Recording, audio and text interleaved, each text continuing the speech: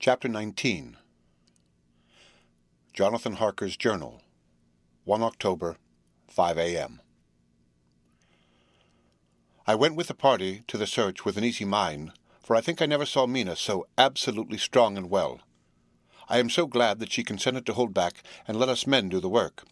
Somehow, it was a dread to me that she was in this fearful business at all, but now that her work is done, and that it is due to her energy and brains and foresight that the whole story is put together in such a way that every point tells, she may well feel that her part is finished, and that she can henceforth leave the rest to us.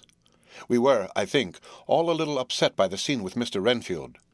When we came away from his room, we were silent till we got back to the study. Then Mr. Morris said to Dr. Seward, "Say, Jack, if that man wasn't attempting a bluff, he's about the sanest lunatic I ever saw. I'm not sure, but I believe that he had some serious purpose, and if he had, it was pretty rough on him not to get a chance." Lord Godalming and I were silent, but Dr. Van Helsing added, "Friend John, you know more lunatics than I do, and I'm glad of it, for I fear that if it had been to me to decide, I would, before that last hysterical outburst, have given him free. But we live and learn, and in our present task we must take no chance, as my friend Quincy would say, all is best as they are." Dr. Seward seemed to answer them both in a dreamy kind of way. "I don't know but that I agree with you. If that man had been an ordinary lunatic, I would have taken my chance of trusting him. But he seems so mixed up with the Count in an indexy kind of way that I am afraid of doing anything wrong by helping his fads. I can't forget how he prayed with almost equal fervor for a cat, and then tried to tear my throat out with his teeth. Besides, he called the Count Lord and Master, and he may want to get out to help him in some diabolical way. That horrid thing has the wolves and the rats and his own kind to help him, so I suppose he isn't above trying to use a respectable lunatic. He certainly did seem earnest, though. I only hope we have done what is best. These things, in conjunction with the wild work we have in hand, help to unnerve a man." The professor stepped over, and laying his hand on his shoulder, said in his grave, kindly way, "Friend John, have no fear. We are trying to do our duty in a very sad and terrible case. We can only do as we deem best. What else have we to hope for except the pity of the good God?" Lord Godalming had slipped away for a few minutes, but now he returned.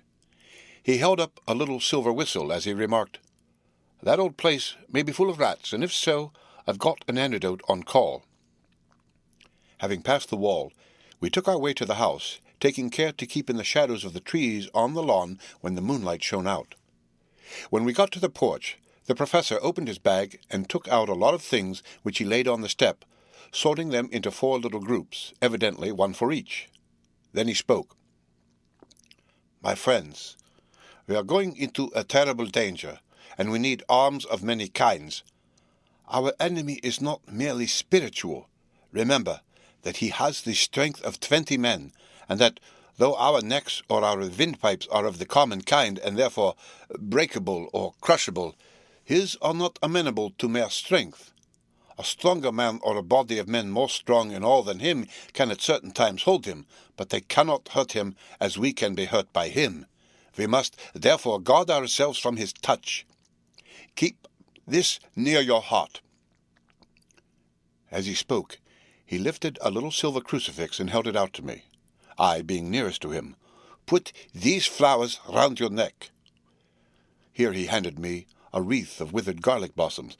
"For other enemies more mundane, this revolver and this knife, and for aid in all, these so small electric lamps which you can fasten to your breast, and for all and above all at the last this, which we must not desecrate needless."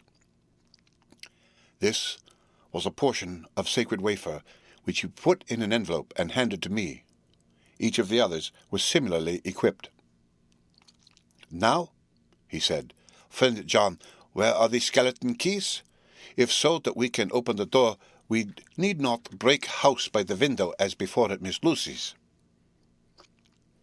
Dr. Seward tried 1 or 2 skeleton keys, his mechanical dexterity as a surgeon standing him in good stead.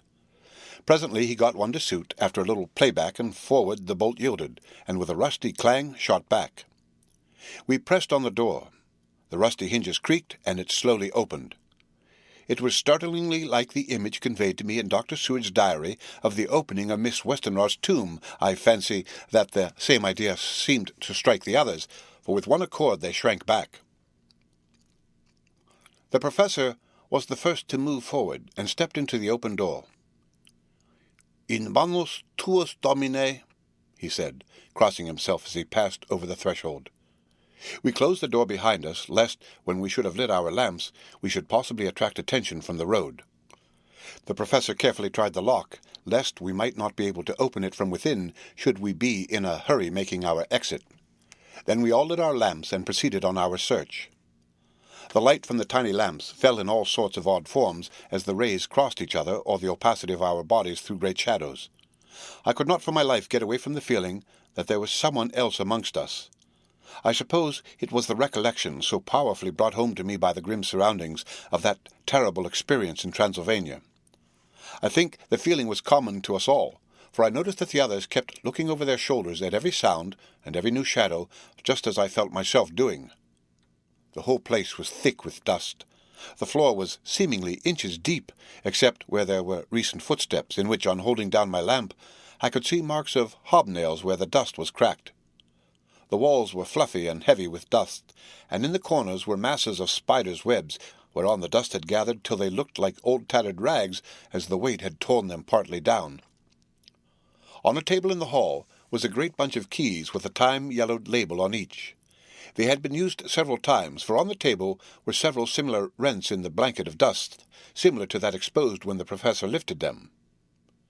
He turned to me and said, "You know this place, Jonathan. You have copied maps of it, and you know it at least more than we do. Which is the way to the chapel?"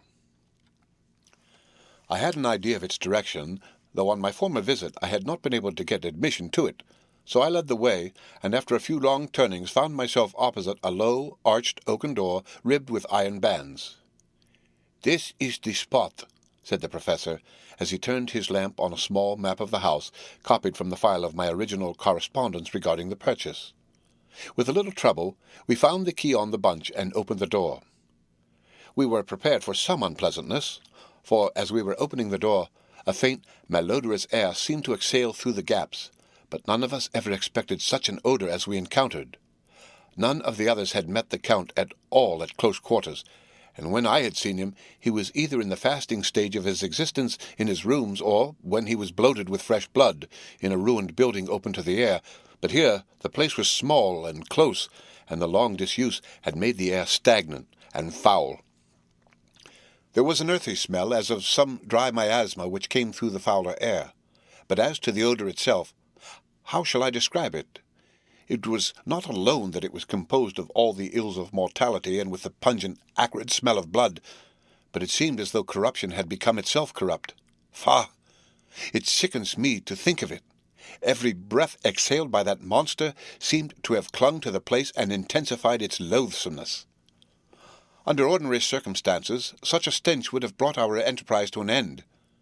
But this was no ordinary case, and the high and terrible purpose in which we were involved gave us a strength which rose above merely physical considerations. After the involuntary shrinking consequent on the first nauseous whiff, we one and all set about our work as though that loathsome place were a garden of roses. We made an accurate examination of the place, the professor saying, as we began, "The first thing is to see how many of the boxes are left. We must then examine every hole and corner and cranny and see if we cannot get some clue as to what has become of the rest." A glance was sufficient to show how many remained, for the great earth chests were bulky, and there was no mistaking them. There were only 29 left out of the 50. Once I got a fright, for, seeing Lord Godalming suddenly turn and look out of the vaulted door into the dark passage beyond, I looked too, and for an instant my heart stood still. Somewhere, looking out from the shadow, I seemed to see the highlights of the Count's evil face, the ridge of the nose, the red eyes, the red lips, the awful pallor. It was only for a moment, for, as Lord Godalming said, "I thought I saw a face, but it was only the shadows," and resumed his inquiry. I turned my lamp in the direction and stepped into the passage. There was no sign of anyone, and as there were no corners, no doors, no aperture of any kind, but only the solid walls of the passage, there could be no hiding place even for him. I took it that fear had helped imagination, and said nothing. A few minutes later, I saw Morris step suddenly back from a corner which he was examining. We all followed his movement with our eyes, for undoubtedly some nervousness was growing on us, and we saw a whole mass of phosphorescence which twinkled like stars. We all instinctively drew back. The whole place was becoming alive with rats. For a moment or two we stood appalled, all save Lord Godalming, who was seemingly prepared for such an emergency. Rushing over to the great iron-bound oak door which Dr. Seward had described from the outside, and which I had seen myself, he turned the key in the lock, drew the huge bolts, and swung the door open. Then, taking his little silver whistle from his pocket, he blew a low, shrill call. It was answered from behind Dr. Seward's house by the yelping of dogs, and after about a minute 3 terriers came dashing round the corner of the house. Unconsciously, we had all moved towards the door, and as we moved, I noticed that the dust had been much disturbed. The boxes which had been taken out had been brought this way. But even in the minute that had elapsed, the number of rats had vastly increased. They seemed to swarm over the place all at once, till the lamplight, shining on their moving dark bodies and glittering baleful eyes, made the place look like a bank of earth set with fireflies. The dogs dashed on, but at the threshold suddenly stopped and snarled, and then, simultaneously lifting their noses, began to howl in most lugubrious fashion.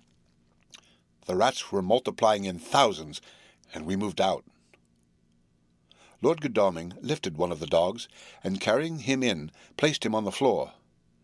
The instant his feet touched the ground, he seemed to recover his courage, and rushed at his natural enemies. They fled before him so fast that before he had shaken the life out of a score, the other dogs, who had by now been lifted in the same manner, had but small prey ere the whole mass had vanished. With their going it seemed as if some evil presence had departed, for the dogs frisked about and barked merrily as they made sudden darts at their prostrate foes, and then turned them over and tossed them in the air with vicious shakes. We all seemed to find our spirits rise. Whether it was the purifying of the deadly atmosphere by the opening of the chapel door, or the relief which we experienced by finding ourselves in the open, I know not. But most certainly the shadow of dread seemed to slip from us like a robe, and the occasion of our coming lost something of its grim significance, though we did not slacken a whit in our resolution. We closed the outer door, and barred and locked it, and bringing the dogs with us, began our search of the house. We found nothing throughout except dust in extraordinary proportions, and all untouched save for my own footsteps when I had made my first visit. Never once did the dogs exhibit any symptom of uneasiness, and even when we returned to the chapel, they frisked about as though they had been rabbit-hunting in a summer wood. The morning was quickening in the east when we emerged from the front. Dr. Van Helsing had taken the key of the hall door from the bunch, and locked the door in orthodox fashion, putting the key into his pocket when he had done. "So far," he said, "our night has been eminently successful. No harm has come to us such as I feared might be, and yet we have ascertained how many boxes are missing.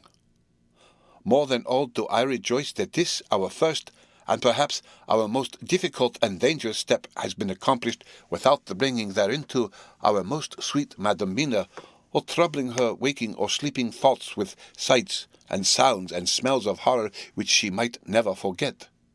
One lesson, too, we have learned. If it be allowable to argue a particulari, that the brute beasts which are to the Count's command are yet themselves not amenable to his spiritual power, for look, these rats that would come to his call, just as from his castle top he summons the wolves to your going, and to that poor mother's cry, though they come to him, they run pell-mell from the so little dogs of my friend Arthur. We have other matters before us, other dangers, other fears, and that monster. He has not used his power over the brute world for the only or the last time tonight. So be it that he has gone elsewhere. Good. It has given us opportunity to cry check in some ways in this chess game, which we play for the stake of human souls. And now, let us go home. The dawn is close at hand, and we have reason to be content with our first night's work. It may be ordained that we have many Nights and days to follow, if full of peril, but we must go on, and from no danger shall we shrink. The house was silent when we got back, save for some poor creature who was screaming away in one of the distant wards, and a low moaning sound from Renfield's room. The poor wretch was doubtless torturing himself after the manner of the insane with needless thoughts of pain. I came tiptoe into our own room, and found Mina asleep, breathing so softly that I had to put my ear down to hear it. She looks paler than usual. I hope the meeting tonight has not upset her. I am truly thankful that she is to be left out of our future work, and even of our deliberations. It is too great a strain for a woman to bear. I did not think so at first, but I know better now. Therefore, I am glad that it is settled. There may be things which would frighten her to hear, and yet to conceal them from her might be worse than to tell her if once she suspected that there was any concealment. Henceforth, our work is to be a sealed book to her, till at least such time as we can tell her that all is finished, and the earth free from a monster of the nether-world. I dare say it will be difficult to begin to keep silence after such confidence as ours, but I must be resolute, and tomorrow I shall keep dark over tonight's doings, and shall refuse to speak of anything that has happened. I rest on the sofa, so as not to disturb her. 1 October, later. I suppose it was natural that we should have all overslept ourselves, for the day was a busy one, and the night had no rest at all. Even Mina must have felt its exhaustion, for though I slept till the sun was high, I was awake before her, and had to call 2 or 3 times before she awoke. Indeed, she was so sound asleep that for a few seconds she did not recognize me, but looked at me with a sort of blank terror, as one looks who had been awakened out of a bad dream. She complained a little of being tired, and I let her rest till later in the day. We now know of 21 boxes having been removed, and if it be that several were taken in any of these removals, we may be able to trace them all. Such will, of course, immensely simplify our labour, and the sooner the matter is attended to, the better. I shall look up Thomas Snelling today. Dr. Seward's Diary, 1 October. It was towards noon when I was awakened by the Professor walking into my room. He was more jolly and cheerful than usual, and it is quite evident that last night's work has helped to take some of the brooding weight off his mind. After going over the adventure of the night, he suddenly said, "Your patient interests me much. May it be that with you I visit him this morning? Or, if that you are to occupy, I can go alone if it may be. It is a new experience to me to find a lunatic who talk philosophy and reason so sound." I had some work to do which pressed, so I told him that if he would go alone I would be glad, as then I should not have to keep him waiting. So I called an attendant and gave him the necessary instructions.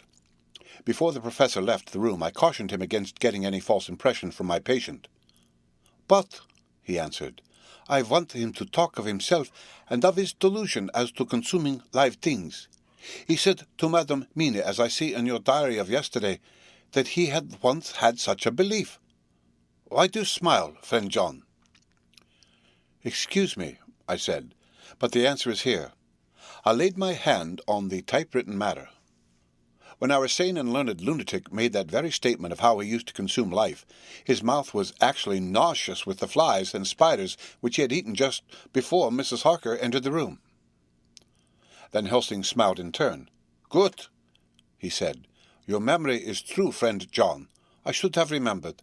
And yet it is this very obliquity of thought and memory which makes mental disease such a fascinating study.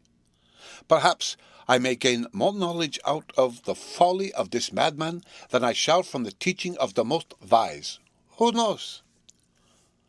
I went on with my work, and before long was through that in hand. It seemed that the time had been very short indeed, but there was Van Helsing back in the study. "Do I interrupt?" he asked politely as he stood at the door. "Not at all," I answered. "Come in. My work is finished, and I am free. I can go with you now, if you like."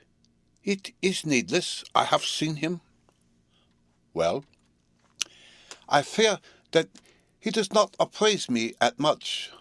Our interview was short, when I entered his room, he was sitting on a stool in the centre, with his elbows on his knees, and his face was the picture of sullen discontent. I spoke to him as cheerfully as I could, and with such a measure of respect as I could assume. He made no reply whatever. "Don't you know me?" I asked. His answer was not reassuring. "I know you well enough. You are the old fool Van Helsing. I wish you would take yourself and your idiotic brain theories somewhere else. Damn all thick-headed Dutchmen." Not a word more would he say, but sat in his implacable sullenness, as indifferent to me as though I had not been in the room at all. Thus departed for this time my chance of much learning from this so clever lunatic, so I shall go, if I may, and cheer myself with a few happy words with that sweet soul, Madam Mina. Friend John, it does rejoice me unspeakable that she is no more to be pained, no more to be worried with our terrible things. Though we shall much miss her help, it is better so. I agree with you with all my heart, I answered earnestly, for I did not want him to weaken in this matter. Mrs. Harker is better out of it. Things are quite bad enough for us, all men of the world, and who have been in many tight places in our time, but it is no place for a woman, and if she had remained in touch with the affair, it would in time infallibly have wrecked her. So Van Helsing has gone to confer with Mrs. Harker and Harker. Quincy and Art are all out following up the clues as to the earth boxes. I shall finish my round of work, and we shall meet tonight. Mina Harker's Journal, 1 October. It is strange to me to be kept in the dark as I am today, after Jonathan's full confidence for so many years, to see him manifestly avoid certain matters, and those the most vital of all. This morning I slept late after the fatigues of yesterday, and though Jonathan was late too, he was the earlier. He spoke to me before he went out, never more sweetly or tenderly, but he never mentioned a word of what had happened in the visit to the Count's house. And yet he must have known how terribly anxious I was. Poor dear fellow! I suppose it must have distressed him even more than it did me. They all agreed that it was best that I should not be drawn further into this awful work, and I acquiesced. But to think that he keeps anything from me! And now I am crying like a silly fool when I know it comes from my husband's great love, and from the good wishes of those other strong men. That has done me good. Well, some day Jonathan will tell me all, and lest it should ever be that he should think for a moment that I kept anything from him, I still keep my journal as usual. Then if he has feared of my trust, I shall show it to him with every thought of my heart put down for his dear eyes to read. I feel strangely sad and low-spirited today. I suppose it is the reaction from the terrible excitement. Last night I went to bed when the men had gone, simply because they told me to. I didn't feel sleepy, and I did feel full of devouring anxiety. I kept thinking over everything that has been ever since Jonathan came to see me in London, and it all seems like a horrible tragedy, with fate pressing on relentlessly to some destined end. Everything that one does seems, no matter how right it may be, to bring on the very thing which is most to be deplored. If I hadn't gone to Whitby, perhaps poor dear Lucy would be with us now. If she hadn't taken to visiting the churchyard till I came, and if she hadn't come there in the daytime with me, she wouldn't have walked in her sleep. And if she hadn't gone there at night and asleep, that monster couldn't have destroyed her as he did. Oh, why did I ever go to Whitby? There, now, crying again. I wonder what has come over me today. I must hide it from Jonathan, for if he knew that I had been crying twice in one morning, I, who never cried on my own account, and whom he has never caused to shed a tear, the dear fellow would fret his heart out. I shall put a bold face on, and if I do feel weepy, he shall never see it. I suppose it is just one of the lessons that we poor women have to learn. I can't quite remember how I fell asleep last night. I remember hearing the sudden barking of the dogs and a lot of queer sounds, like praying on a very tumultuous scale, from Mr. Renfield's room, which is somewhere under this. And then there was silence over everything, silence so profound that it startled me, and I got up and looked out of the window. All was dark and silent, the black shadows thrown by the moonlight seeming full of a silent mystery of their own. Not a thing seemed to be stirring, but all to be grim and fixed as death or fate, so that a thin streak of white mist that crept with almost imperceptible slowness across the grass toward the house seemed to have a sentience and a vitality of its own. I think that the digression of my thoughts must have done me good, for when I got back in bed I found a lethargy creeping over me. I lay a while, but could not sleep, so I got out and looked out of the window again. The mist was spreading and was now close up to the house, so that I could see it lying thick against the wall, as though it were stealing up to the windows. The poor man was more loud than ever, and though I could not distinguish a word he said, I could in some way recognize in his tones some passionate entreaty on his part. Then there was the sound of a struggle, and I knew that the attendants were dealing with him. I was so frightened that I crept into bed and pulled the clothes over my head, putting my fingers in my ears. I was not then a bit sleepy, at least so I thought, but I must have fallen asleep, for except dreams I do not remember anything until the morning, when Jonathan woke me. I think that it took me an effort and a little time to realize where I was, and that it was Jonathan who was bending over me. My dream was very peculiar, and was almost typical of the way that waking thoughts become merged in or continued in dreams. I thought that I was asleep, and waiting for Jonathan to come back. I was very anxious about him, and I was powerless to act. My feet and my hands and my brain were weighted so that nothing could proceed at the usual pace, and so I slept uneasily and thought. Then it began to dawn upon me that the air was heavy and dank and cold. I put back the clothes from my face, and found to my surprise that all was dim around. The gaslight, which I had left lit for Jonathan but turned down, came only like a tiny red spark through the fog, which had evidently grown thicker and poured into the room. Then it occurred to me that I had shut the window before I had come to bed. I would have got out to make certain on the point, but some leaden lethargy seemed to chain my limbs and even my will. I lay still and endured. That was all. I closed my eyes, but could still see through my eyelids. It is wonderful what tricks our dreams play us, and how conveniently we can imagine. The mist grew thicker and thicker, and I could see now how it came in, for I could see it like smoke, or with the white energy of boiling water pouring in, not through the window, but through the joinings of the door. It got thicker and thicker, till it seemed as if it became concentrated into a sort of pillar of cloud in the room, through the top of which I could see the light of the gas shining like a red eye. Things began to whirl through my brain, just as the cloudy column was now whirling in the room, and through it all came the scriptural words, "A pillar of cloud by day, and of fire by night." Was it indeed such spiritual guidance that was coming to me in my sleep? But the pillar was composed of both the day and the night guiding, for the fire was in the red eye, which at the thought gat a new fascination for me, till, as I looked, the fire divided, and seemed to shine on me through the fog like two red eyes, such as Lucy told me of in her momentary mental wandering when, on the cliff, the dying sunlight struck the windows of St. Mary's Church. Suddenly, the horror burst upon me that it was thus that Jonathan had seen those awful women growing into reality through the whirling mist in the moonlight, and in my dream I must have fainted, for all became black darkness. The last conscious effort which imagination made was to show me a livid white face bending over me out of the mist. I must be careful of such dreams, for they would unseat one's reason if there were too much of them. I would get Dr. Van Helsing or Dr. Seward to prescribe something for me which would make me sleep, only that I fear to alarm them. Such a dream at the present time would become woven into their fears for me. Tonight I shall strive hard to sleep naturally. If I do not, I shall tomorrow night get them to give me a dose of a chloral that cannot hurt me for once, and it will give me a good night's sleep. Last night tired me more than if I had not slept at all. 2 October, 10 p.m. Last night I slept, but did not dream. I must have slept soundly, for I was not waked by Jonathan coming to bed, but the sleep has not refreshed me, for today I feel terribly weak and spiritless. I spent all yesterday trying to read, or lying down dozing. In the afternoon Mr. Renfield asked if he might see me. Poor man, he was very gentle, and when I came away he kissed my hands and bade God bless me. Someway it affected me much. I am crying when I think of him. This is a new weakness of which I must be careful.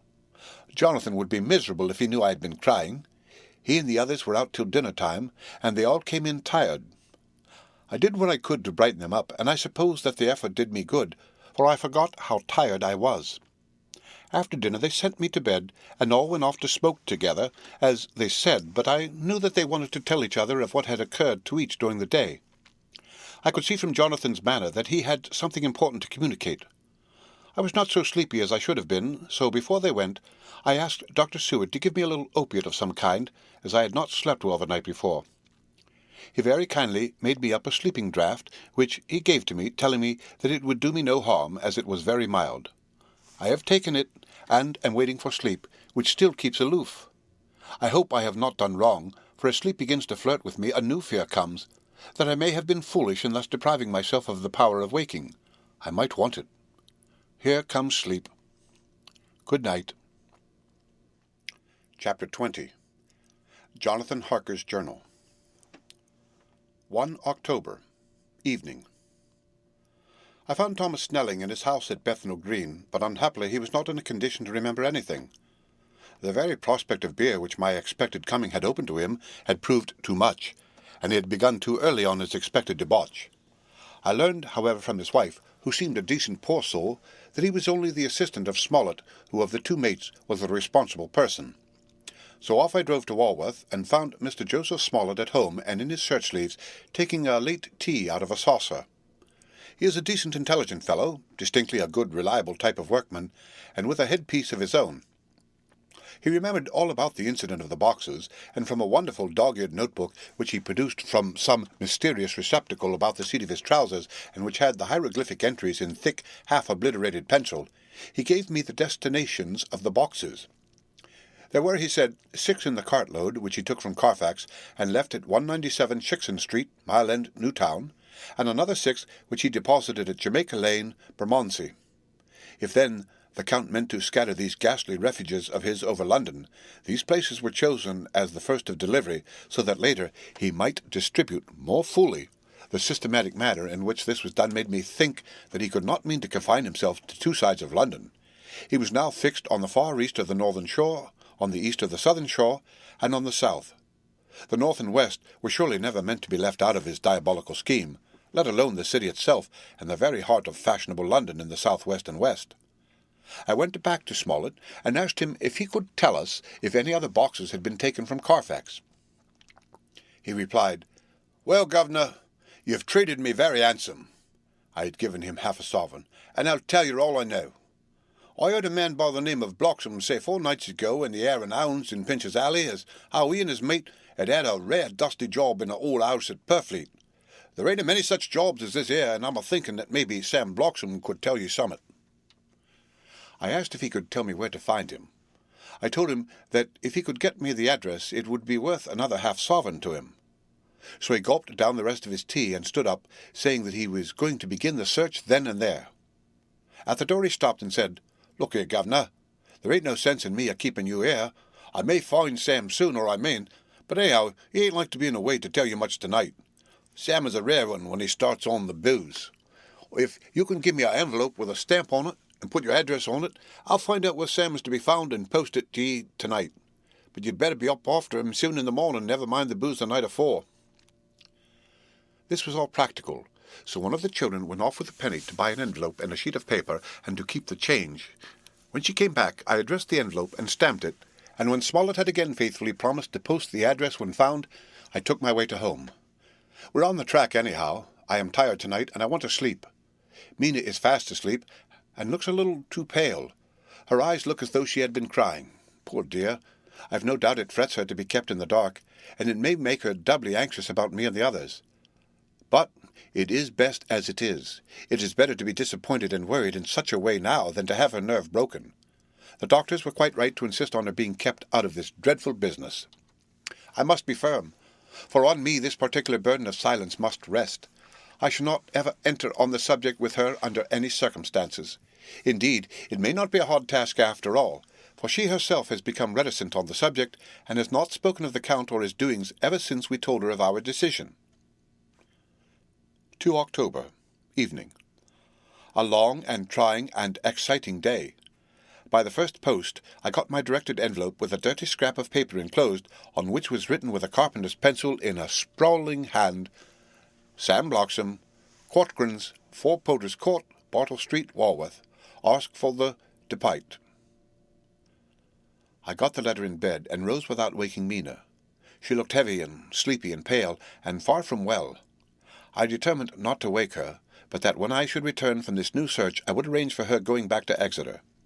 I think she would be happier in our own home with her daily task to interest her than in being here amongst us and in ignorance. I only saw Dr. Seward for a moment, and told him where I was off to, promising to come back and tell the rest so soon as I should have found out anything. I drove to Walworth, and found with some difficulty Potter's Court. Mr. Smollett's spelling misled me, as I asked for Potter's Court instead of Potter's Court. However, when I had found the court, I had no difficulty in discovering Corcoran's lodging-house. When I asked the man who came to the door for the Depite, he shook his head and said, "I don't know him. There ain't no such a person here. I never heard of him in all my bloomin' days. Don't believe there ain't nobody of that kind living here or anywheres." I took out Smollett's letter, and as I read it, it seemed to me that the lesson of the spelling of the name of the court might guide me. "What are you?" I asked. "I'm the deputy," he answered. I saw at once that I was on the right track. Phonetic spelling had again misled me. A half-crown tip put the deputy's knowledge at my disposal, and I learned that Mr. Bloxham, who had slept off the remains of his beer on the previous night at Corcoran's, had left for his work at Poplar at 5 o'clock that morning. He could not tell me where the place of work was situated, but I had a vague idea that it was some kind of a newfangled warehouse, and with this slender cue I had to start for Poplar. It was 12 o'clock before I got any satisfactory hint of such a building, and this I got at a coffee shop where some workmen were having their dinner. One of them suggested that there was being erected at Cross Angel Street a new cold storage building, and as this suited the condition of a newfangled warehouse, I at once drove to it. An interview with a surly gatekeeper and a surlier foreman, both of whom were appeased with the coin of the realm, put me on the track of Bloxham. He was sent for on my suggestion that I was willing to pay his day's wages to his foreman for the privilege of asking him a few questions on a private matter. He was a smart enough fellow, though rough of speech and bearing. When I had promised to pay for his information and given him an earnest, he told me that he had made 2 journeys between Carfax and a house in Piccadilly, and had taken from this house to the latter 9 great boxes, main heavy ones, with a horse and cart, hired by him for this purpose. I asked him if he could tell me the number of the house in Piccadilly, to which he replied, "Well, governor, I forgets the number, but it was only a few door from a big white church, or something of that kind, not long built. It was a dusty old house, too, though nothing to the dustiness of the house we took the bloomin' boxes from." "How did you get in, if both houses were empty?" "There was the old party what engaged me a-waiting in the house at Purfleet. He helped me to lift the boxes and put them in the dray. Curse me, but he was the strongest chap I ever struck, and him a old fellow with a white moustache, one that thin you would think he couldn't throw a shadder." How this phrase thrilled through me. Why, he took up his end of the boxes like they was pounds of tea, and me a-puffin' and a-blowin' afore I could upend mine anyhow, and I'm no chicken neither. "How did you get into the house in Piccadilly?" I asked. "He was there too. He must have started off and got there afore me, for when I rung of the bell, he came and opened the door hisself and helped me carry the boxes into the hall." "The whole 9?" I asked. "Yups. There was 5 in the first load and 4 in the second. It was main dry work, and I don't so well remember how I got home." I interrupted him. "Were the boxes left in the hall?" "Yes. It was a big hall, and there was nothing else in it." I made one more attempt to further matters. "You didn't have a key?" "Never used no key, nor nothing. The old gent he opened the door hisself, and shut it again when I druv off. I don't remember the last time, but that was the beer." "And you can't remember the number of the house?" "No, sir. But you needn't have no difficulty about that. It's a high un with a stone front with a bow on it, and high steps up to the door. I know them steps, having had to carry the boxes up with 3 loafers what come round to earn a copper. The old gent give them shillings, and they, seeing they got so much, they wanted more. But he took one of 'em by the shoulder and was like to throw him down the steps till the lot of 'em went away a-cussin'." I thought that with this description I could find the house, so having paid my friend for his information, I started off for Piccadilly. I had gained a new, painful experience. The Count could, it was evident, handle the earth boxes himself. If so, time was precious, for now that he had achieved a certain amount of distribution, he could, by choosing his own time, complete the task unobserved. At Piccadilly Circus, I discharged my cab and walked westward. Beyond the Junior Constitutional, I came across the house described, and was satisfied that this was the next of the lairs arranged by Dracula. The house looked as though it had been long untenanted. The windows were encrusted with dust, and the shutters were up. All the framework was black with time, and from the iron the paint had mostly scaled away. It was evident that up to lately there had been a large notice board in front of the balcony. It had, however, been roughly torn away, the uprights which had supported it still remaining. Behind the rails of the balcony, I saw there were some loose boards whose raw edges looked white. I would have given a good deal to have been able to see the notice board intact, as it would perhaps have given some clue to the ownership of the house. I remembered my experience of the investigation and purchase of Carfax, and I could not but feel that if I could find the former owner, there might be some means discovered of gaining access to the house. There was at present nothing to be learned from the Piccadilly side, and nothing could be done, so I went round to the back to see if anything could be gathered from this quarter. The mews were active, the Piccadilly houses being mostly in occupation. I asked one or two of the grooms and helpers whom I saw around if they could tell me anything about the empty house. One of them said he heard it had been lately taken, but he couldn't say from whom. He told me, however, that up to the very lately there had been a notice board of "For Sale" up, and that perhaps Mitchell, Sons and Candy, the house agents, could tell me something, as he thought he remembered seeing the name of that firm on the board. I did not wish to seem too eager, or to let my informant know or guess too much, so thanking him in the usual manner, I strolled away. It was now growing dusk, and the autumn night was closing in, so I did not lose any time. Having learned the address of Mitchell, Sons and Candy from a directory at the Berkeley, I was soon at their office in Sackville Street. The gentleman who saw me was perfectly suave in manner, but uncommunicative in equal proportion. Having once told me that the Piccadilly house which throughout our interview he called a mansion was sold, he considered my business as concluded. When I asked who had purchased it, he opened his eyes, a thought wider, and paused a few seconds before replying, "It is sold, sir." "Pardon me," I said with equal politeness, "but I have a special reason for wishing to know who purchased it." Again he paused longer and raised his eyebrows still more. "It is sold, sir," was again his laconic reply. "Surely," I said, "you do not mind letting me know so much?" "But I do mind," he answered. "The affairs of their clients are absolutely safe in the hands of Mitchell, Sons and Candy."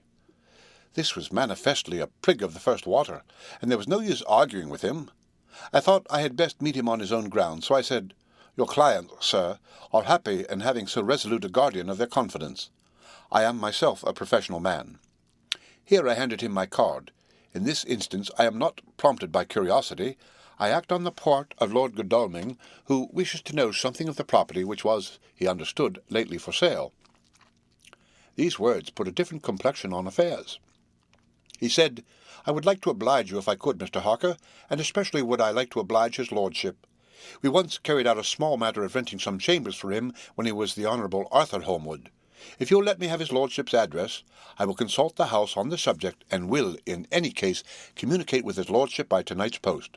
It will be a pleasure if we can so far deviate from our rules as to give the required information to his lordship." I wanted to secure a friend, and not to make an enemy, so I thanked him, gave the address of Dr. Seward's, and came away. It was now dark, and I was tired and hungry. I got a cup of tea at the Aerated Bread Company, and came down to Purfleet by the next train. I found all the others at home. Mina was looking tired and pale, but she made a gallant effort to be bright and cheerful. It wrung my heart to think that I had had to keep anything from her, and so caused her inquietude. Thank God this will be the last night of her looking on at our conferences, and feeling the sting of our not showing our confidence. It took all my courage to hold to the wise resolution of keeping her out of our grim task. She seems somehow more reconciled, or else the very subject seems to have become repugnant to her, for when any accidental allusion is made she actually shudders. I am glad we made our resolution in time, as with such a feeling as this, our growing knowledge would be torture to her. I could not tell the others of the day's discovery till we were alone, so after dinner, followed by a little music to save appearances even amongst ourselves, I took Mina to her room, and left her to go to bed. The dear girl was more affectionate with me than ever, and clung to me as though she would detain me, but there was much to be talked of, and I came away.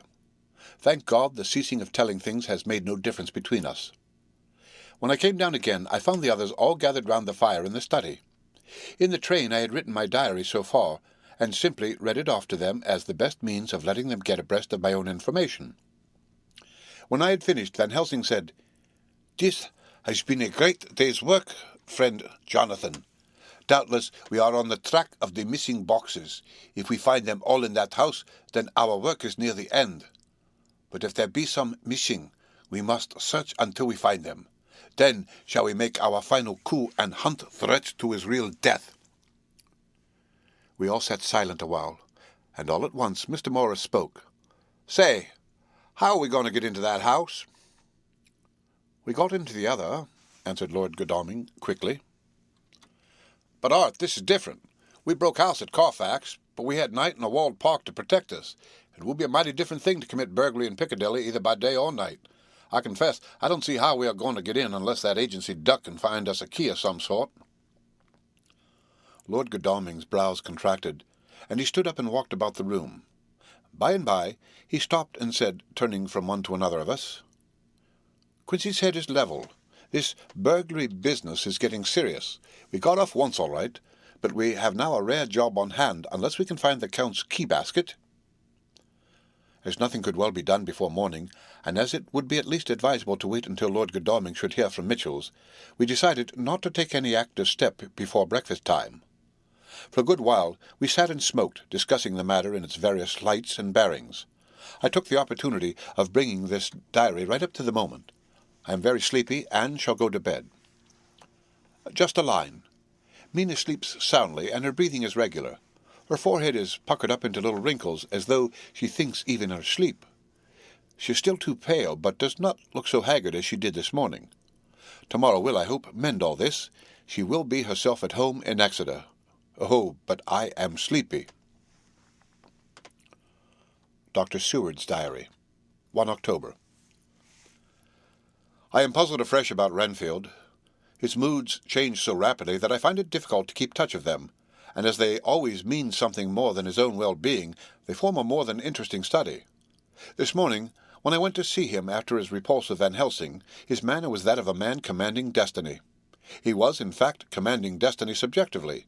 He did not really care for any of the things of mere earth. He was in the clouds, and looked down on all the weaknesses and wants of us poor mortals.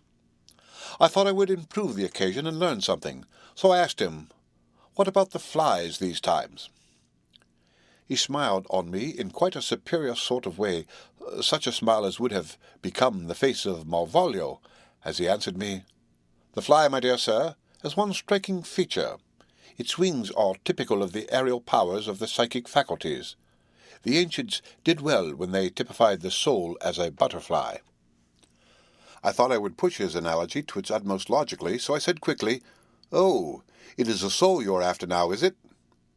His madness foiled his reason, and a puzzled look spread over his face as, shaking his head with a decision which I had but seldom seen in him, he said, "Oh, no. Oh, no. I want no souls. Life is all I want." Here he brightened up. "I am pretty indifferent about it at present. Life is all right. I have all I want. You must get a new patient, doctor, if you wish to study zoophagy." This puzzled me a little, so I drew him on. "Then you command life? You're a god, I suppose?" He smiled with an ineffably benign superiority. "Oh, no. Far be it from me to arrogate to myself the attributes of the deity. I am not even concerned in his especially spiritual doings. If I may state my intellectual position, I am, so far as concern things purely terrestrial, somewhat in the position which Enoch occupied spiritually." This was a poser to me. I could not at the moment recall Enoch's appositeness, so I had to ask a simple question, though I felt that by so doing I was lowering myself in the eyes of the lunatic. "And why with Enoch?" "Because he walked with God." I could not see the analogy, but did not like to admit it, so I harked back to what he had denied. "So you don't care about life, and you don't want any souls. Why not?" I put my question quickly and somewhat sternly on purpose to disconcert him. The effort succeeded, For an instant he unconsciously relapsed into his old servile manner, bent low before me, and actually fawned upon me as he replied, "I don't want any souls. Indeed, I don't. I couldn't use them if I had them. They would be of no manner of use to me. I couldn't eat them or—" He suddenly stopped, and the old cunning look spread over his face, like a wind sweep on the surface of the water. "And, Doctor, as to life, what is it after all? When you've got all you require, and you know that you will never want, that is all. I have friends, good friends, like you, Dr. Seward." This was said with a leer of inexpressible cunning. "I know that I shall never lack the means of life. I think that through the cloudiness of his insanity he saw some antagonism in me, for he at once fell back on the last refuge of such as he, a dogged silence. After a short time I saw that for the present it was useless to speak to him. He was sulky, and so I came away. Later in the day he sent for me. Ordinarily I would not have come without special reason, but just at present I am so interested in him that I would gladly make an effort. Besides, I am glad to have anything to help me pass the time. Harker is out, following up clues, and so are Lord Godalming and Quincy. Van Helsing sits in my study poring over the record prepared by the Harkers. He seems to think that by accurate knowledge of all details he will light up on some clue. He does not wish to be disturbed in the work without cause. I would have taken him with me to see the patient, only I thought that after his last repulse he might not care to go again. There was also another reason. Renfield might not speak so freely before a third person as when he and I were alone. I found him sitting in the middle of the floor on his stool, a pose which is generally indicative of some mental energy on his part. When I came in, he said at once, as though the question had been waiting on his lips, "What about souls?" It was evident then that my surmise had been correct. Unconscious cerebration was doing its work, even with the lunatic. I determined to have the matter out. "What about them yourself?" I asked. He did not reply for a moment, but looked all around him and up and down, as though he expected to find some inspiration for an answer. "I don't want any souls," he said in a feeble, apologetic way. The matter seemed preying on his mind, and so I determined to use it, to be cruel only to be kind. So I said, "You like life, and you want life?" "Oh, yes. But that is all right. You needn't worry about that." "But," I asked, "how are we to get the life without getting the soul also?" This seemed to puzzle him, so I followed it up. "A nice time you'll have some time when you're flying out here with the soul of thousands of flies and spiders and birds and cats buzzing and twittering and moaning all around you. You've got their lives, you know, and you must put up with their souls." Something seemed to affect his imagination, for he put his fingers into his ears and shut his eyes, screwing them up tightly just as a small boy does when his face is being soaped. There was something pathetic in it that touched me. It also gave me a lesson, for it seemed that before me was a child, only a child, though the features were worn and the stubble on the jaws was white. It was evident that he was undergoing some process of mental disturbance, and knowing how his past moods had interpreted things seemingly foreign to himself, I thought I would enter into his mind as well as I could and go with him. The first step was to restore confidence, so I asked him, speaking pretty loud so that he would hear me through his closed ears, "Would you like some sugar to get your flies around again?" He seemed to wake up all at once and shook his head. With a laugh, he replied, "Not much. Flies are poor things, after all." After a pause, he added, "But I don't want their souls buzzing round me all the same." "Or spiders?" I went on. "Blow spiders. What's the use of spiders? There isn't anything in them to eat or—" He stopped suddenly, as though reminded of a forbidden topic. So, I thought to myself, this is the second time he has suddenly stopped at the word drink. What does it mean? Renfield seemed himself aware of having made a lapse, for he hurried on as though to distract my attention from it. "I don't take any stock at all in such matters. Rats and mice and such small deer, as Shakespeare has it, chicken feet of the larder, they might be called. I'm past all that sort of nonsense. You might as well ask a man to eat molecules with a pair of chopsticks as to try to interest me about the lesser carnivora when I know of what is before me." "I see," I said. "You want big things that you can make your teeth meet in? How would you like to breakfast on an elephant?" "What ridiculous nonsense you're talking." He was getting too wide awake, so I thought I would press him hard. "I wonder," I said reflectively, "what an elephant's soul is like." The effect I desired was obtained, for he at once fell from his high horse and became a child again. "I don't want an elephant's soul, or any soul at all," he said. For a few moments he sat despondently. Suddenly he jumped to his feet with his eyes blazing and all the signs of intense cerebral excitement. "To hell with you and your souls," he shouted. "Why do you plague me about souls? Haven't I got enough to worry and pain to distract me already without thinking of souls?" He looked so hostile that I thought he was in for another homicidal fit, so I blew my whistle. The instant, however, that I did so, he became calm and said apologetically, "Forgive me, doctor, I forgot myself. You do not need any help. I am so worried in my mind that I am apt to be irritable. If you only knew the problem I have to face, and that I am working out, you would pity and tolerate and pardon me. Pray, do not put me in a strait waistcoat. I want to think, and I cannot think freely when my body is confined. I'm sure you will understand."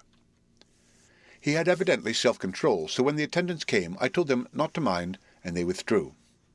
Renfield watched them go. When the door was closed, he said with considerable dignity and sweetness, "Dr. Seward, you have been very considerate towards me. Believe me that I am very, very grateful to you." I thought it well to leave him in this mood, and so I came away. There is certainly something to ponder over in this man's state. Several points seem to make what the American interviewer calls a story. If one could only get them in proper order, here they are. Will not mention drinking. Fears the thought of being burdened with the soul of anything. Has no dread of wanting life in the future. Despises the meaner forms of life altogether, though he dreads being haunted by their souls. Logically, all these things point one way. He has assurance of some kind that he will acquire some higher life. He dreads the consequence, the burden of a soul. Then it is human life he looks to. And the assurance? Merciful God! The Count has been to him, and there's some new scheme of terror afoot. Later, I went after my round to Van Helsing and told him my suspicion. He grew very grave, and after thinking the matter over for a while, asked me to take him to Renfield. I did so. As we came to the door, we heard the lunatic within singing gaily, as he used to do in the time which now seems so long ago. When we entered, we saw with amazement that he had spread out his sugar as of old. The flies, lethargic with the autumn, were beginning to buzz into the room. We tried to make him talk of the subject of our previous conversation, but he would not attend. He went on with his singing, just as though we had not been present. He had got a scrap of paper and was folding it into a notebook. We had to come away as ignorant as we went in. He is a curious case indeed. We must watch him tonight. Letter. Mitchell, Sons and Candy, to Lord Godalming. 1 October. My Lord, we are at all times only too happy to meet your wishes. We beg, with regard to the desire of your Lordship, expressed by Mr. Harker on your behalf, to supply the following information concerning the sale and purchase of number 347 Piccadilly. The original vendors are the executors of the late Mr. Archibald Winter Suffield. The purchaser is a foreign nobleman, Count de Ville, who effected the purchase himself, paying the purchase money in notes over the counter, if your Lordship will pardon us, using so vulgar an expression. Beyond this, we know nothing whatever of him. We are, my lord, your Lordship's humble servants, Mitchell, Sons and Candy. Dr. Seward's Diary. 2 October. I placed a man in the corridor last night, and told him to make an accurate note of any sound he might hear from Renfield's room, and gave him instructions that if there should be anything strange he was to call me. After dinner, when we had all gathered round the fire in the study, Mrs. Harker having gone to bed, we discussed the attempts and discoveries of the day. Harker was the only one who had any result, and we are in great hopes that his clue may be an important one. Before going to bed, I went round to the patient's room and looked in through the observation trap. He was sleeping soundly. His heart rose and fell with regular respiration. This morning the man on duty reported to me that, a little after midnight, he was restless and kept saying his prayers somewhat loudly. I asked him if that was all. He replied that it was all he heard. There was something about his manner so suspicious that I asked him point-blank if he had been asleep. He denied sleep, but admitted to having dozed for a while. It is too bad that men cannot be trusted unless they are watched. Today Harker is out following up his clue, and Art and Quincy are looking after horses. Godalming thinks that it will be well to have horses always in readiness, for when we get the information which we seek, there will be no time to lose.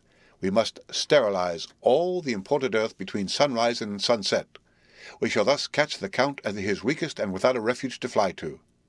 Van Helsing is off to the British Museum looking up some authorities on ancient medicine. The old physicians took account of things which their followers do not accept, and the professor is searching for witch and demon cures which may be useful to us later.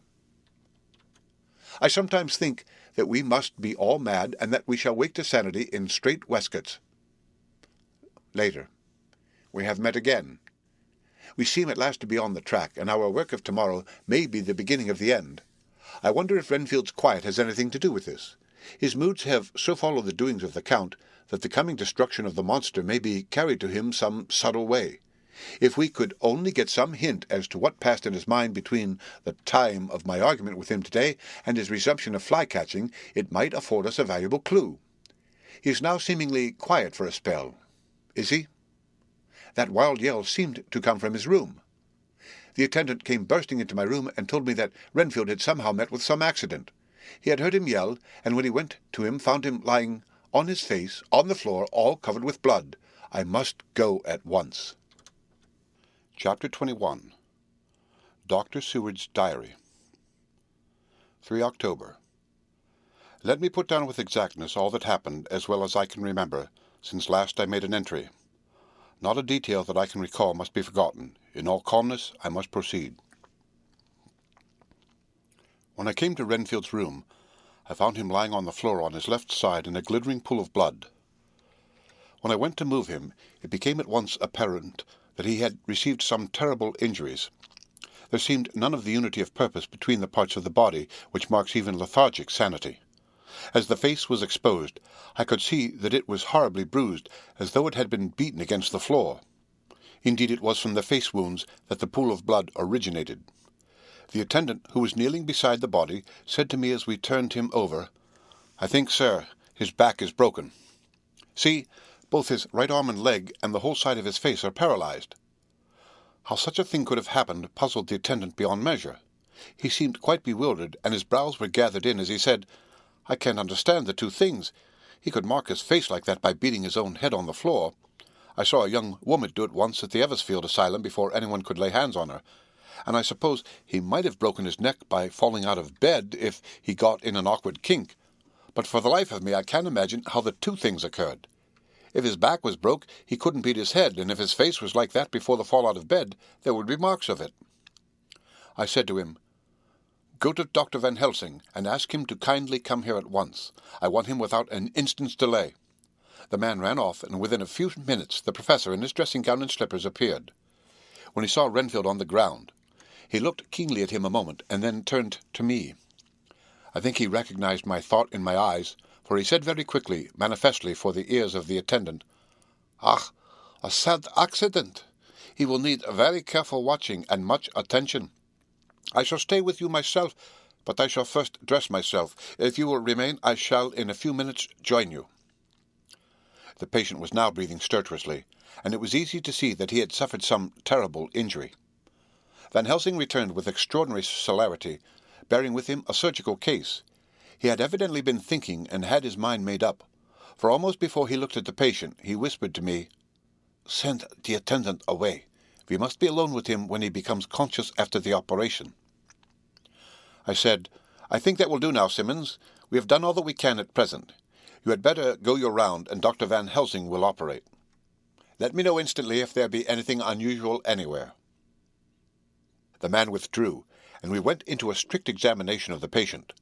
The wounds of the face were superficial. The real injury was a depressed fracture of the skull extending right up through the motor area. The professor thought a moment and said, "We must reduce the pressure and get back to normal conditions as far as can be. The rapidity of the suffusion shows the terrible nature of his injury. The whole motor area seems affected. The suffusion of the brain will increase quickly, so we must trephine at once or it may be too late." As he was speaking, there was a soft tapping at the door. I went over and opened it and found in the corridor without, Arthur and Quincy in pyjamas and slippers. The former spoke. "I heard your man call up Dr. Van Helsing and tell him of an accident, so I woke Quincy, or rather called for him, as he was not asleep. Things are moving too quickly and too strangely for sound sleep for any of us these times. I've been thinking that tomorrow night will not see things as they have been. We'll have to look back and forward a little more than we have done. May we come in?" I nodded, and held the door open till they had entered, then I closed it again. When Quincy saw the attitude and state of the patient, and noted the horrible pool on the floor, he said softly, "My God! What has happened to him? Poor, poor devil!" I told him briefly, and added that we expected he would recover consciousness after the operation, for a short time at all events. He went at once and sat down on the edge of the bed, with Godalming beside him. We all watched in patience. "We shall wait," said Van Helsing, "just long enough to fix the best spot for trephining, so that we may most quickly and perfectly remove the blood clot, for it is evident that the hemorrhage is increasing." The minutes during which we waited passed with fearful slowness. I had a horrible sinking in my heart, and from Van Helsing's face I gathered that he felt some fear or apprehension as to what was to come. I dreaded the words Renfield might speak. I was positively afraid to think, but the conviction of what was coming was on me, as I have read of men who have heard the death watch. The poor man's breathing came in uncertain gasps. Each instant he seemed as though he would open his eyes and speak, but then would follow a prolonged, stertorous breath, and he would relapse into a more fixed insensibility. Inured as I was to sick-beds and death, this suspense grew and grew upon me. I could almost hear the beating of my own heart, and the blood surging through my temples sounded like blows from a hammer. The silence finally became agonizing. I looked at my companions, one after another, and saw from their flushed faces and damp brows that they were enduring equal torture. There was a nervous suspense over us all, as though overhead some dread bell would peal out powerfully when we should least expect it. At last there came a time when it was evident that the patient was sinking fast. He might die at any moment. I looked up at the professor and caught his eyes fixed on mine. His face was sternly set as he spoke. "There is no time to lose. His words may be worth many lives. I have been thinking so as I stood here. It may be there is a soul at stake. We shall operate just above the ear." Without another word, he made the operation. For a few moments the breathing continued to be stertorous. Then there came a breath so prolonged that it seemed as though it would tear open his chest. Suddenly his eyes opened and became fixed in a wild, helpless stare. This was continued for a few minutes, but then it was softened into a glad surprise, and from his lips came a sigh of relief. He moved convulsively, and as he did so, said, "I'll be quiet, Doctor. Tell them to take off the strait waistcoat. I have had a terrible dream, and it has left me so weak that I cannot move. What's wrong with my face? It feels all swollen, and it smarts dreadfully." He tried to turn his head, but even with the effort his eyes seemed to grow glassy again, so I gently put it back. Then Van Helsing said in a quiet, grave tone, "Tell us your dream, Mr. Renfield." As he heard the voice, his face brightened through its mutilation, and he said, "That is Dr. Van Helsing. How good it is of you to be here. Give me some water. My lips are dry, and I shall try to tell you. I dreamed—" He stopped and seemed fainting. I called quietly to Quincy, "The brandy. It is in my study. Quick." He flew and returned with a glass, the decanter of brandy, and a carafe of water. We moistened the parched lips, and the patient quickly revived. It seemed, however, that his poor injured brain had been working in the interval, for when he was quite conscious, he looked at me piercingly with an agonized confusion which I shall never forget, and said, "I must not deceive myself. It was no dream, but all a grim reality." Then his eyes roved around the room. As they caught sight of the two figures sitting patiently on the edge of the bed, he went on, "If I were not sure already, I would know from them." For an instant his eyes closed, not with pain or sleep, but voluntarily, as though he were bringing all his faculties to bear. When he opened them, he said hurriedly, and with more energy than he had yet displayed, "Quick, Doctor, quick! I am dying. I feel that I have but a few minutes, and then I must go back to death, or worse. Wet my lips with the brandy again. I have something that I must say before I die, or before my poor crushed brain dies anyhow." "Thank you." It was that night, after you left me, when I implored you to let me go away. I couldn't speak then, for I felt my tongue was tied. But I was as sane then, except in that way, as I am now. I was in an agony of despair for a long time after you left me. It seemed hours. Then there came a sudden peace to me. My brain seemed to become cool again, and I realized where I was. I heard the dogs bark behind our house, but not where he was. As he spoke, Van Helsing's eyes never blinked, but his hand came out and met mine and gripped it hard. He did not, however, betray himself. He nodded slightly and said, "Go on," in a low voice. Renfield proceeded. "He came up to the window in the mist, as I had seen him often before, but he was solid then, not a ghost, and his eyes were fierce like a man's when angry. He was laughing with his red mouth. The sharp white teeth glinted in the moonlight when he turned to look back over the belt of trees to where the dogs were barking. I wouldn't ask him to come in at first, though I knew he wanted to, just as he had wanted all along. Then he began promising me things, not in words, but by doing them." He was interrupted by a word from the professor.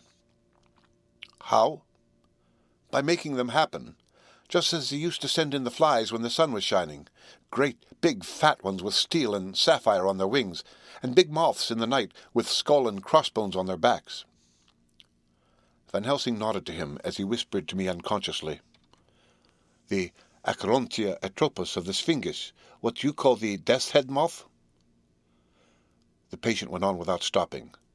Then he began to whisper, "Rats, rats, rats, hundreds, thousands, millions of them, and every one alive, and dogs to eat them, and cats too, all lives, all red blood with years of life in it, and not merely buzzing flies." I laughed at him, for I wanted to see what he could do. Then the dogs howled away behind the dark trees in his house. He beckoned me to the window. I got up and looked out, and he raised his hands and seemed to call out without using any words. A dark mass spread over the grass, coming on like the shape of a flame of fire, and then he moved the mist to the right and left, and I could see that there were thousands of rats with their eyes blazing red like his, only smaller. He held up his hand, and they all stopped, and I thought he seemed to be saying, "All these lives will I give you, I and many more and greater, through countless ages, if you will fall down and worship me." And then a red cloud like the color of blood seemed to close over my eyes, and before I knew what I was doing, I found myself opening the sash and saying to him, "Come in, Lord and Master."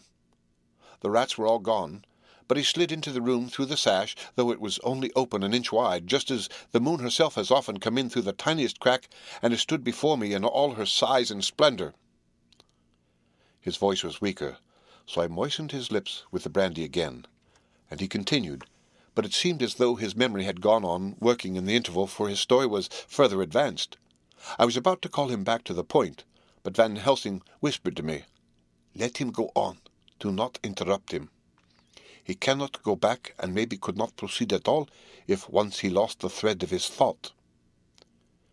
He proceeded, "All day I waited to hear from him, but he did not send me anything, not even a blowfly, and when the moon got up I was pretty angry with him. When he did slide in through the window, though it was shut and did not even knock, I got mad with him. He sneered at me, and his white face looked out of the mist with his red eyes gleaming, and he went on as though he owned the whole place, and I was no one. He didn't even smell the same as he went by me. I couldn't hold him. I thought that somehow Mrs. Harker had come into the room." The two men sitting on the bed stood up and came over, standing behind him so that he could not see them, but where they could hear better. They were both silent, but the professor started and quivered. His face, however, grew grimmer and sterner still. Renfield went on without noticing. "When Mrs. Harker came in to see me this afternoon, she wasn't the same. It was like tea after the teapot has been watered." Here we all moved, but no one said a word. He went on. "I didn't know that she was here till she spoke, and she didn't look the same. I don't care for the pale people. I like them with lots of blood in them, and hers all seemed to have run out. I didn't think of it at the time, but when she went away I began to think, and it made me mad to know that he had been taking the life out of her. I could feel that the rest quivered as I did, but we remained otherwise still.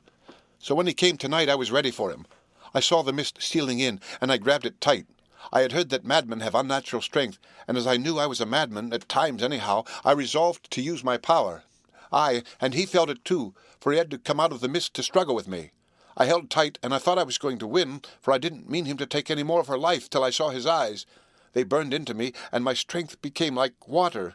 He slipped through it, and when I tried to cling to him, he raised me up and flung me down. There was a red cloud before me, and a noise like thunder, and the mist seemed to steal away under the door. His voice was becoming fainter, and his breath more stertorous. Van Helsing stood up instinctively. "We know the rest now," he said. "He is here, and we know his purpose. It may not be too late. Let us be armed, the same as we were the other night, but lose no time. There is not an instant to spare." There was no need to put our fear, nay, our conviction into words. We shared them in common. We all hurried and took from our rooms the same things that we had when we entered the Count's house. The professor had his ready, and as we met in the corridor he pointed to them significantly as he said, "They never leave me, and they shall not till this unhappy business is over. Be wise also, my friends.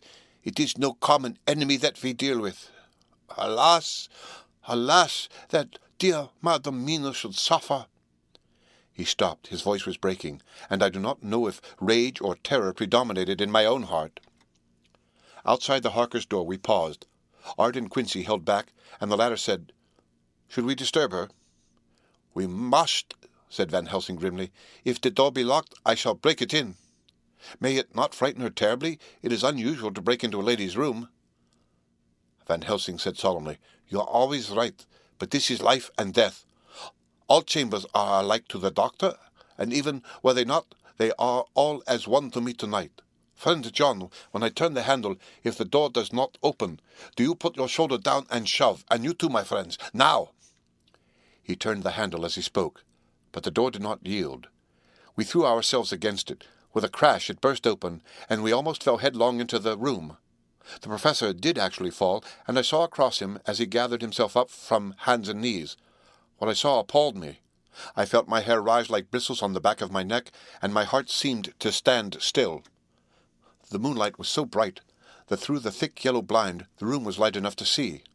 On the bed beside the window lay Jonathan Harker, his face flushed and breathing heavily as though in a stupor. Kneeling on the near edge of the bed, facing outwards, was the white-clad figure of his wife.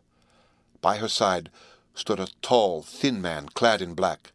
His face was turned from us, but the instant we saw we all recognized the Count, in every way even to the scar on his forehead. With his left hand he held both Mrs. Harker's hands, keeping them away with her arms at full tension. His right hand gripped her by the back of the neck, forcing her face down on his bosom. Her white nightdress was smeared with blood, and a thin stream trickled down the man's bare chest, which was shown by his torn-open dress. The attitude of the two had a terrible resemblance to a child forcing a kitten's nose into a saucer of milk to compel it to drink. As we burst into the room, the Count turned his face, and the hellish look that I had heard described seemed to leap into it. His eyes flamed red with devilish passion. The great nostrils of the white aquiline nose opened wide and quivered at the edge, and the white sharp teeth behind the full lips of the blood-dripping mouth clamped together like those of a wild beast. With a wrench which threw his victim back upon the bed as though hurled from a height, he turned and sprang at us. But by this time the professor had gained his feet, and was holding towards him the envelope which contained the sacred wafer. The Count suddenly stopped, just as poor Lucy had done outside the tomb, and cowered back. Further and further back he cowered as we, lifting our crucifixes, advanced. The moonlight suddenly failed as a great black cloud sailed across the sky, and when the gaslight sprang up under Quincy's match, we saw nothing but a faint vapour. This, as we looked, trailed under the door, which with the recoil from its bursting open had swung back to its old position. Van Helsing, Art, and I moved forward to Mrs. Harker, who by this time had drawn her breath, and with it had given a scream so wild, so ear-piercing, so despairing, that it seems to me now that it will ring in my ears to my dying day. For a few seconds she lay in her helpless attitude and disarray. Her face was ghastly, with a pallor which was accentuated by the blood which smeared her lips and cheeks and chin. From her throat trickled a thin stream of blood. Her eyes were mad with terror. Then she put before her face her poor crushed hands, which bore on their whiteness the red mark of the Count's terrible grip, and from behind them came a low, desolate wail, which made the terrible scream seem only the quick expression of an endless grief. Van Helsing stepped forward and drew the coverlet gently over her body, whilst Art, after looking at her face for an instant despairingly, ran out of the room. Van Helsing whispered to me, "Jonathan is in a stupor such as we know the vampire can produce. We can do nothing with poor Madam Mina for a few moments till she recovers herself.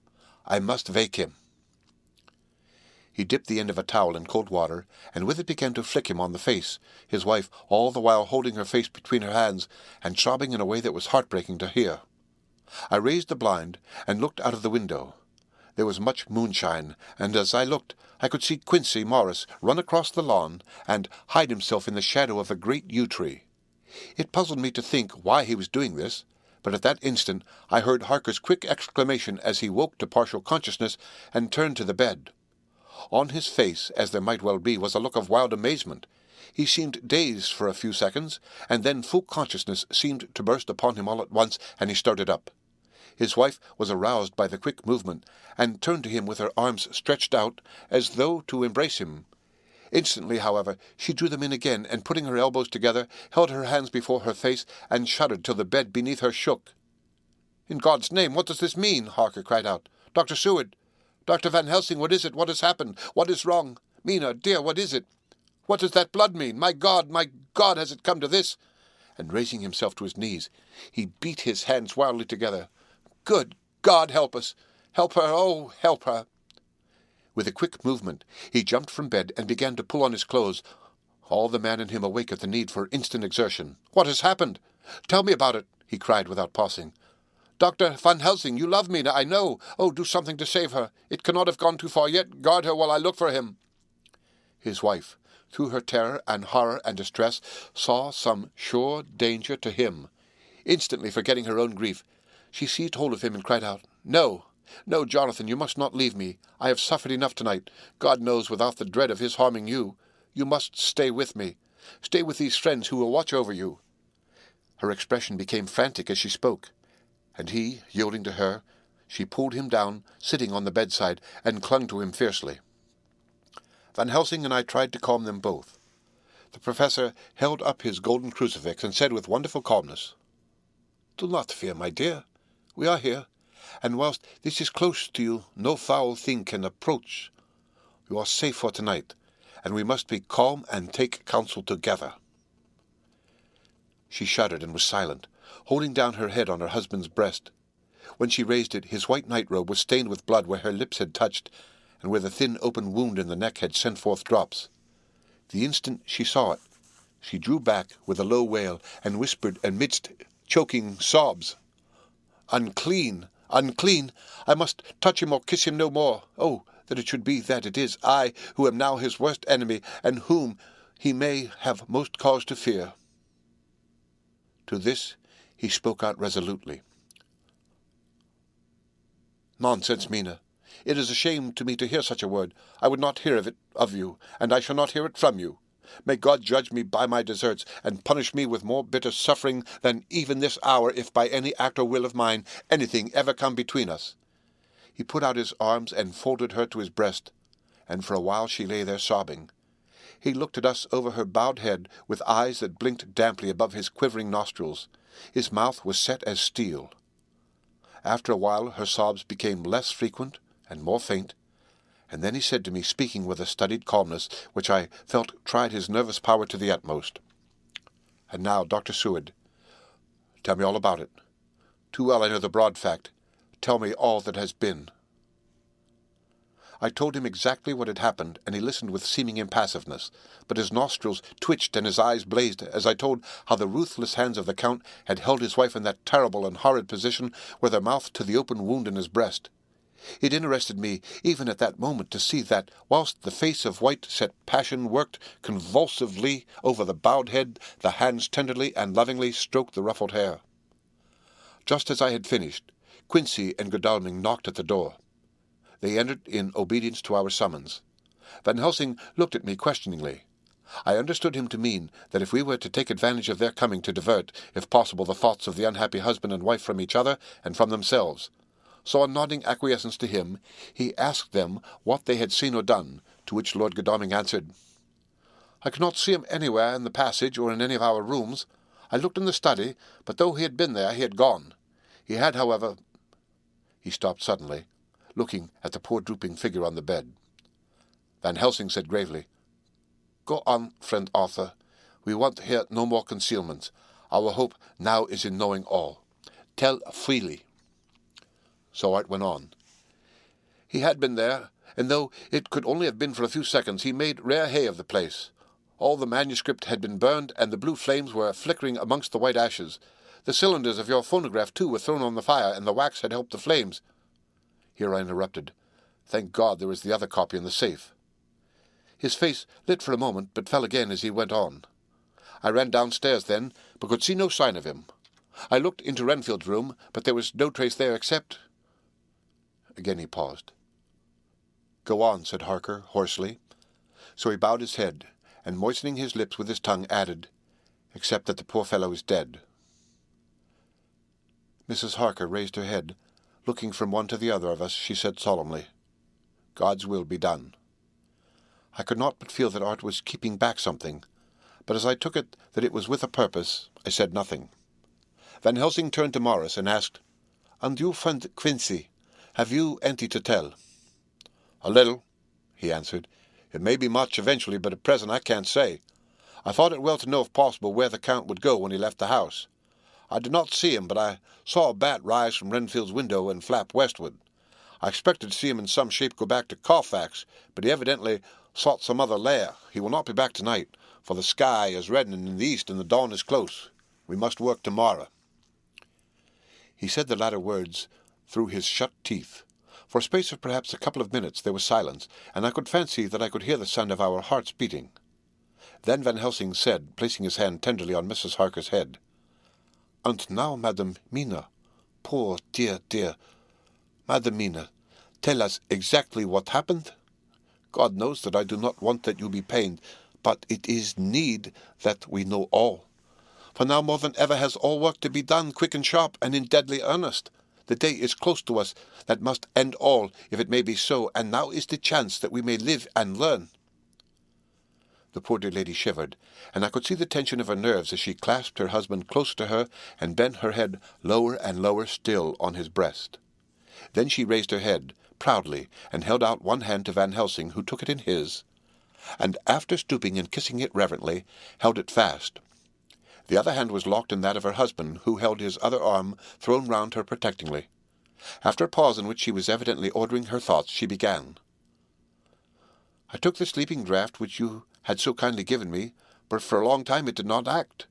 I seemed to become more wakeful, and myriads of horrible fancies began to crowd in upon my mind, all of them connected with death and vampires, with blood and pain and trouble." Her husband involuntarily groaned as she turned to him and said lovingly, "Do not fret, dear. You must be brave and strong and help me through the horrible task. If you only knew what an effort it is to me to tell of this fearful thing at all, you would understand how much I need your help."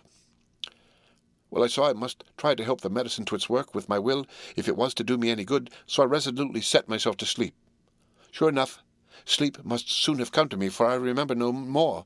Jonathan coming in had not waked me, for he lay by my side when next I remember. There was in the room the same thin white mist that I had before noticed, but I forgot now. If you know of this, you will find it in my diary, which I shall show you later.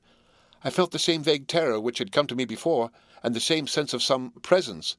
I turned to wake Jonathan, but found that he slept so soundly that it seemed as if it was he who had taken the sleeping draught, and not I. I tried, but I could not wake him. This caused me a great fear, and I looked around terrified. Then indeed my heart sank within me. Beside the bed, as if he had stepped out of the mist, or rather as if the mist had turned into his figure, for it had entirely disappeared, stood a tall, thin man all in black. I knew him at once from the description of the others. The waxen face, the high aquiline nose, on which the light fell in a thin white line, the parted red lips with the sharp white teeth showing between, and the red eyes that I had seemed to see in the sunset on the windows of St. Mary's Church at Whitby. I knew, too, the red scar on his forehead where Jonathan had struck him. For an instant my heart stood still, and I would have screamed out, only that I was paralyzed. In the pause he spoke in a sort of keen, cutting whisper, pointing as he spoke to Jonathan. "Silence! If you make a sound, I shall take him and dash his brains out before your very eyes." I was appalled and was too bewildered to do or say anything. With a mocking smile, he placed one hand upon my shoulder, and holding me tight, bared my throat with the other, saying as he did so, "First, a little refreshment to reward my exertions. You may as well be quiet. It is not the first time or the second that your veins have appeased my thirst." I was bewildered, and strangely enough I did not want to hinder him. I suppose it is a part of the horrible curse that such is when his touch is on his victim, and oh, my God, pity me! He placed his reeking lips upon my throat. Her husband groaned again. She clasped his hand harder, and looked at him pityingly, as if he were the injured one, and went on. I felt my strength fading away, and I was in a half-swoon. How long this horrible thing lasted I know not, but it seemed that a long time must have passed before he took his foul, awful, sneering mouth away. I saw it drip with the fresh blood. The remembrance seemed for a while to overpower her, and she drooped and would have sunk down but for her husband's sustaining arm. With a great effort she recovered herself and went on. Then he spoke to me mockingly. "And so, you, like the others, would play your brains against mine. You would help these men to hunt me and frustrate me in my design. You know now, and they know in part already, and will know in full before long, what it is to cross my path. They should have kept their energies for use closer to home, whilst they played wits against me who commanded nations and intrigued for them and fought for them hundreds of years before they were born. I was countermining them.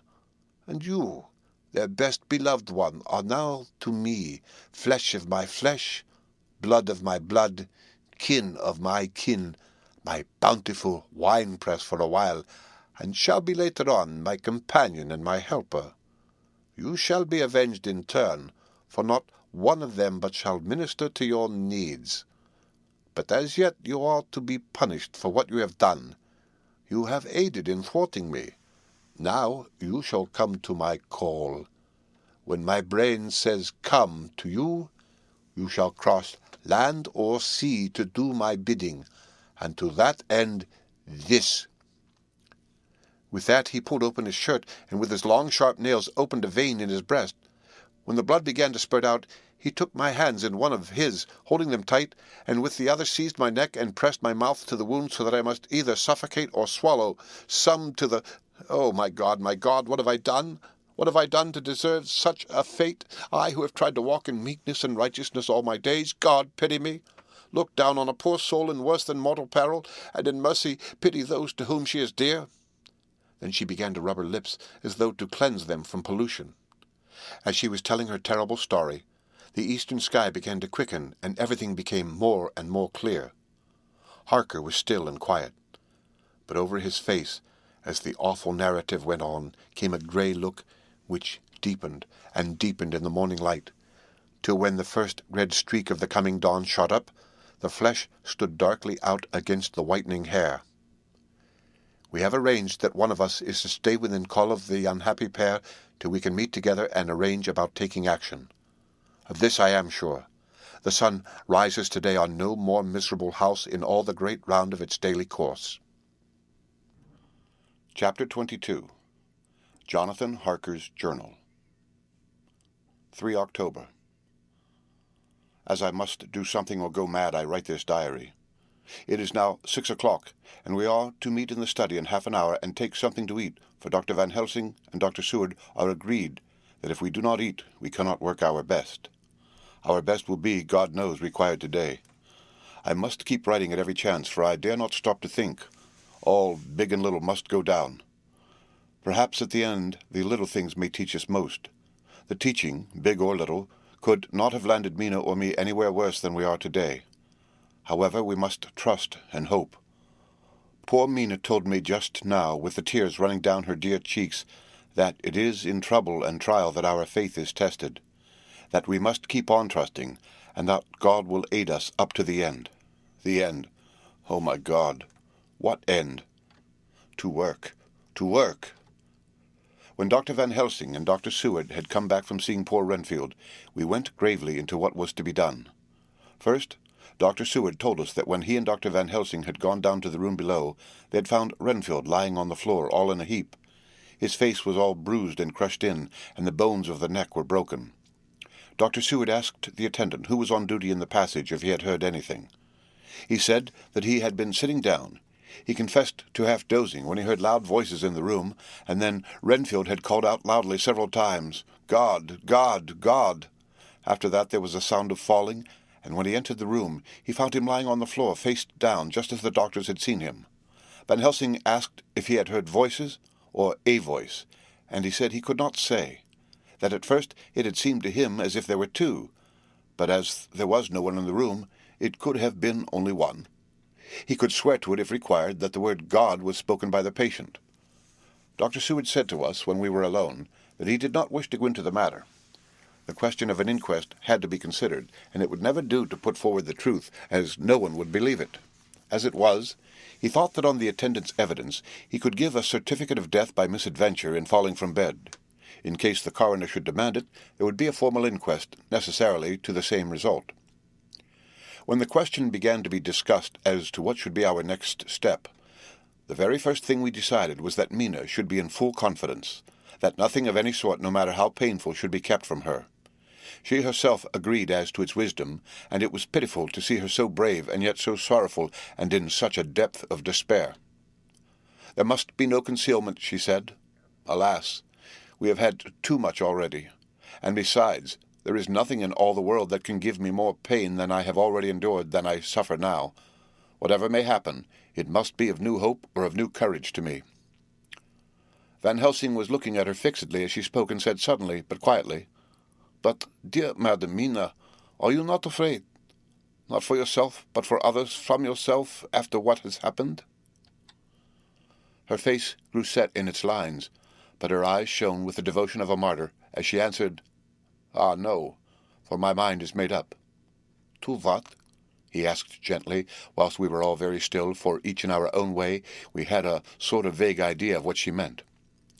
Her answer came with direct simplicity, as though she was simply stating a fact, "Because if I find in myself, and I shall watch keenly for it, a sign of harm to any that I love, I shall die." "You would not kill yourself?" he asked hoarsely. "I would, if there were no friend who loved me, who would save me such a pain and so desperate an effort." She looked at him meaningly as she spoke.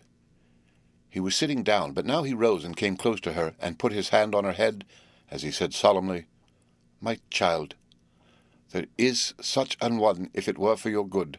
For myself, I could hold it in my account with God to find such a euthanasia for you, even at this moment, if it were best, nay, were it safe. But, my child—" For a moment he seemed choked, and a great sob rose in his throat. He gulped it down and went on. "There are here some who would stand between you and death. You must not die. You must not die by any hand, but least of all your own. Until the other who has fouled your sweet life is true dead, you must not die. For if he is still with the quick undead, your death would make you even as he is. No, you must live. You must struggle and strive to live, though death would seem a boon unspeakable. You must fight death himself, though he come to you in pain or in joy, by the day or the night, in safety or in peril. On your living soul I charge that you do not die, nay, nor think of death till this great evil be past." The poor dear grew white as death, and shook and shivered, as I have seen a quicksand shake and shiver at the coming of the tide. We were all silent. We could do nothing. At length she grew more calm, and turning to him said sweetly, but oh, so sorrowfully, as she held out her hand, "I promise you, my dear friend, that if God will let me live, I shall strive to do so, till, if it may be in his good time, this horror may have passed away from me." She was so good and brave that we all felt that our hearts were strengthened to work and endure for her, and we began to discuss what we were to do. I told her that she was to have all the papers in the safe, and all the papers or diaries and phonographs we might hereafter use, and was to keep the record as she had done before. She was pleased with the prospect of anything to do, if pleased could be used in connection with so grim an interest. As usual, Van Helsing had thought ahead of everyone else, and was prepared with an exact ordering of our work. "It is perhaps well," he said, that our meeting after our visit to Carfax, we decided not to do anything with the earth boxes that lay there. Had we done so, the Count must have guessed our purpose and would doubtless have taken measures in advance to frustrate such an effort with regard to the others. But now he does not know our intentions. Nay, more in all probability, he does not know that such a power exists to us as can sterilize his lairs so that he cannot use them as of old. We are now so much further advanced in our knowledge as to their disposition that, when we have examined the house in Piccadilly, we may track the very last of them. Today, then, is ours, and in it rests our hope. The sun that rose on our sorrow this morning guards us in its course. Until it sets tonight, that monster must retain whatever form he now has. He is confined within the limitations of his earthly envelope. He cannot melt into thin air nor disappear through cracks or chinks or crannies. If he go through a doorway, he must open the door like a mortal. And so we have this day to hunt out all his lairs and sterilize them. So we shall, if we have not yet catch him and destroy him, drive him to bay in some place where the catching and the destroying shall be in time sure. Here I started up, for I could not contain myself at the thought that the minutes and seconds so preciously laden with Mina's life and happiness were flying from us, since whilst we talked action was impossible. But Van Helsing held up his hand warningly. "Nay, friend Jonathan," he said, "in this the quickest way home is the longest way, so your proverbs say. We shall all act, and act with desperate quick when the time has come.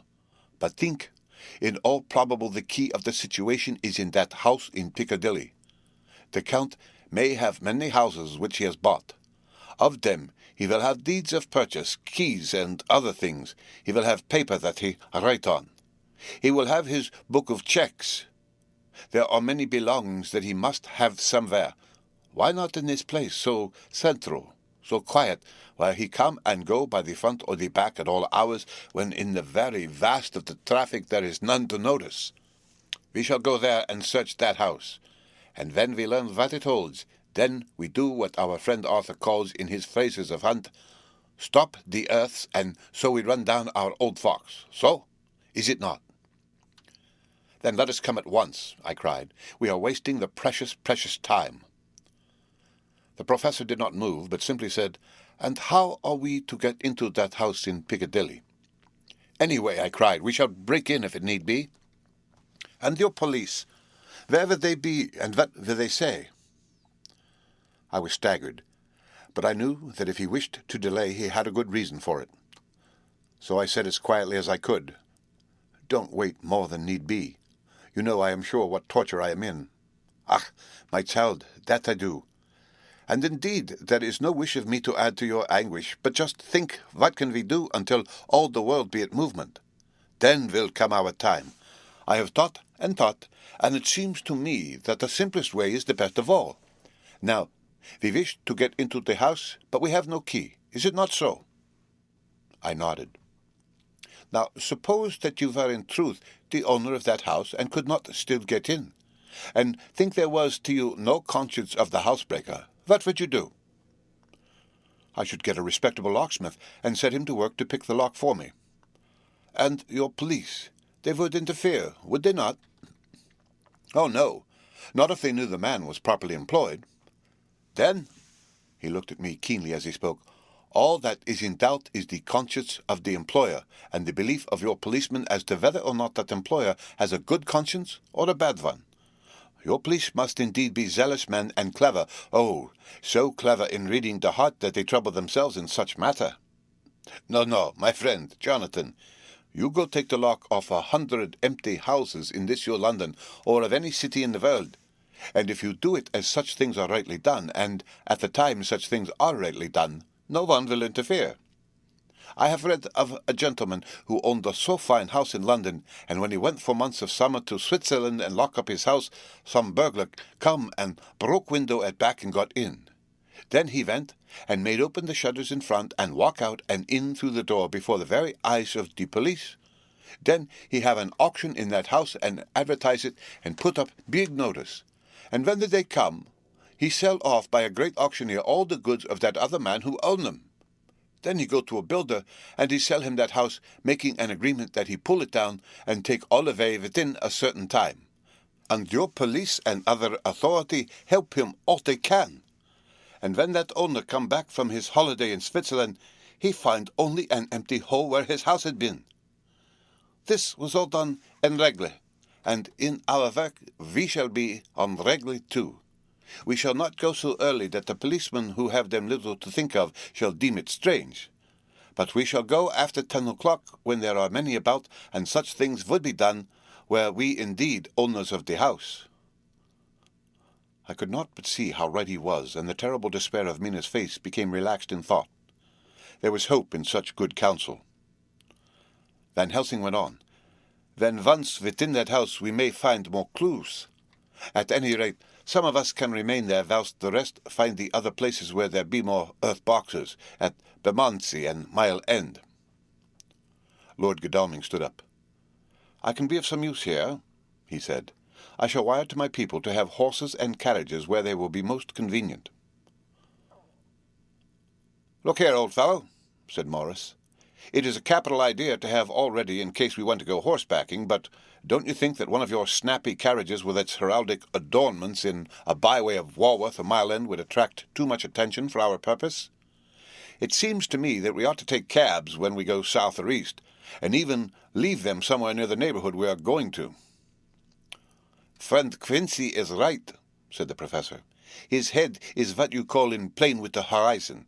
It is a difficult thing that we go to do, and we do not want no peoples to watch us, if so it may. Mina took a growing interest in everything, and I was rejoiced to see that the exigency of affairs was helping her to forget for a time the terrible experience of the night. She was very, very pale, almost ghastly, and so thin that her lips were drawn away, showing her teeth in somewhat of prominence. I did not mention this last, lest it should give her needless pain, but it made my blood run cold in my veins to think of what had occurred with poor Lucy when the Count had sucked her blood. As yet there was no sign of the teeth growing sharper, but the time as yet was short, and there was time for fear. When we came to the discussion of the sequence of our efforts, and of the disposition of our forces, there were new sources of doubt. It was finally agreed that before starting for Piccadilly, we should destroy the Count's lair close at hand. In case he should find it out too soon, we should thus be still ahead of him in our work of destruction, and his presence in his purely material shape, and at his weakest, might give us some new clue. As to the disposal of forces, it was suggested by the professor that, after our visit to Carfax, we should all enter the house in Piccadilly, that the 2 doctors and I should remain there, whilst Lord Godalming and Quincy found the lairs at Walworth and Mile End and destroyed them.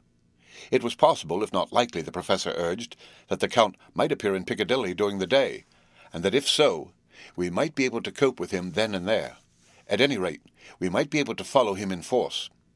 To this plan I strenuously objected, and so far as my going was concerned, for I said that I intended to stay and protect Mina. I thought that my mind was made up on the subject, but Mina would not listen to my objection. She said that there might be some law matter in which I could be useful, that amongst the Count's papers might be some clue which I could understand out of my experience in Transylvania, and that, as it was, all the strength we could muster was required to cope with the Count's extraordinary power. I had to give in, for Mina's resolution was fixed. She said that it was the last hope for her that we should all work together. As for me, she said, I have no fear. Things have been as bad as they can be, and whatever may happen must have in it some element of hope or comfort. Go, my husband. God can, if he wishes it, guard me as well alone as with anyone present. So I started up, crying out, Then in God's name let us come at once, for we are losing time. The Count may come to Piccadilly earlier than we think. Not so, said Van Helsing, holding up his hand. But why? I asked. Do you forget, he said with actually a smile, that last night he banqueted heavily and will sleep late? Did I forget? Shall I ever? Can I ever? Can any of us ever forget that terrible scene? Mina struggled hard to keep her brave countenance, but the pain overmastered her, and she put her hands before her face and shuddered whilst she moaned. Van Helsing had not intended to recall her frightful experience. He had simply lost sight of her and her part in the affair in his intellectual effort. When it struck him what he said, he was horrified at his thoughtlessness and tried to comfort her. "Och, Madam Mina, he said, dear, dear Madam Mina, alas, that I, of all who so reverence you, should have said anything so forgetful. These stupid old lips of mine and this stupid old head do not deserve so. But you will forget it, will you not? He bent low beside her as he spoke. She took his hand, and looking at him through her tears, said hoarsely, No, I shall not forget, for it is well that I remember, and with it I have so much in memory of you that is sweet, that I take it all together. Now, you must all be going soon. Breakfast is ready, and we must all eat, that we may be strong. Breakfast was a strange meal to us all. We tried to be cheerful and encourage each other, and Mina was the brightest and most cheerful of us. When it was over, Van Helsing stood up and said, Now, my dear friends, we go forth to our terrible enterprise. Are we all armed as we were on that night when first we visited our enemy's lair? Armed against ghostly as well as carnal attack? We all assured him. Then it is well. Now, Madam Mina, you are in any case quite safe here until the sunset, and before then we shall return, if we shall return. But before we go, let me see you armed against personal attack. I have myself, since you came down, prepared your chamber by the placing of things of which we know, so that he may not enter. Now let me guard yourself. On your forehead I touch this piece of sacred wafer in the name of the Father, the Son, and there was a fearful scream which almost froze our hearts to hear. As he had placed the wafer on Mina's forehead, it had seared it, had burned into the flesh as though it had been a piece of white-hot metal. My poor darling's brain had told her the significance of the fact as quickly as her nerves received the pain of it, and the two so overwhelmed her that her overwrought nature had its voice in that dreadful scream. But the words to her thought came quickly.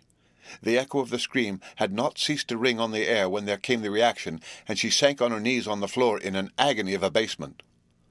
Pulling her beautiful hair over her face as the leper of old his mantle, she wailed out, Unclean! Unclean! Even the Almighty shuns my polluted flesh. I must bear this mark of shame upon my forehead until the judgment day. They all paused. I had thrown myself beside her in an agony of helpless grief, and putting my arms around her, held her tight. For a few minutes our sorrowful hearts beat together, whilst the friends around us turned away their eyes that ran tears silently. Then Van Helsing turned and said gravely, so gravely that I could not help feeling that he was in some way inspired, and was stating things outside himself. It may be that you may have to bear that mark till God himself see fit, as he most surely shall on the judgment day, to redress all wrongs of the earth and of his children that he has placed thereon. And oh, Madam Mina, my dear, may we who love you be there to see when that red scar, the sign of God's knowledge of what has been, shall pass away, and leave your forehead as pure as the heart we know. For so surely as we live, that scar shall pass away when God sees right to lift the burden that is hard upon us. Till then, we bear our cross as his Son did in obedience to his will.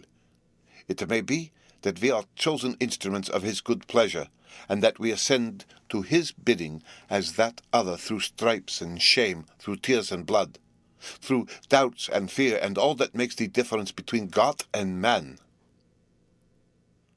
There was hope in his words, and comfort, and they made for resignation. Mina and I both felt so, and simultaneously we each took one of the old man's hands and bent over and kissed it. Then, without a word, we all knelt down together, and all, holding hands, swore to be true to each other. We men pledged ourselves to raise the veil of sorrow from the head of her whom each in his own way we loved, and we prayed for help and guidance in the terrible task which lay before us. It was then time to start. So I said farewell to Mina, a parting which neither of us shall forget to our dying day, and we set out. To one thing I have made up my mind. If we find out that Mina must be a vampire in the end, then she shall not go into that unknown and terrible land alone. I suppose it is thus that in old times one vampire meant many. Just as their hideous bodies could only rest in sacred earth, so the holiest love was the recruiting sergeant for their ghastly ranks. We entered Carfax without trouble, and found all things the same as on the first occasion.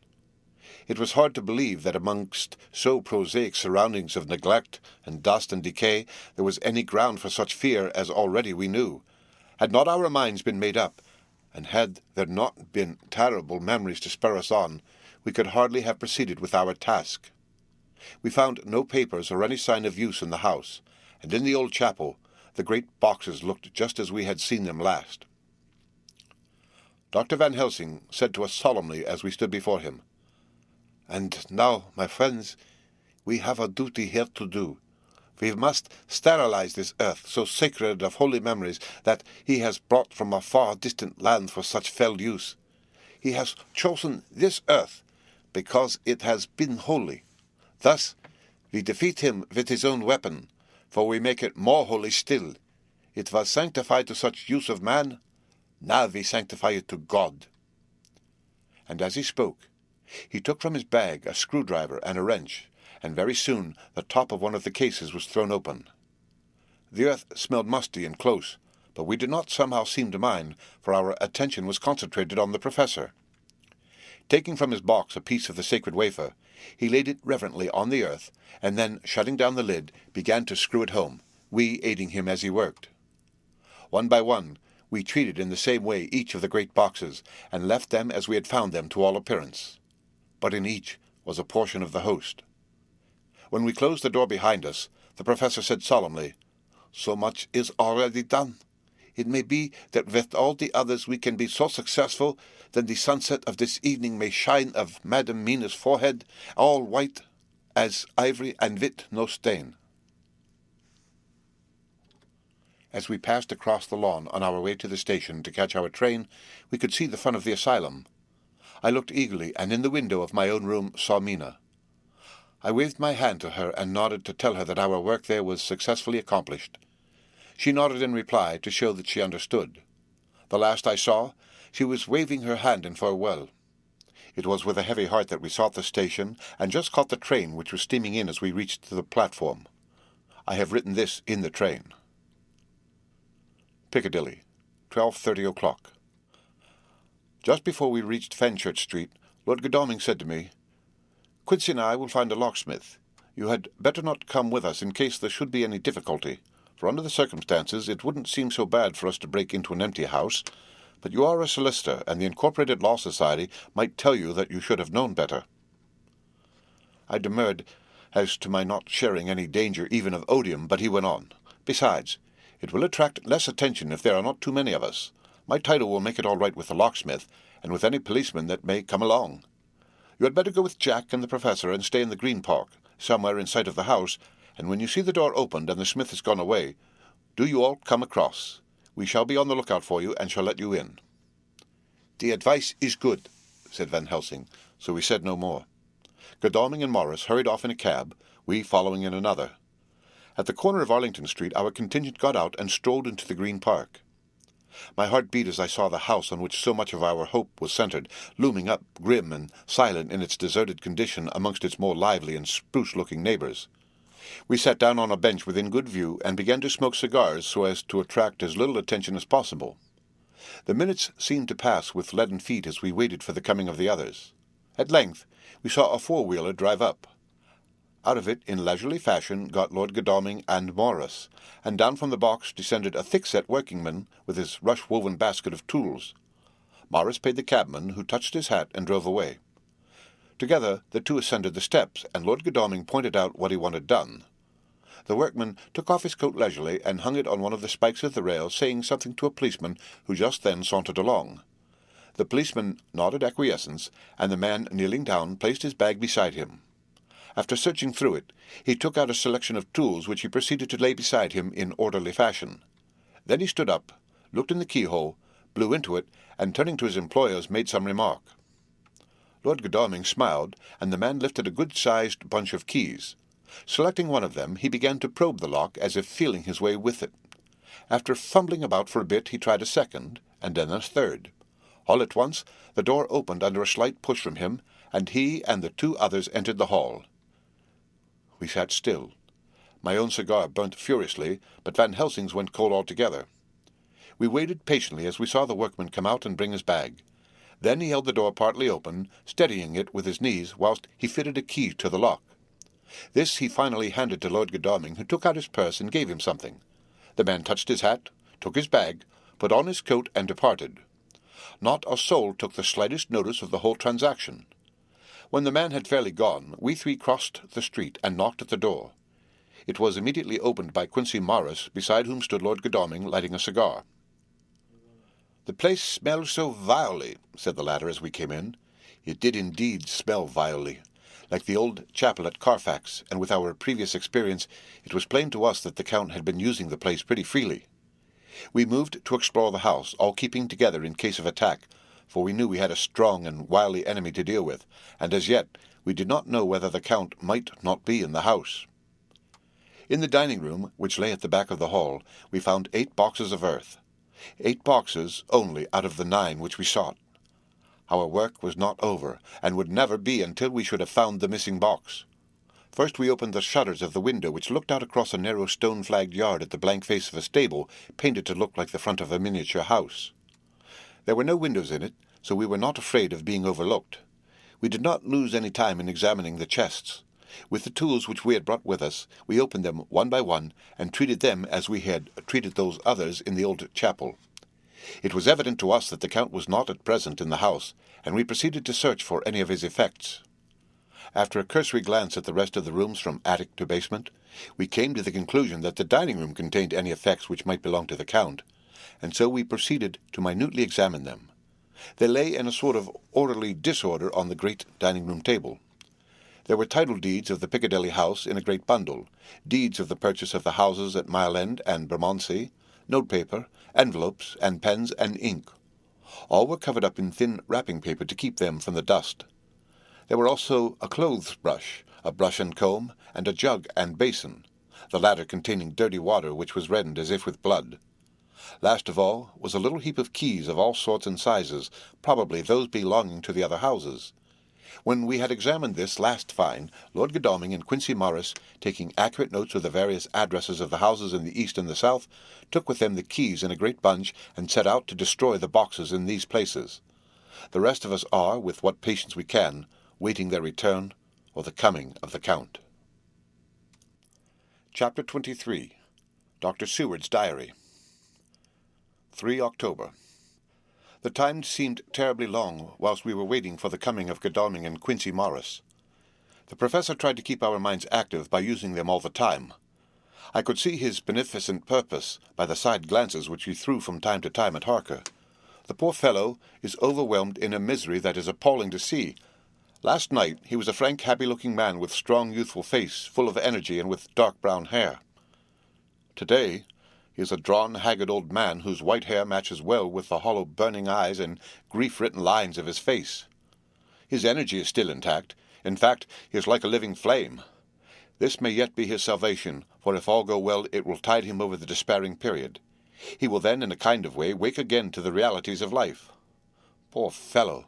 I thought my own trouble was bad enough, but his— The professor knows this well enough, and is doing his best to keep his mind active. What he has been saying was, under the circumstances, of absorbing interest. So well as I can remember, here it is. I have studied over and over again, since they came into my hands, all the papers relating to this monster, and the more I have studied, the greater seems the necessity to utterly stamp him out.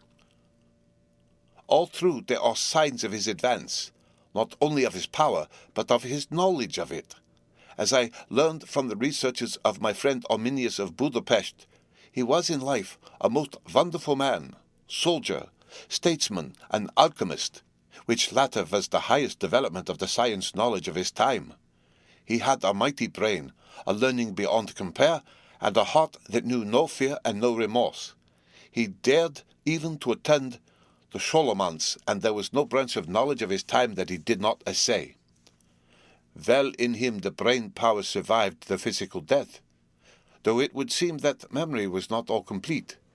In some faculties of mind he has been and is only a child, but he is growing, and some things that were childish at the first are now of man's stature. He is experimenting and doing it well, and if it had not been that we had crossed his path, he may be yet, if we fail, the father or furtherer of a new order of beings whose road must lead through death, not life." Harker groaned and said, "And this is all arrayed against my darling. But how is he experimenting? The knowledge may help us to defeat him." "He has all along, since his coming, been trying his power, slowly but surely. That big child brain of his is working. Well, for us, it is as yet a child brain, for had he dared at the first to attempt certain things, he would long ago have been beyond our power. However, he means to succeed, and the man who has centuries before him can afford to wait and to go slow. Fastine lenti may well be his motto." "I fail to understand," said Harker wearily. "Oh, do be more plain to me. Perhaps grief and trouble are dulling my brain." The professor laid his hand tenderly on his shoulder as he spoke. "Ah, my child, I will be plain. Do you not see how, of late, this monster has been creeping into knowledge experimentally? How he has been making use of the zoophagus patient to effect his entry into friend John's home?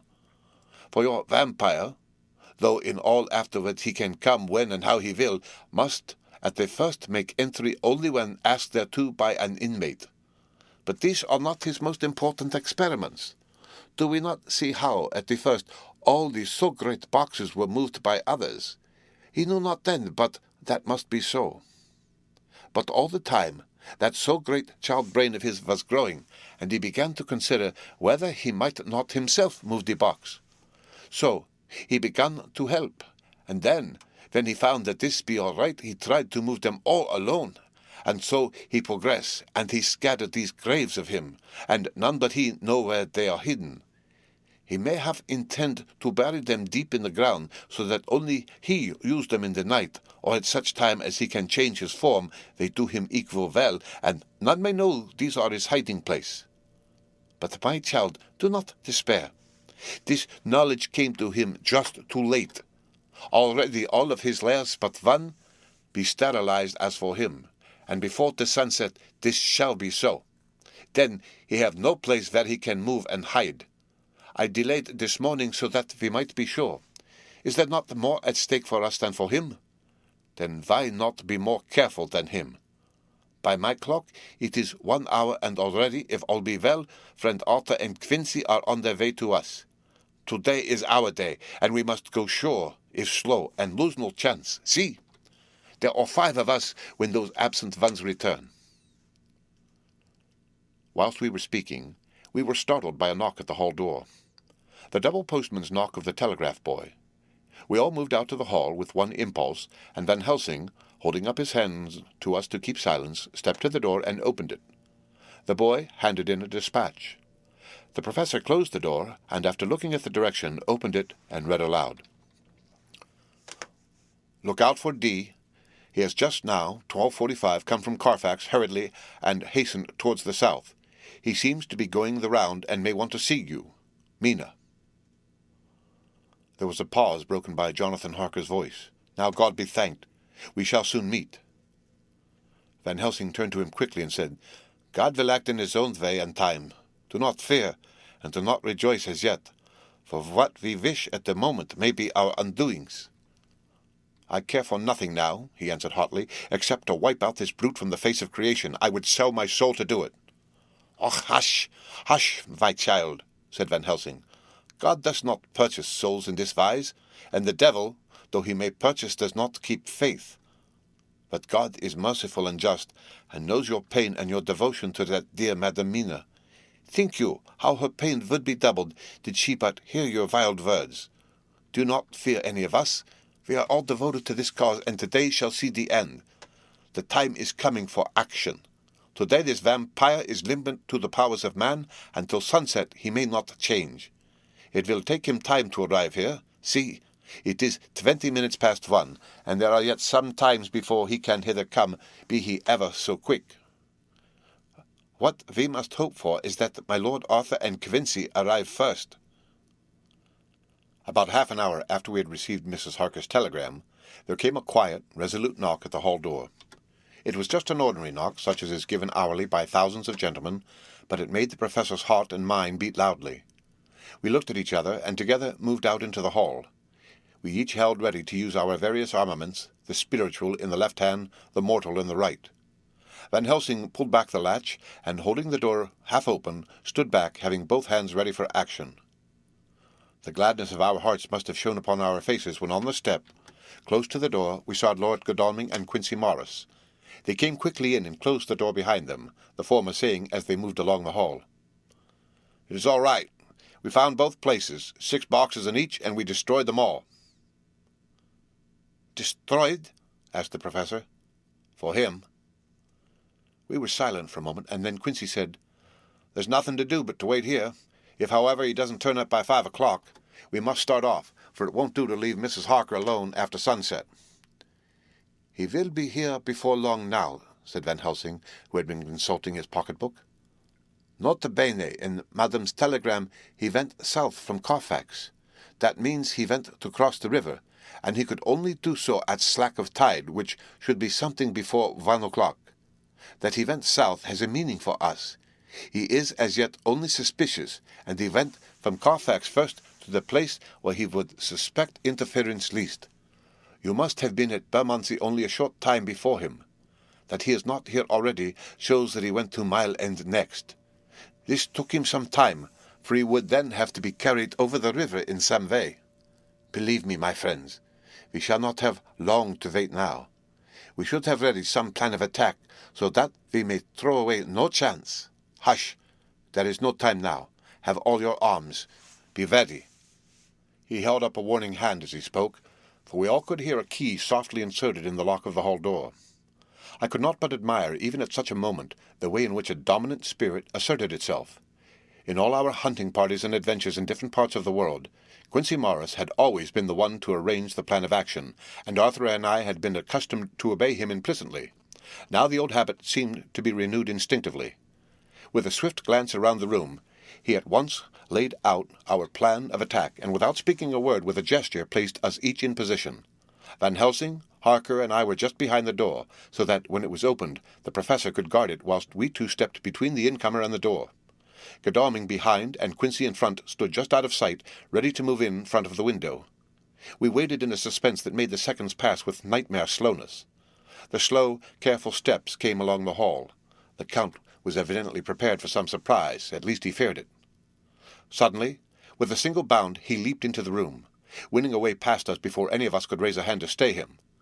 There was something so panther-like in the movement, something so unhuman, that it seemed to sober us all from the shock of his coming.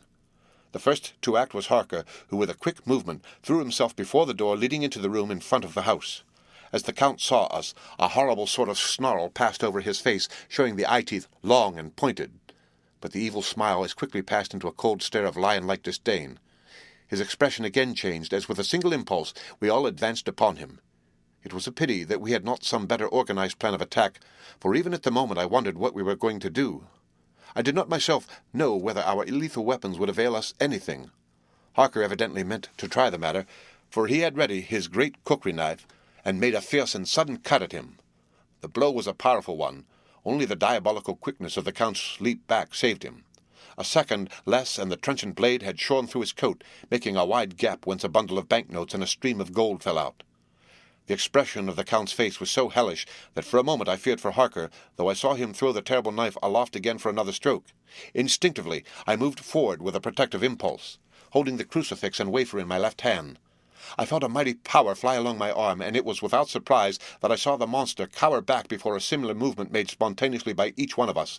It would be impossible to describe the expression of hate and baffled malignity, of anger and hellish rage which came over the Count's face. His waxen hue became greenish-yellow by the contrast of his burning eyes, and the red scar on the forehead showed on the pallid skin like a palpitating wound. The next instant, with a sinuous dive, he swept under Harker's arm ere his blow could fall, and grasping a handful of the money from the floor, dashed across the room, threw himself at the window. Amid the crash and glitter of the falling glass, he tumbled into the flagged area below. Through the sound of the shivering glass I could hear the ching of the gold as some of the sovereigns fell on the flagging. We ran over and saw him sprint unhurt from the ground. He, rushing up the steps, crossed the flagged yard and pushed open the stable door. There he turned and spoke to us. You think to baffle me with your pale faces all in a row like sheep in a butcher's. You shall be sorry yet, each one of you. You think you have left me without a place to rest, but I have more. My revenge is just begun. I spread it over centuries, and time is on my side. Your girls that you all love are mine already, and through them you and others shall yet be mine, my creatures, to do my bidding, and to be my jackals when I want to feed. Pah!" With a contemptuous sneer, he passed quickly through the door, and we heard the rusty bolt creak as he fastened it behind him. A door beyond opened and shut. The first of us to speak was the professor. Realizing the difficulty of following him through the stable, we moved toward the hall. "We have learnt something, much. Notwithstanding his brave words, he fears us. He fears time, he fears want. For if not, why he hurries so? His very tone betray him, or my ears deceive. Why take that money? You, follow quick. You are hunters of the wild beast, and understand it so. For me, I make sure that nothing here may be of use to him, if so that he returns." As he spoke, he put the money remaining in his pocket, took the title deeds in the bundle as Harker had left them, and swept the remaining things into the open fireplace, where he set fire to them with a match. Godalming and Morris had rushed out into the yard, and Harker had lowered himself through the window to follow the Count. He had, however, bolted the stable door, and by the time they had forced it open there was no sign of him. Van Helsing and I tried to make inquiry at the back of the house, but the mews was deserted, and no one had seen him depart. It was now late in the afternoon, and sunset was not far off. We had to recognize that our game was up. With heavy hearts we agreed with the professor when he said, "Let us go back to Madamina. Poor, poor dear Madamina. All we can do just now is done, and we can there at least protect her. But we need not despair. There is but one more earth box, and we must try to find it. When that is done, all may yet be well." I could see that he spoke as bravely as he could to comfort Harker. The poor fellow was quite broken down. Now and again he gave a low groan which he could not suppress. He was thinking of his wife. With sad hearts we came back to my house, where we found Mrs. Harker waiting us with an appearance of cheerfulness which did honour to her bravery and unselfishness. When she saw our faces, her own became as pale as death. For a second or two her eyes were closed as if she were in secret prayer. And then she said cheerfully, "I can never thank you all enough, oh, my poor darling." As she spoke, she took her husband's grey head in her hands and kissed it. "Lay your poor head here and rest it. All will yet be well, dear. God will protect us, if he so will it in his good intent." The poor fellow groaned. There was no place for words in his sublime misery. We had a sort of perfunctory supper together, and I think it cheered us all up somewhat. It was, perhaps, the mere animal heat of food to hungry people, for none of us had eaten anything since breakfast, or the sense of companionship may have helped us, but anyhow we were all less miserable, and saw the morrow as not altogether without hope. True to our promise, we told Mrs. Harker everything which had passed, and although she grew snowy white at times when danger had seemed to threaten her husband, and red at others when his devotion to her was manifested, she listened bravely and with calmness. When we came to the part where Harker had rushed at the Count so recklessly, she clung to her husband's arm and held it tight as though her clinging could protect him from any harm that might come. She said nothing, however, till the narration was all done, and matters had been brought up to the present time. Then, without letting go of her husband's hand, she stood up amongst us and spoke. Oh, that I could give any idea of the scene, of that sweet, sweet, good woman in all the radiant beauty of her youth and animation, with the red scar on her forehead of which she was conscious, and which we saw with grinding of our teeth, remembering whence and how it came. Her loving kindness against our grim hate, her tender faith against all our fears and doubting, and we, knowing that so far as simples went, she with all her goodness and purity and faith was outcast from God. "Jonathan," she said, and the words sounded like music on her lips, it was so full of love and tenderness. "Jonathan, dear, and you all, my true friends, I want you to bear something in mind through all this dreadful time. I know that you must fight, that you must destroy even as you destroyed the false Lucy, so that the true Lucy might live hereafter. But it is not a work of hate. That poor soul who has wrought all this misery is the saddest case of all. Just think what will be his joy when he, too, is destroyed in his worser part, that his better part may have spiritual immortality. You must be pitiful to him, though it may not hold your hands from his destruction." As she spoke, I could see her husband's face darken and draw together, as though the passion in him were shriveling his being to the core. Instinctively, the clasp on his wife's hand grew closer, till his knuckles looked white. She did not flinch from the pain which I knew she must have suffered, but looked at him with eyes that were more appealing than ever. As she stopped speaking, he leaped to his feet, almost tearing his hand from hers as he spoke. "May God give him into my hand just for long enough to destroy that earthly life of him which we are aiming at. If beyond it I could send his soul for ever and ever to burning hell, I would do it." "Oh, hush! Oh, hush in the name of good God! Don't say such things, Jonathan, my husband, or you will crush me with fear and horror. Just think, my dear, I have been thinking all this long, long day of it, that perhaps some day I, too, may need such pity, and that some other like you, and with equal cause for anger, may deny it to me. Oh, my husband, indeed I would have spared you such a thought had there been another way, but I pray that God may not have treasured your wild words except as the heartbroken wail of a very loving and sorely stricken man. O God, let these poor white hairs go in evidence of what he has suffered, who all his life has done no wrong, and on whom so many sorrows have come." We men were all in tears now. There was no resisting them, and we wept openly. She wept too, to see that her sweeter counsels had prevailed.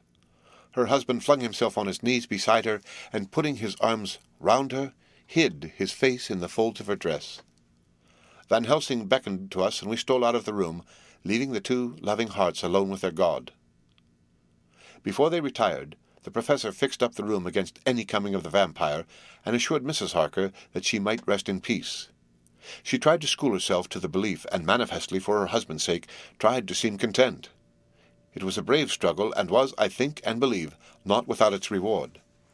Van Helsing had placed at hand a bell which either of them was to sound in case of any emergency.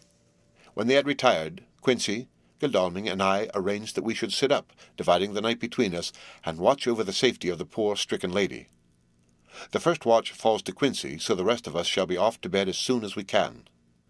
Godalming has already turned in, for his is the second watch. Now that my work is done, I, too, shall go to bed. Jonathan Harker's Journal, 3-4 October, close to midnight. I thought yesterday would never end. There was over me a yearning for sleep, in some sort of blind relief that to wake would be to find things changed, and that any change must now be for the better. Before we parted, we discussed what our next step was to be, but we could arrive at no result. All we knew was that one earth box remained, and that the Count alone knew where it was. If he chooses to lie hidden, he may baffle us for years, and in the meantime the thought is too horrible.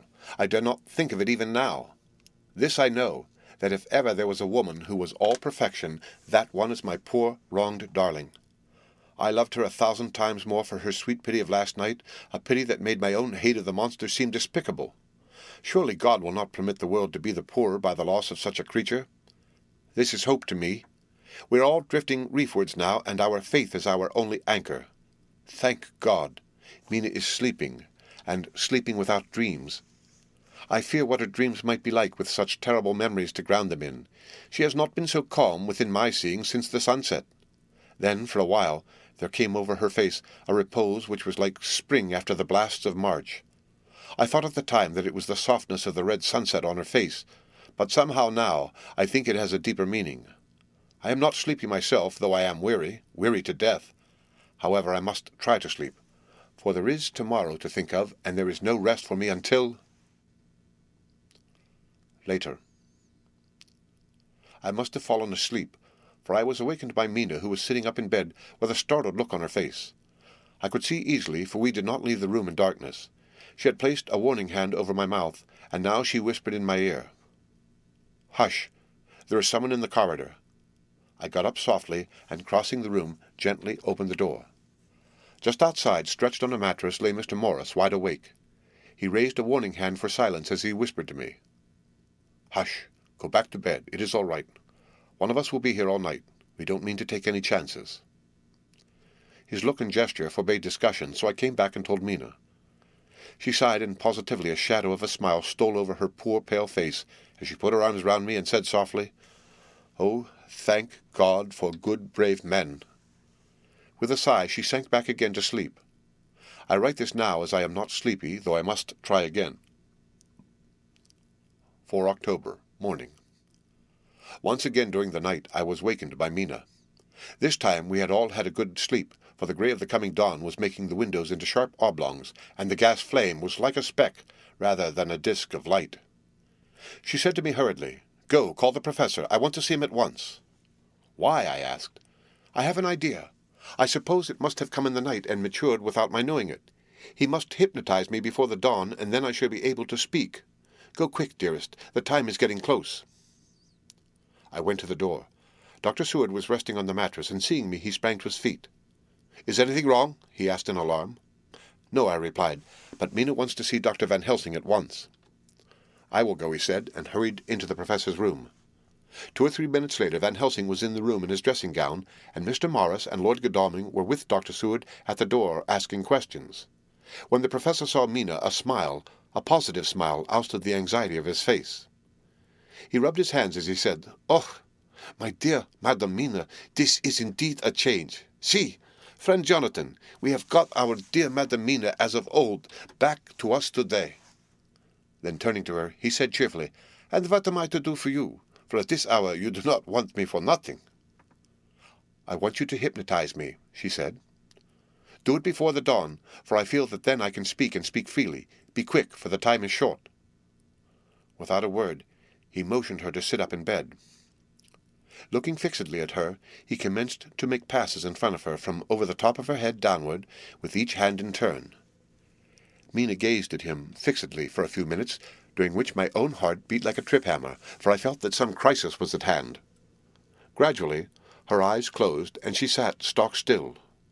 Only by the gentle heaving of her bosom could one know that she was alive. The professor made a few more passes, and then stopped, and I could see that his forehead was covered with great beads of perspiration. Mina opened her eyes, but she did not seem the same woman. There was a far-away look in her eyes, and her voice had a sad dreaminess which was new to me. Raising his hand to impose silence, the professor motioned to me to bring the others in. They came on tiptoe, closing the door behind them, and stood at the foot of the bed looking on. Mina appeared not to see them. The stillness was broken by Van Helsing's voice, speaking in a low, level tone which would not break the current of her thoughts. "Where are you?" The answer came in a neutral way. "I do not know. Sleep has no place it can call its own." For several minutes there was silence. Mina sat rigid, and the professor stood staring at her fixedly. The rest of us hardly dared to breathe. The room was growing lighter.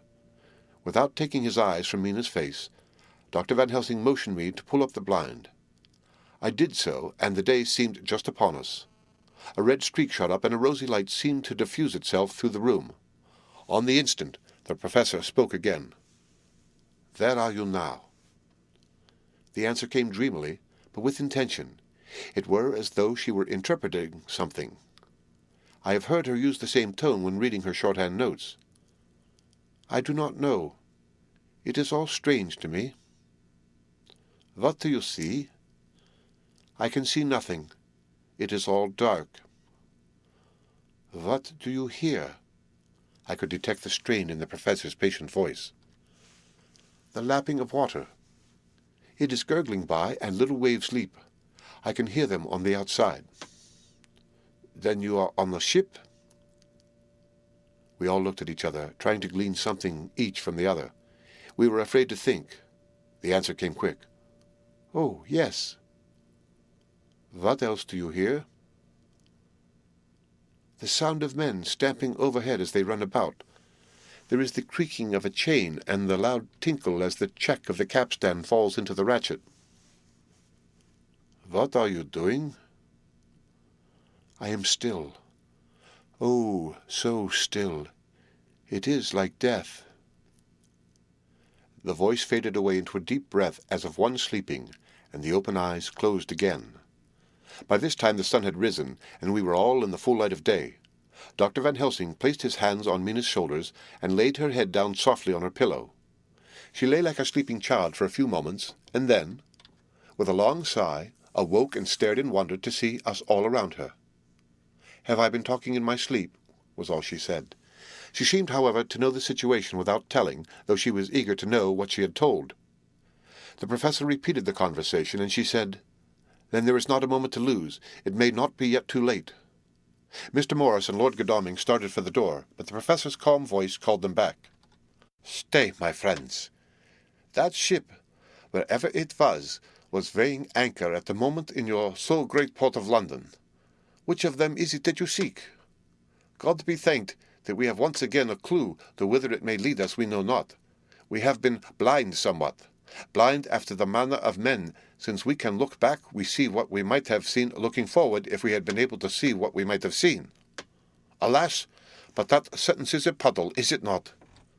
We can know now what was in the Count's mind when he seized that money, though Jonathan's so-fierce knife put him in the danger that even he dread.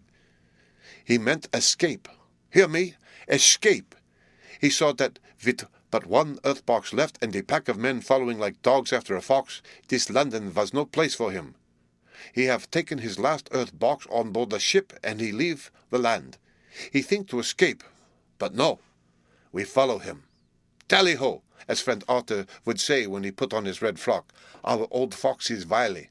Oh, so wily, and we must follow with wile. I too am wily, and I think his mind in a little while. In meantime, we may rest and in peace, for there are between us which he do not want to pass, and which he could not if he would. Unless the ship were to touch the land, and then only at full or slack tide. See, and the sun is just rose, and all day to sunset is us. Let us take bath and dress and have breakfast which we all need, and which we can eat comfortably, since he be not in the same land with us." Mina looked at him appealingly as she asked, "But why need we seek him further when he has gone away from us?" He took her hand, and patted it as he replied, "Ask me nothing as yet. When we have breakfast, then I answer all questions." He would say no more, and we separated to dress. After breakfast, Mina repeated her question. He looked at her gravely for a minute, and then said sorrowfully, "Because, my dear, dear Madam Mina, now, more than ever, we must find him, even if we have to follow him to the jaws of hell." She grew paler, as she asked faintly, "Why?" "Because," he answered solemnly, "he can live for centuries, and you are but mortal woman. Time is now to be dreaded, since once he put that mark upon your throat." I was just in time to catch her as she fell forward in a faint. Chapter 24. Dr. Seward's Phonograph Diary, spoken by Van Helsing. This to Jonathan Harker. You ought to stay with your dear Madam Mina.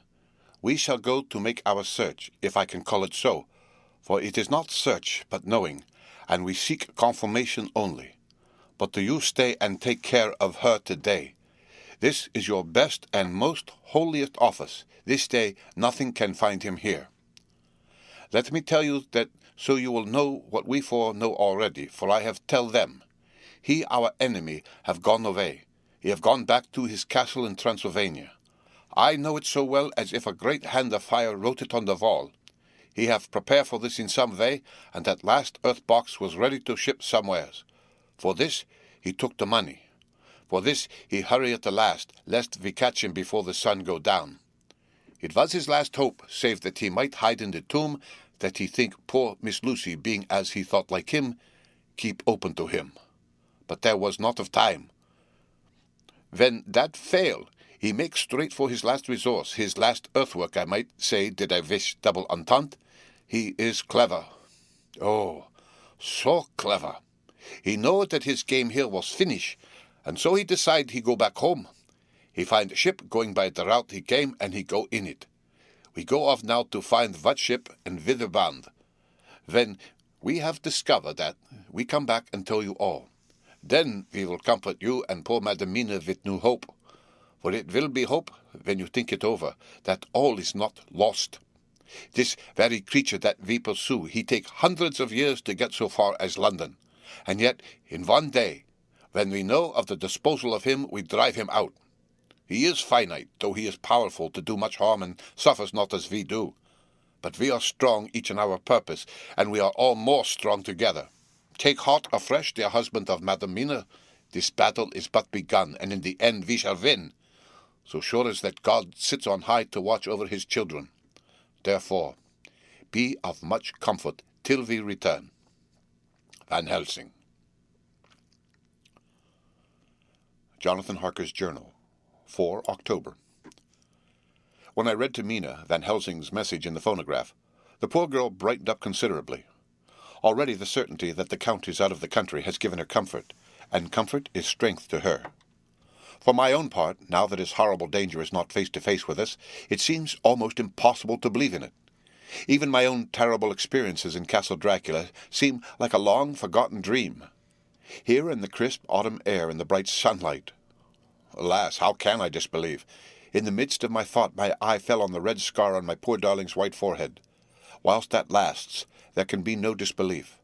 Mina and I fear to be idle, so we have been over all the diaries again and again. Somehow, although the reality seems greater each time, the pain and the fear seem less. There is something of a guiding purpose manifest throughout which is comforting. Mina says that perhaps we are the instruments of ultimate good. It may be. I shall try to think as she does. We have never spoken to each other yet of the future. It is better to wait till we see the Professor and the others after their investigations. The day is running by more quickly than I ever thought a day could run for me again. It is now 3 o'clock. Mina Harker's Journal, 5 October, 5 p.m. Our meeting for report. Present, Van Helsing, Lord Godalming, Dr. Seward, Mr. Quincy Morris, Jonathan Harker, Mina Harker. Dr. Van Helsing described what steps were taken during the day to discover on what boat and whither bound Count Dracula made his escape. As I knew that he wanted to get back to Transylvania, I felt sure that he must go by the Danube mouth or by somewhere in the Black Sea, since by that way he come. It was a dreary blank that was before us, omni ignotum pro magnifico. And so, with heavy hearts, we start to find what ships leave for the Black Sea last night.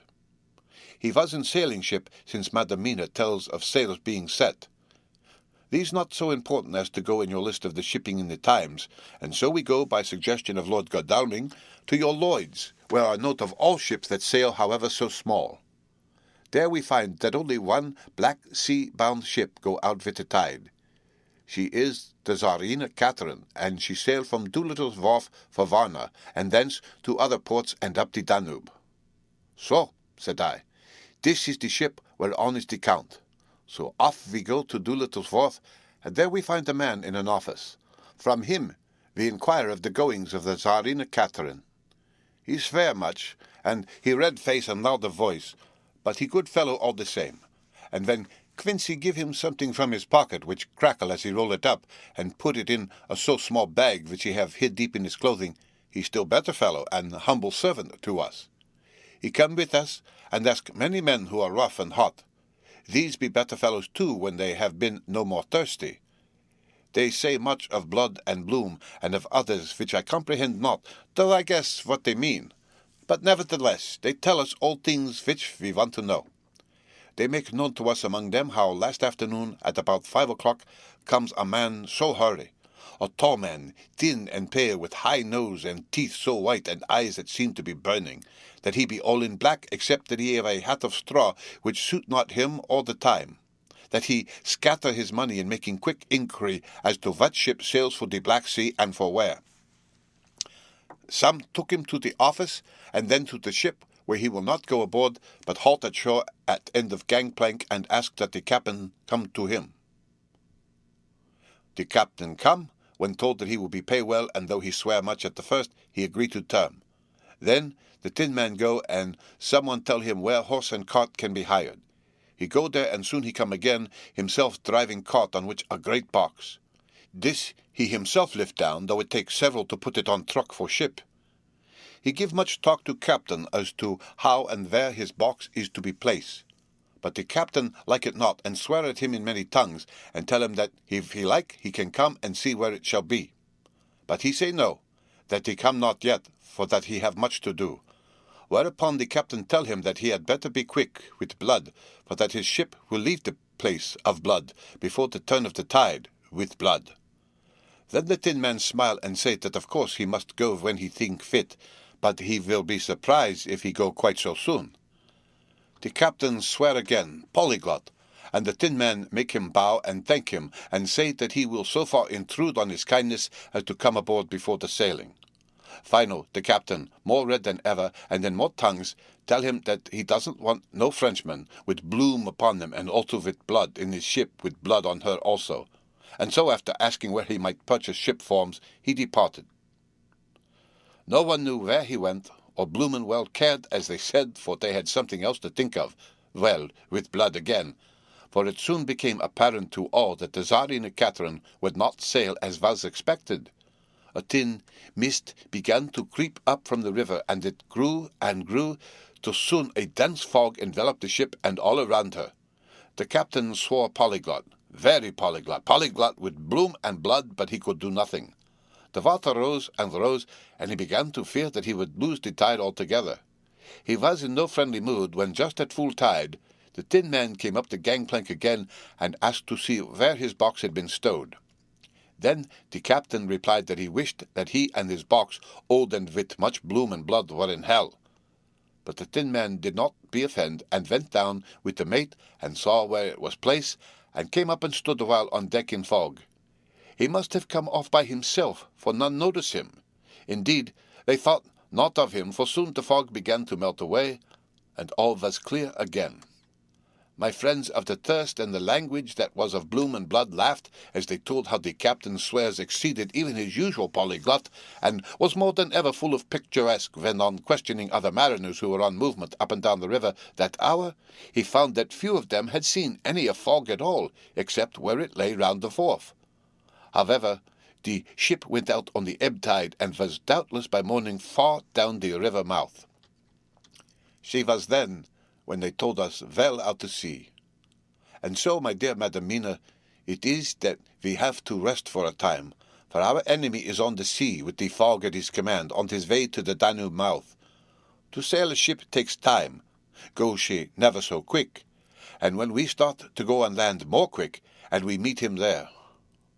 Our best hope is to come on him when in the box between sunrise and sunset, for then he can make no struggle, and we may deal with him as we should. There are days for us in which we can make ready our plan. We know all about where he go, for we have seen the owner of the ship, who have shown us invoices and all papers that can be. The box we seek is to be landed in Varna, and to be given to an agent, one Ristix, who will there present his credentials. And so our merchant friend will have done his part. When they ask if there can be any wrong, for that so he can telegraph and have inquiry made at Varna, we say no, for what is to be done is not for police or the customs. It must be done by us alone, and in our own way. When Dr. Van Helsing had done speaking, I asked him if he were certain that the Count had remained on board the ship. He replied, "We have the best evidence proof of that, your own evidence, when in the hypnotic trance this morning." I asked him again if it were really necessary that they should pursue the Count, for I dread Jonathan leaving me, and I know that he would surely go if the others went. He answered in growing passion, at first quietly. As he went on, however, he grew more angry and more forceful, till in the end we could not but see wherein was at least some of that personal dominance which made him so long a master amongst men. Yes, it is necessary,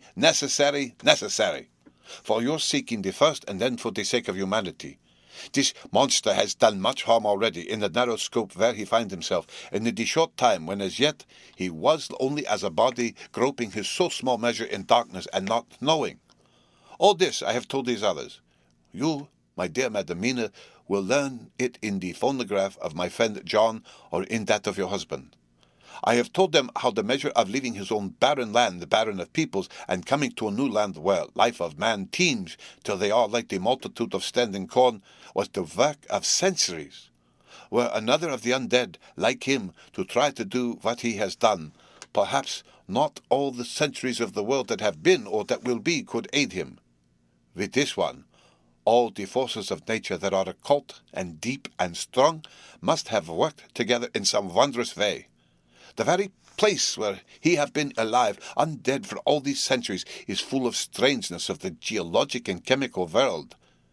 There are deep caverns and fissures that reach none know whither. There have been volcanoes, some of whose openings still send out waters of strange properties, and gases that kill or make to vivify. Doubtless there is something magnetic or electric in some of these combinations of occult forces which work for physical life in strange way, and in himself were from the first some great qualities. In a hard and warlike time he was celebrated. He have more iron nerve, more subtle brain, more braver heart than any man. In him some vital principle have in strange way found their utmost, and as his body keeps strong and grow and thrive, so his brain grow too. All this without that diabolic aid which is surely to him. For it hath to yield to the powers that come from and are symbolic of good. And now this is what he is to us. He have infect you, oh, forgive me, my dear, that I must say such, but it is for good of you that I speak. He infect you in such wise that even if he do no more, you have only to live in your own old sweet way, and so in time death, which is of man's common lot and with God's sanction, shall make you like to him. This must not be. We have sworn together that it must not. Thus we are ministers of God's own wish, that the world and men for whom his Son died will not be given over to monsters whose very existence would defame him. He have allowed us to redeem one soul already, and we go out as the old knights of the cross to redeem more. Like them, we shall travel towards the sunrise, and like them, if we fail in good cause. He paused, and I said, But will not the Count take his rebuff wisely? Since he has been driven from England, will he not avoid it as a tiger does the village from which he has been hunted? Aha, he said, your simile of the tiger good for me, and I shall adopt him. Your man-eater, as they of India call the tiger, who has once tasted blood of the human, care no more for other prey, but prowl unceasingly till he get him. This that we hunt from our village is a tiger, too, a man-eater, and he never ceased to prowl. Nay, in himself, he is not one to retire and stay afar. In his life, his living life, he go over the Turkey frontier and attack his enemy on his own ground. He be beaten back, but did he stay? No, he come again, and again, and again. Look at his persistence and endurance. With the child brain that was to him, he have long since conceived the idea of coming to great city. What does he do? He find out the place of all the world most of promise for him. Then he deliberately set himself down to prepare for the task. He find in patience just how is his strength and what are his powers. He study new tongues. He learn new social life, new environment of old ways, the politics, the law, the finance, the science, the habit of a new land and the new people who have come to be since he was. His glimpse that he have had whet his appetite only and enkeen his desire. Nay, it help him to grow as to his brain, for it all proved to him how right he was at the first in his surmises. He have done this alone, all alone, from a ruined tomb in a forgotten land. What more may he not do when the greater world of thought is open to him? He that can smile at death as we know him, who can flourish in the midst of diseases that kill off whole peoples? Oh, if such an one was to come from God and not the devil, what a force for good might he not be in this old world of ours? But we are pledged to set the world free. Our toil must be in silence and our efforts all in secret. For in this enlightened age, when men believe not even what they see, the doubting of wise men would be his greatest strength. It would be at once his sheath and his armor and his weapons to destroy us, his enemies, who are willing to peril even our own souls for the safety of one we love, for the good of mankind, and for the honor and glory of God. After a general discussion, it was determined that for tonight nothing be definitely settled, that we should all sleep on the facts and try to think out the proper conclusions. Tomorrow at breakfast we ought to meet again, and after making our conclusions known to one another, we shall decide on some definite cause of action. I feel a wonderful peace and rest tonight. It is as if some haunting presence were removed from me. Perhaps my surmise was not finished, could not be. for I caught sight in the mirror of the red mark upon my forehead, and I knew that I was still unclean. Dr. Seward's Diary, 5 October. We all arose early, and I think that sleep did much for each and all of us. When we met at early breakfast, there was more general cheerfulness than any of us had ever expected to experience again. It is really wonderful how much resilience there is in human nature. Let any obstructing cause, no matter what, be removed in any way, even by death, and we fly back to first principles of hope and enjoyment. More than once, as we sat around the table, my eyes opened in wonder whether the whole of the past days had not been a dream. It was only when I caught sight of the red blotch on Mrs. Harker's forehead that I was brought back to reality.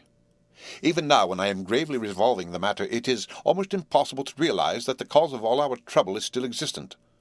Even Mrs. Harker seems to lose sight of her trouble for whole spells. It is only now and again, when something recalls it to her mind, that she thinks of her terrible scar. We ought to meet here in my study in half an hour and decide on our course of action. I see only one immediate difficulty. I know it by instinct rather than reason. We shall all have to speak frankly, and yet I fear that in some mysterious way poor Mrs. Harker's tongue is tied. I know that she forms conclusions of her own, and from all that has been I can guess how brilliant and how true they must be. But she will not, or cannot, give them utterance. I have mentioned this to Van Helsing, and he and I ought to talk it over when we are alone. I suppose it is some of that horrid poison which has got into her veins beginning to work. The Count had his own purposes when he gave her what Van Helsing called the vampire's baptism of blood. Well, there may be a poison that distills itself out of good things. In an age where the existence of ptomaines is a mystery, we should not wonder at anything. One thing I know, that if my instinct be true regarding poor Mrs. Harker's silences, then there is a terrible difficulty and unknown danger in the work before us. The same power that compels her silence may compel her speech. I dare not think further, for so I should in my thoughts dishonor a noble woman. Later. When the professor came in, we talked over the state of things. I could see that he had something on his mind which he wanted to say, but felt some hesitancy about broaching the subject. After beating about the bush a little, he said, "Friend John, there is something that you and I must talk of alone, just at the first at any rate. Later, we may have to take the others into our confidence." Then he stopped, so I waited. He went on, "Madam Mina, our poor dear Madam Mina is changing." A cold shiver ran through me to find my worst fears thus endorsed. Van Helsing continued, "With the sad experience of Miss Lucy, we must this time be warned before things go too far.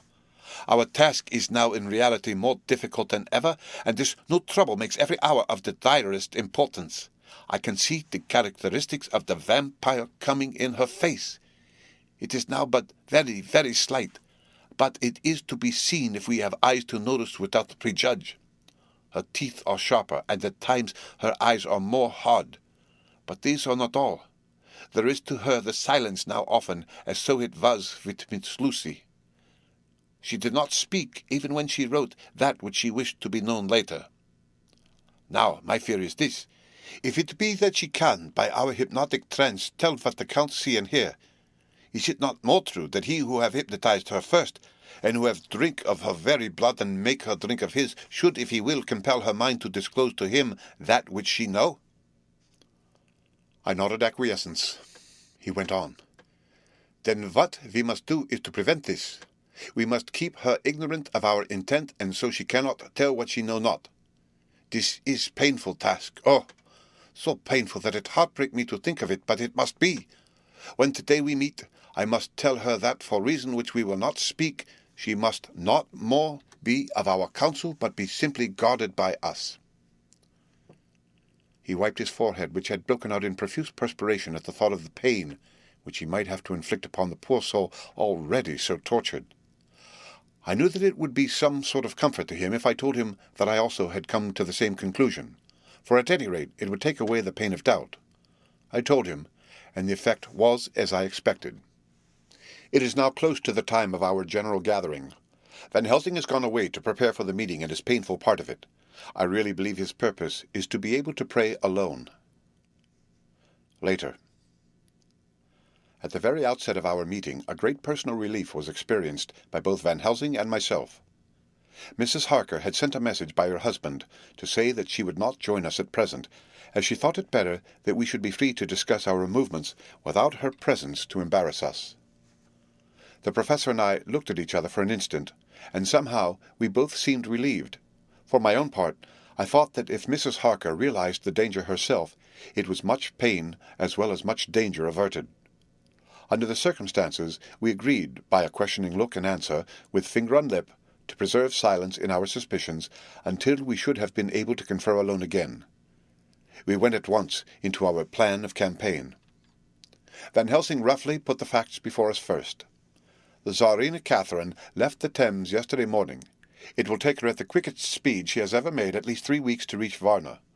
But we can travel overland to the same place in 3 days. Now, if we allow for 2 days less for the ship's voyage, owing to such weather influences as we know that the Count can bring to bear, and if we allow a whole day and night for any delays which may occur to us, then we have a margin of nearly 2 weeks.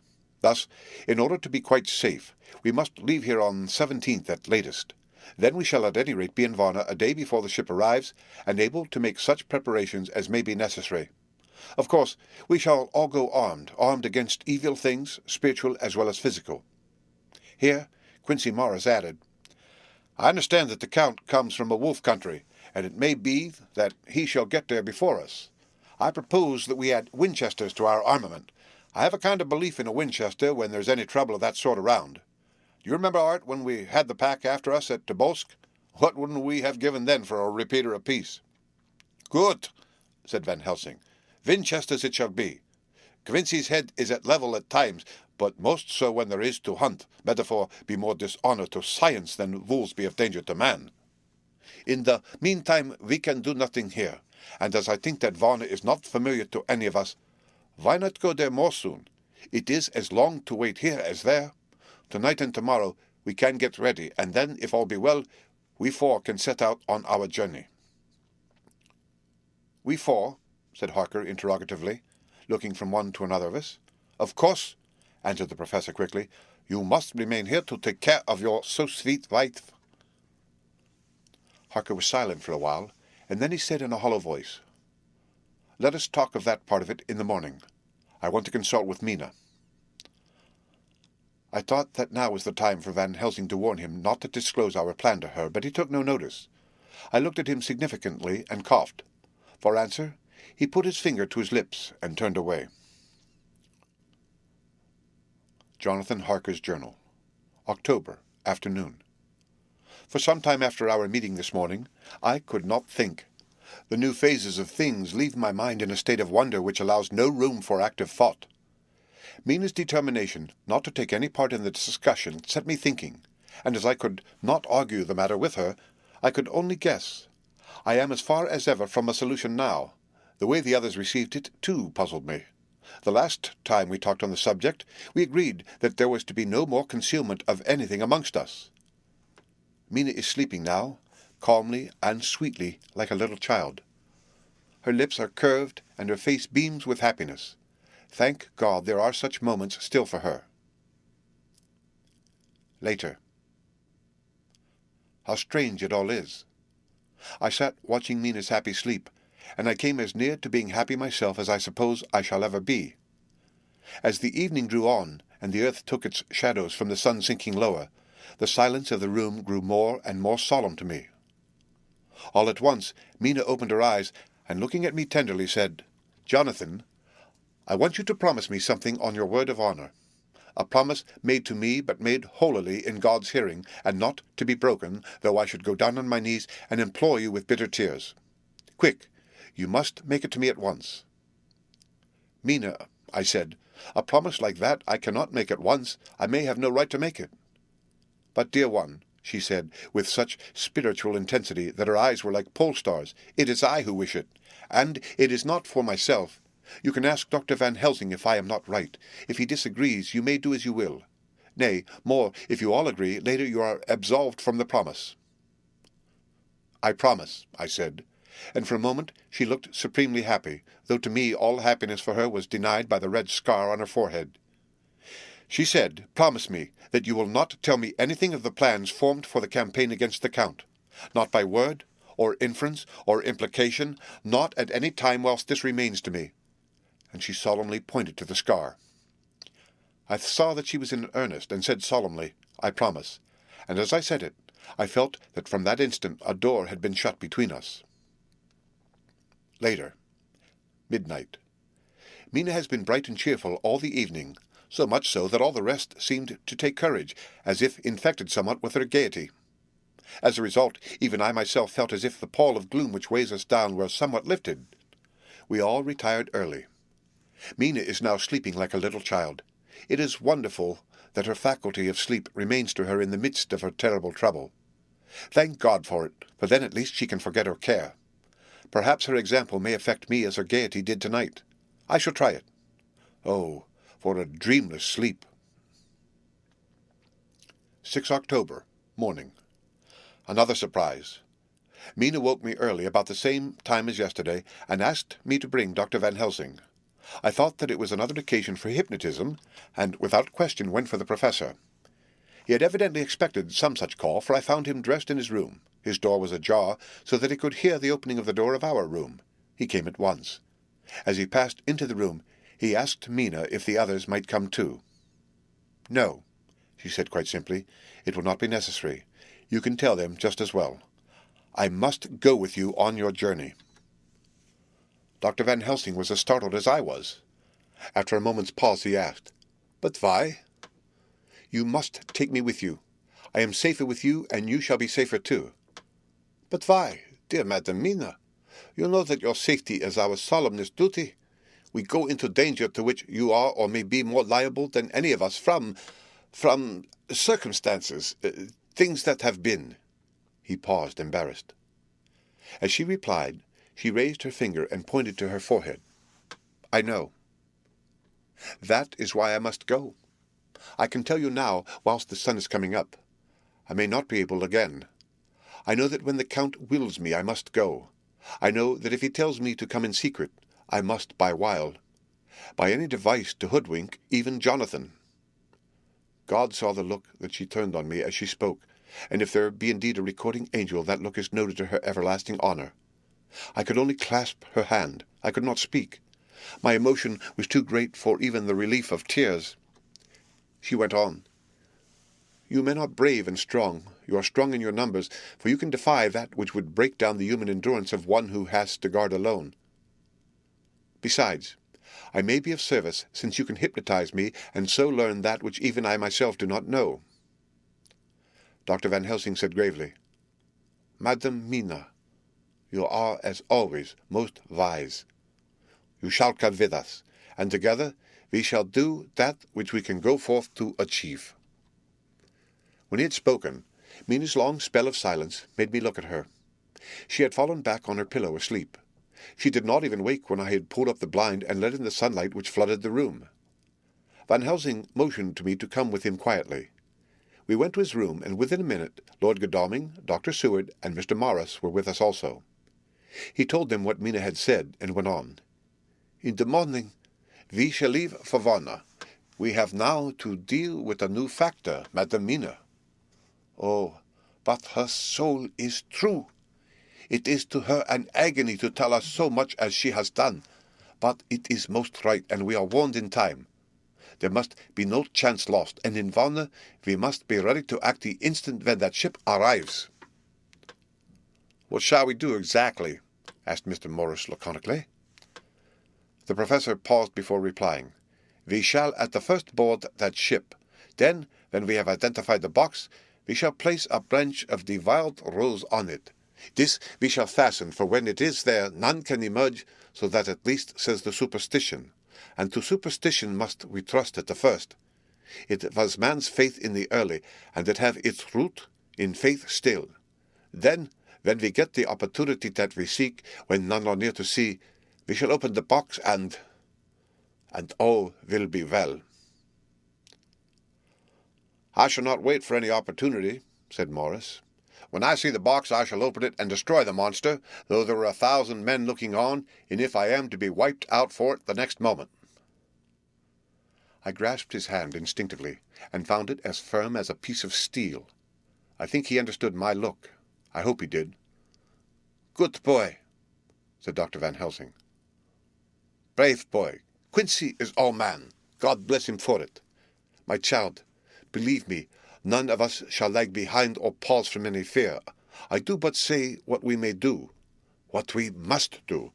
But indeed, we cannot say what we may do. There are so many things which may happen, and their ways and their ends are so various that until the moment we may not say.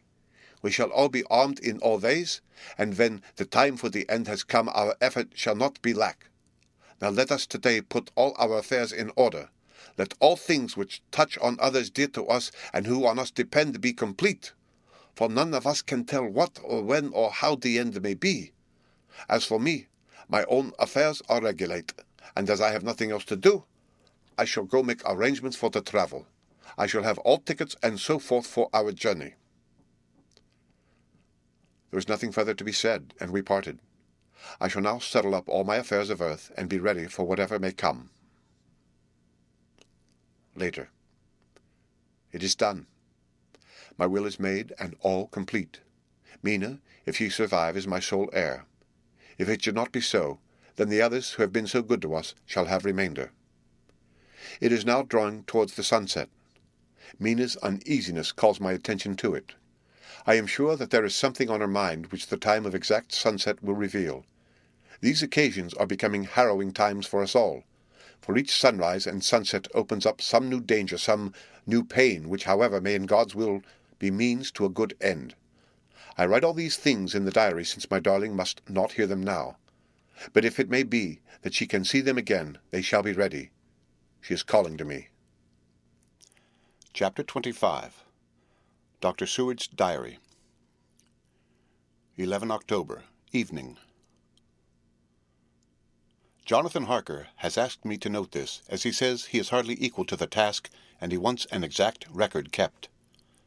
I think that none of us were surprised when we were asked to see Mrs. Harker a little before the time of sunset. We have of late come to understand that sunrise and sunset are to her times of peculiar freedom, when her old self can be manifest without any controlling force subduing or restraining her, or inciting her to action. This mood or condition begins some half hour or more before actual sunrise or sunset, and lasts till either the sun is high, or whilst the clouds are still aglow with the rays streaming above the horizon. At first there is a sort of negative condition, as if some tie were loosened, and then the absolute freedom quickly follows. When, however, the freedom ceases, the change back or relapse comes quickly, preceded only by a spell of warning silence. Tonight, when we met, she was somewhat constrained, and bore all the signs of an internal struggle. I put it down myself to her making a violent effort at the earliest instant she could do so. A very few minutes, however, gave her complete control of herself. Then, motioning her husband to sit beside her on the sofa, where she was half reclining, she made the rest of us bring chairs up close. Taking her husband's hand in hers, she began, "We're all here together in freedom for perhaps the last time. I know that you will always be with me to the end." This was to her husband, whose hand had, as we could see, tightened upon her. "In the morning we go out upon our task, and God alone knows what may be in store for any of us. You are going to be so good to me to take me with you. I know that all that brave, earnest men can do for a poor, weak woman, whose soul perhaps is lost, no, not yet, but is at any rate at stake, you will do. But you must remember that I am not as you are. There is a poison in my blood, in my soul, which may destroy me, which must destroy me, unless some relief comes to us. Oh, my friends, you know as well as I do that my soul is at stake, and though I know there is one way out for me, you must not, and I must not take it." She looked appealingly to us all in turn, beginning and ending with her husband. "What is that way?" asked Van Helsing in a hoarse voice.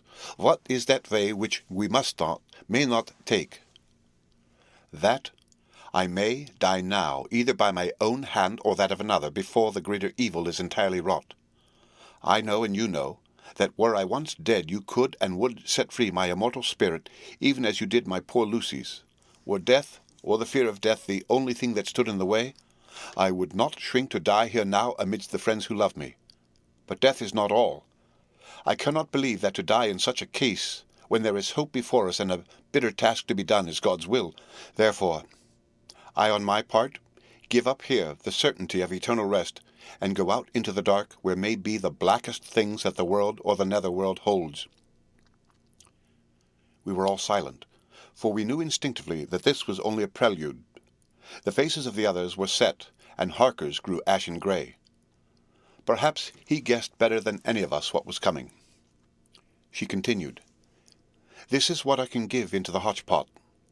I could not but note the quaint legal phrase which she used in such a place and with all seriousness. "What will each of you give?" "Your lives, I know," she went on quickly. "That is easy for brave men. Your lives are God's, and you can give them back to him. But what will you give to me?" She looked again questioningly, but this time avoided her husband's face. Quincy seemed to understand. He nodded, and her face lit up. "Then I shall tell you plainly what I want, for there must be no doubtful matter in this connection between us now. You must promise me, one and all, even you, my beloved husband, that should the time come, you will kill me." "What is that time?" The voice was Quincy's, but now it was low and strained. "When you shall be convinced that I am so changed that it is better that I die that I may live. When I am thus dead in the flesh, then you will, without a moment's delay, drive a stake through me and cut off my head, or do whatever else may be wanting to give me rest." Quincy was the first to rise after the pause. He knelt down before her, and taking her hand in his, said solemnly, "I'm only a rough fellow who hasn't perhaps lived as a man should to win such a distinction. But I swear to you, by all that I hold sacred and dear, that should the time ever come, I shall not flinch from the duty that you have set us. And I promise you, too, that I shall make all certain, for if I am only doubtful, I shall take it that the time has come." "My true friend," was all she could say amid her fast-falling tears, as bending over, she kissed his hand. "I swear the same, my dear Madam Mina," said Van Helsing. "And I," said Lord Godalming, each of them in turn, kneeling to her to take the oath. I followed myself. Then her husband turned to her wan-eyed and with a greenish pallor which subdued the snowy whiteness of his hair, and asked, "And must I, too, make such a promise, O my wife?" "You too, my dearest," she said, with infinite yearning of pity in her voice and eyes. "You must not shrink.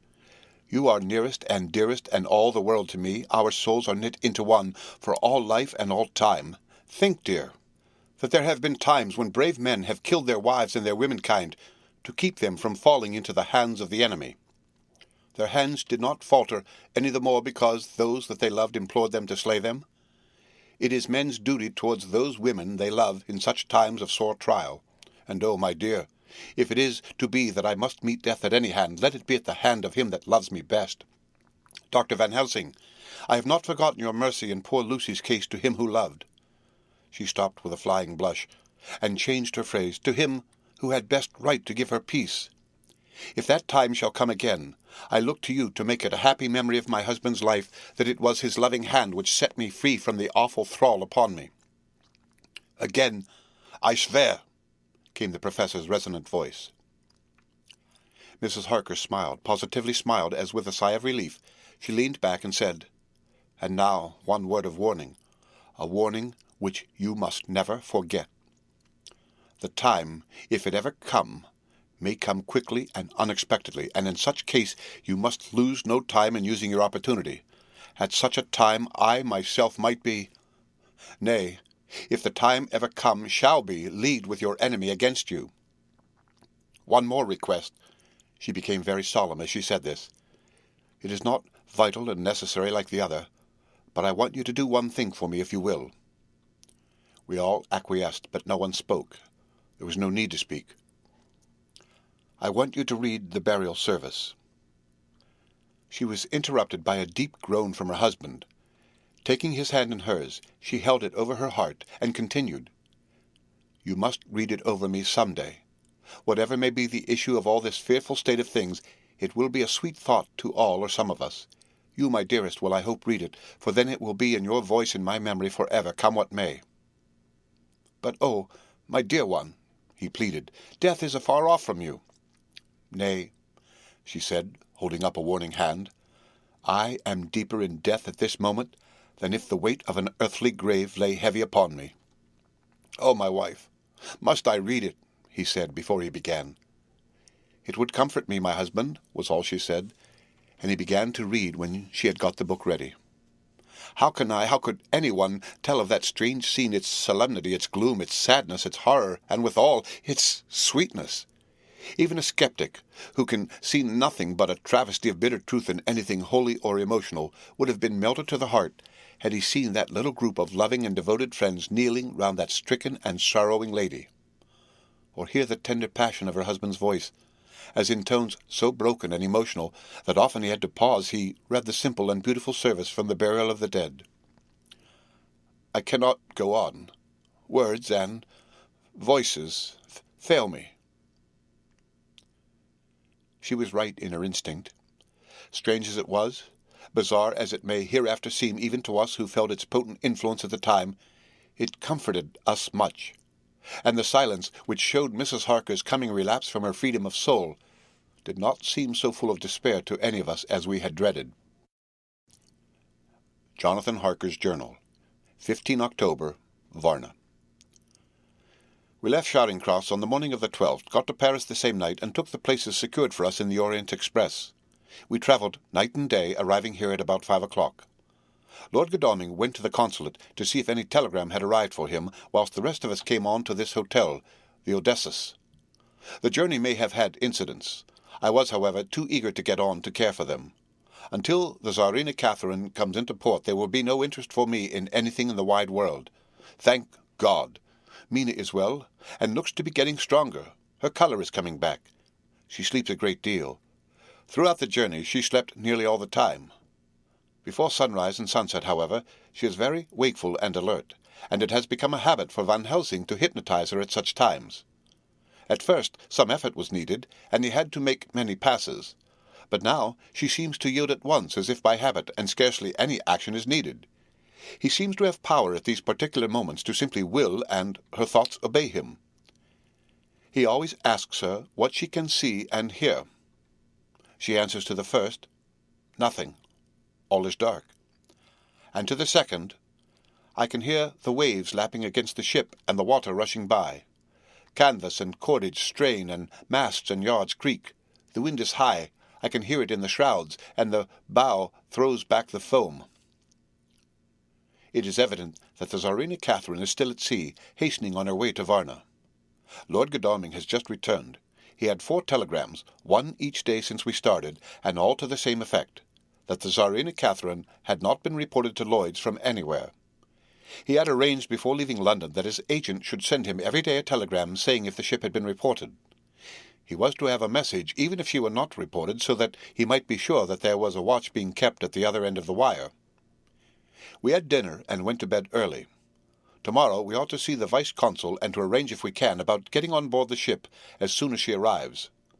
Van Helsing says that our chance will be to get on the boat between sunrise and sunset. The Count, even if he takes the form of a bat, cannot cross the running water of his own volition, and so cannot leave the ship.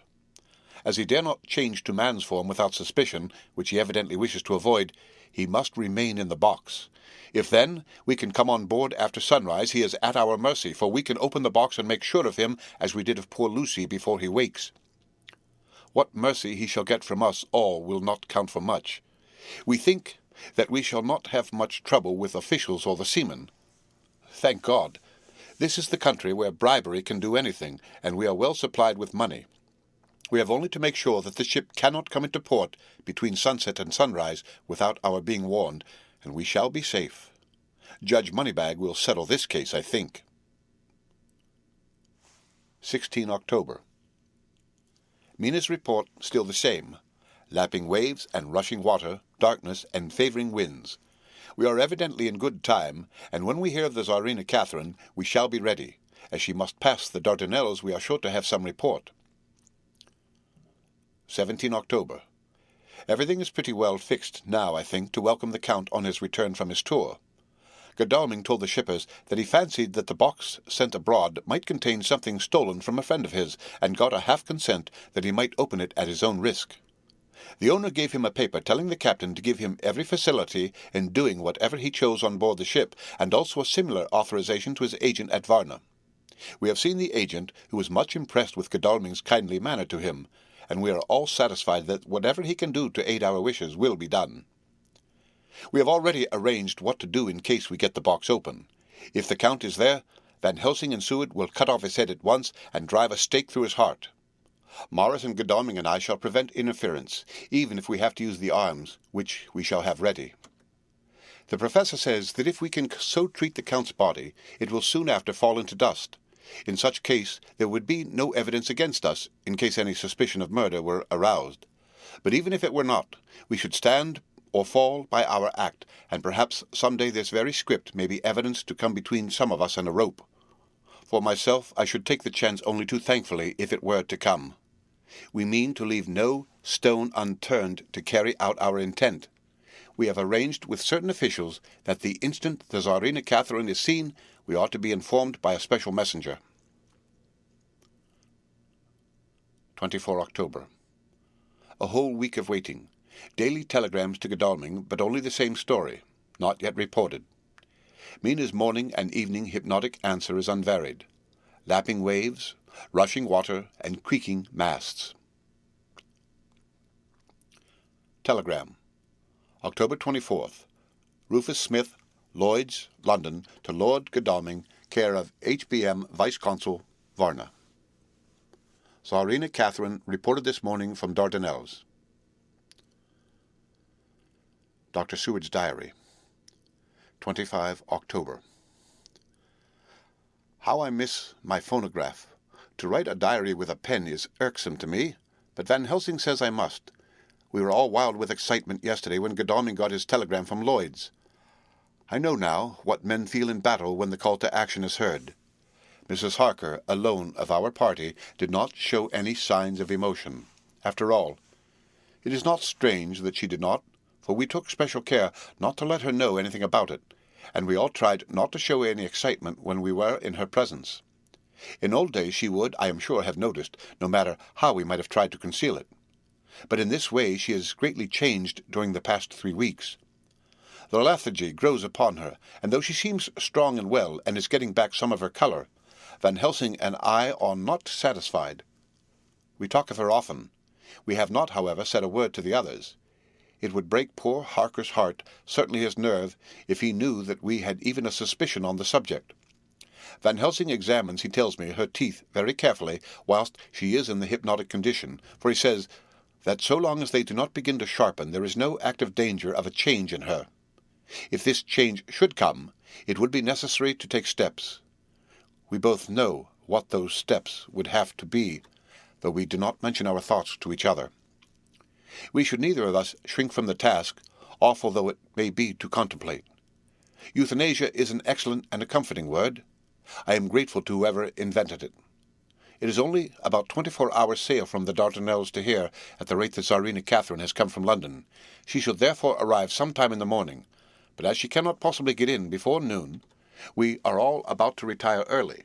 We shall get up at 1 o'clock so as to be ready. 25 October. Noon. No news yet of the ship's arrival. Mrs. Harker's hypnotic report this morning was the same as usual, so it is possible that we may get news at any moment. We men are all in a fever of excitement, except Harker, who is calm. His hands are cold as ice, and an hour ago I found him wetting the edge of the great Gurkha knife which he now always carries with him. It will be a bad lookout for the Count if the edge of that kukri ever touches his throat, driven by that stern, ice-cold hand. Van Helsing and I were a little alarmed about Mrs. Harker today. About noon she got into a sort of lethargy which we did not like. Although we kept silence to the others, we were neither of us happy about it.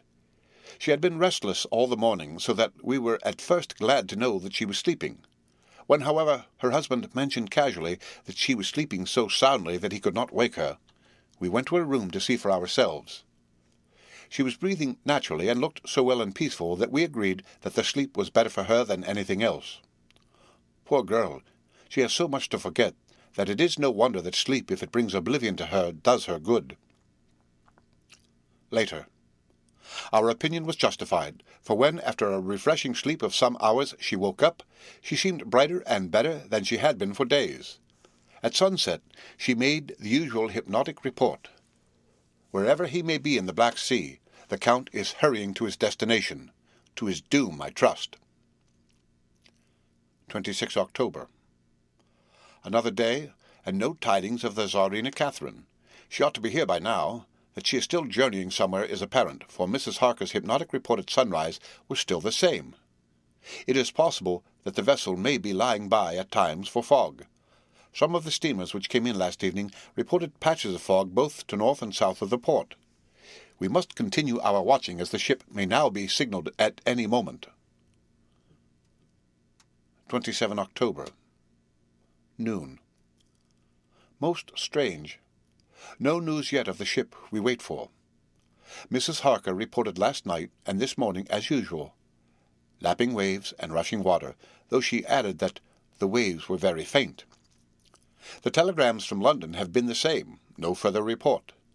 Van Helsing is terribly anxious, and told me just now that he fears the Count is escaping us. He added significantly, "I did not like that lethargy of Madame Minas. Souls and memories can do strange things during trance."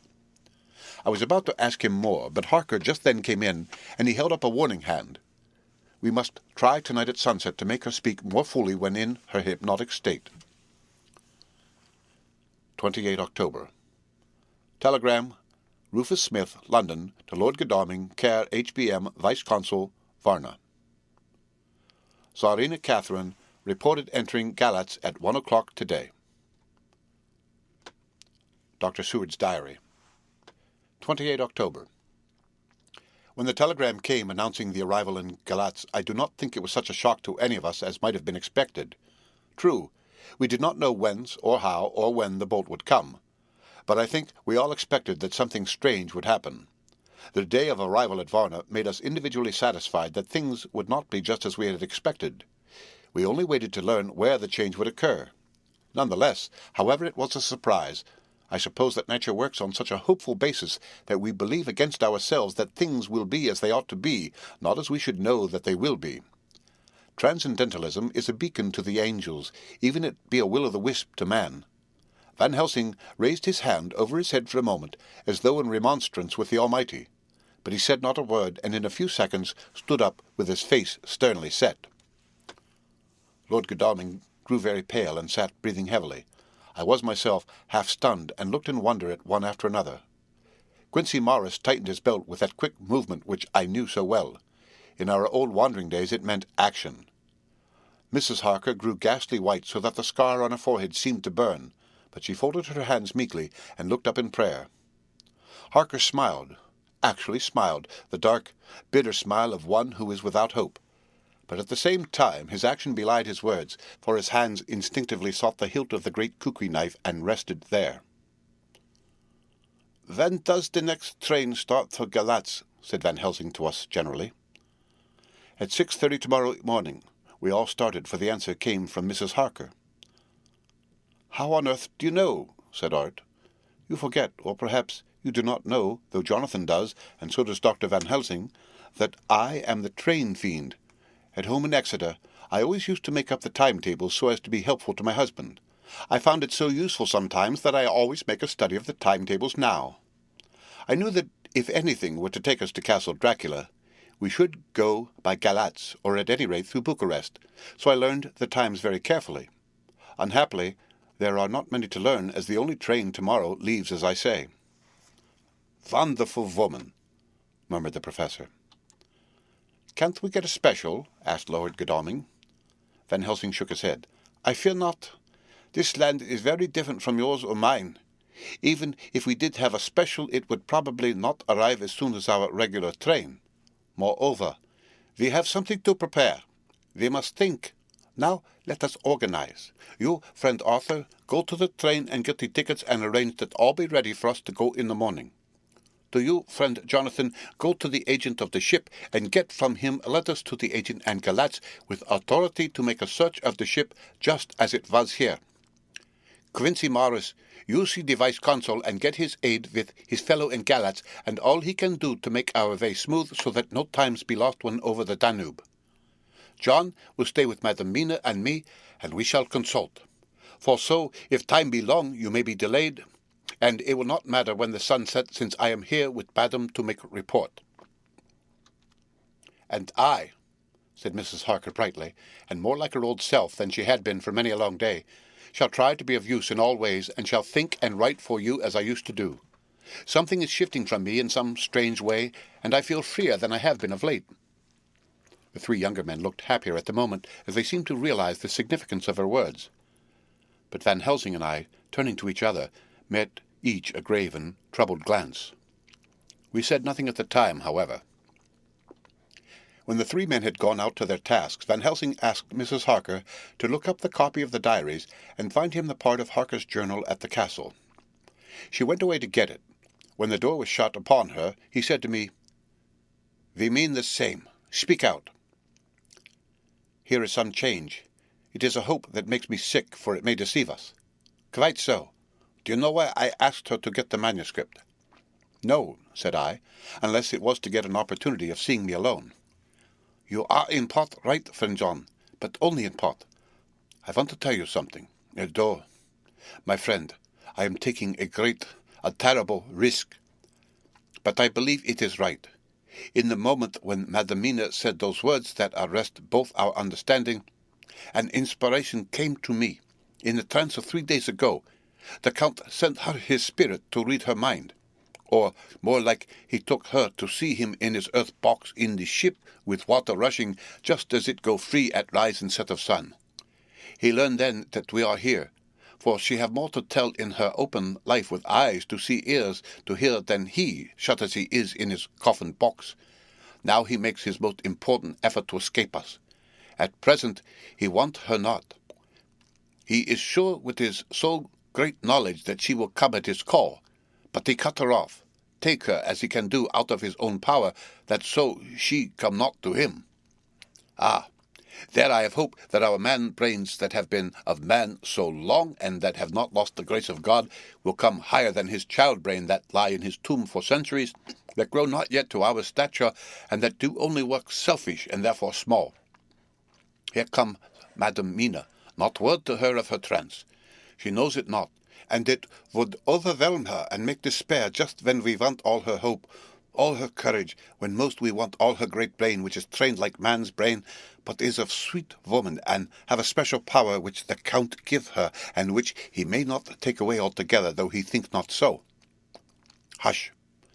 Let me speak, and you shall learn. Oh, John, my friend, we are in awful straits. I fear as I never feared before. We can only trust the good God. Silence! Here she comes. I thought that the professor was going to break down and have hysterics, just as he had when Lucy died, but with a great effort he controlled himself, and was at perfect nervous poise when Mrs. Harker tripped into the room, bright and happy-looking, and in the doing of work seemingly forgetful of her misery.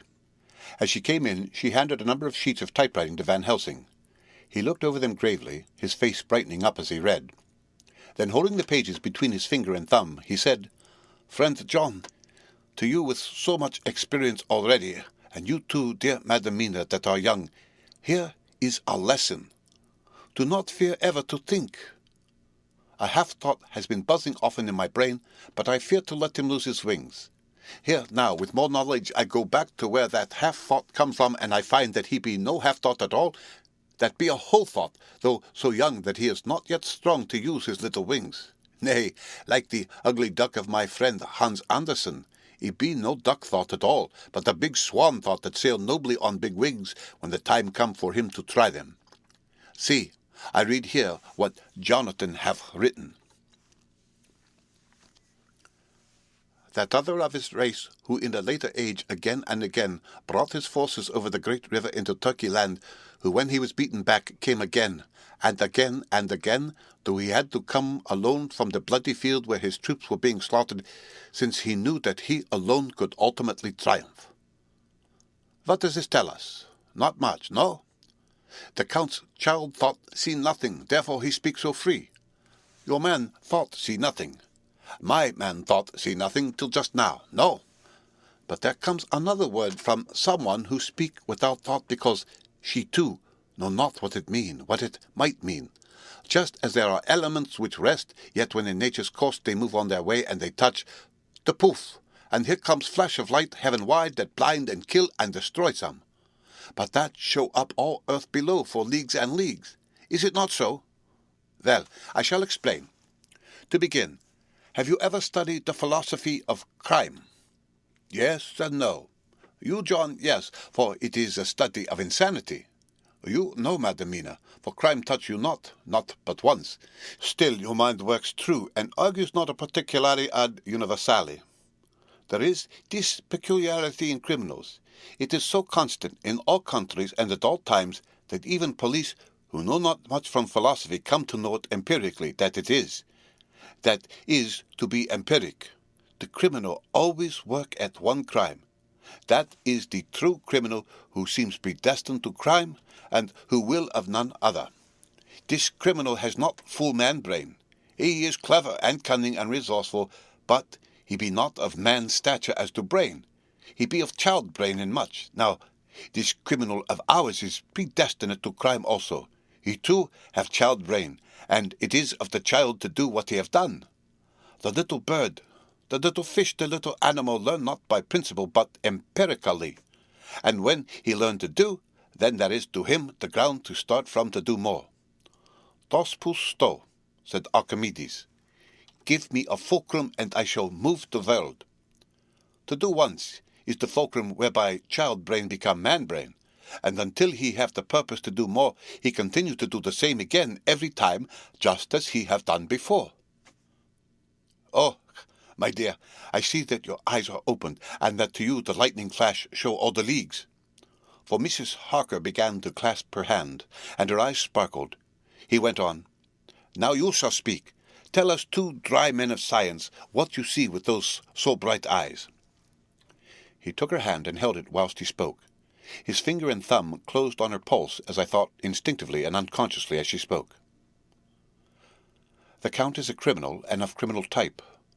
Nordau and Lombroso would so classify him, and qua criminale, he is of an imperfectly formed mind. Thus in a difficulty he has to seek resource and habit. His past is a clue, and the one page of it that we know, and that from his own lips, tells that once before, when in what Mr. Morris would call a tight place, he went back to his own country from the land he had tried to invade, and thence, without losing purpose, prepared himself for a new effort. He came again better equipped for his work, and won. So he came to London to invade a new land. He was beaten, and when all hope of success was lost, and his existence in danger, he fled back over the sea to his home, just as formerly he had fled back over the Danube from Turkeyland. Good, good! Och, you so clever lady, said Van Helsing enthusiastically, as he stooped and kissed her hand. A moment later he said to me, as calmly as though we had been having a sick-room consultation, 72 only, and in all this excitement I have hope. Turning to her again, he said with keen expectation, But go on, go on. There is more to tell if you will. Be not afraid. John and I know. I do in any case, and shall tell you if you are right. Speak without fear. I will try to, but you will forgive me if I seem too egotistical. Nay, fear not. You must be egotist, for it is of you that they think. Then, as he is criminal, he is selfish, and as his intellect is small and his action is based on selfishness, he confines himself to one purpose. That purpose is remorseless. As he fled back over the Danube, leaving his forces to be cut to pieces, so now he is intent on being safe, careless of all. So his own selfishness frees my soul somewhat from the terrible power which he acquired over me on that dreadful night. I felt it. Oh, I felt it. Thank God for his great mercy. My soul is freer than it has been since that awful hour, and all that haunts me is a fear lest in some trance or dream he may have used my knowledge for his ends. The professor stood up. He has so used your mind, and by it he has left us here in Varna, whilst the ship that carried him rushed through the enveloping fog up to Golantz, where doubtless he had made preparation for escaping from us. But his child mind only saw so far, and it may be that, as ever is in God's providence, the very thing that the evildoer must reckon on for his selfish good turns out to be his chiefest harm. the hunter is taken in his own snare, as the great psalmist says. For now that he think he is free from every trace of us all, and that he has escaped us with so many hours to him, then his selfish child brain will whisper him to sleep. He think, too, that as he cut himself off from knowing your mind, there can be no knowledge of him to you. There is where he fail. That terrible baptism of blood which he give you makes you free to go to him in spirit, as you have as yet done in your times of freedom when the sun rise and set. At such times you go by my volition and not by his, and this power to good of you and others you have won from your suffering at his hands. This is now all more precious that he know it not, and to God himself have even cut himself off from his knowledge of our where. We, however, are not selfish, and we believe that God is with us through all this blackness and these many dark hours. We shall follow him, and we shall not flinch, even if we peril ourselves that we become like him. Friend John, this has been a great hour, and it have done much to advance us on our way. You must be scribe and write him all down, so that when the others return from their work, you can give it to them, then they shall know as we do. And so I have written it whilst we wait for their return. And Mrs. Harker has written with the typewriter all since she brought the manuscript to us. Chapter 26. Dr. Seward's Diary. 29 October. This is written in the train from Varna to Galatz. Last night we all assembled a little before the time of sunset. Each of us had done his work as well as he could, so far as thought, and endeavour, and opportunity go. We are prepared for the whole of our journey, and for our work when we get to Galatz. When the usual time came round, Mrs. Harker prepared herself for her hypnotic effort, and after a longer and more serious effort on the part of Van Helsing than has been usually necessary, she sank into the trance. Usually she speaks on a hint, but this time the professor had to ask her questions, and to ask them pretty resolutely before we could learn anything. At last her answer came. I can see nothing. We are still. There are no waves lapping, but only a steady swirl of water softly running against the hawser. I can hear the men's voices calling near and far, and the roll and creak of oars in the rowlocks. A gun is fired somewhere, the echo of it seems far away. There's tramping of feet overhead, and ropes and chains are dragged along. What is this? There is a gleam of light. I can feel the air blowing upon me. Here she stopped. She had risen, as if impulsively, from where she lay on the sofa, and raised both her hands, palms upwards, as if lifting a weight. Van Helsing and I looked at each other with understanding. Quincy raised his eyebrows slightly, and looked at her intently, whilst Harker's hand instinctively closed around the hilt of his kukri. There was a long pause. We all knew that the time when she could speak was passing, but we felt that it was useless to say anything. Suddenly she sat up, and as she opened her eyes said sweetly, "Would none of you like a cup of tea? You must all be so tired." We could only make her happy, and so acquiesced. She bustled off to get tea. When she had gone, Van Helsing said, "You see, my friends, he is close to land. He has left his earth chest, but he has yet to get on shore.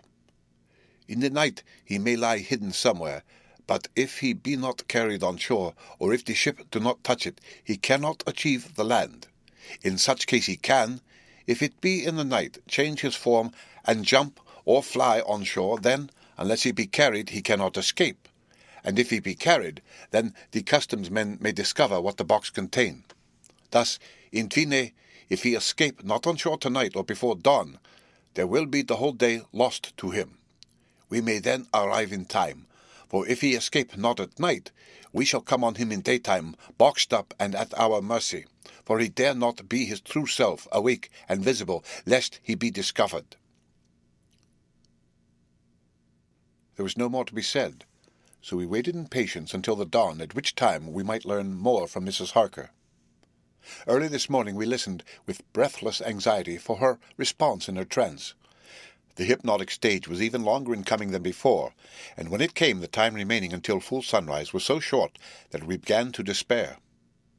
Van Helsing seemed to throw his whole soul into the effort. At last, in obedience to his will, she made reply.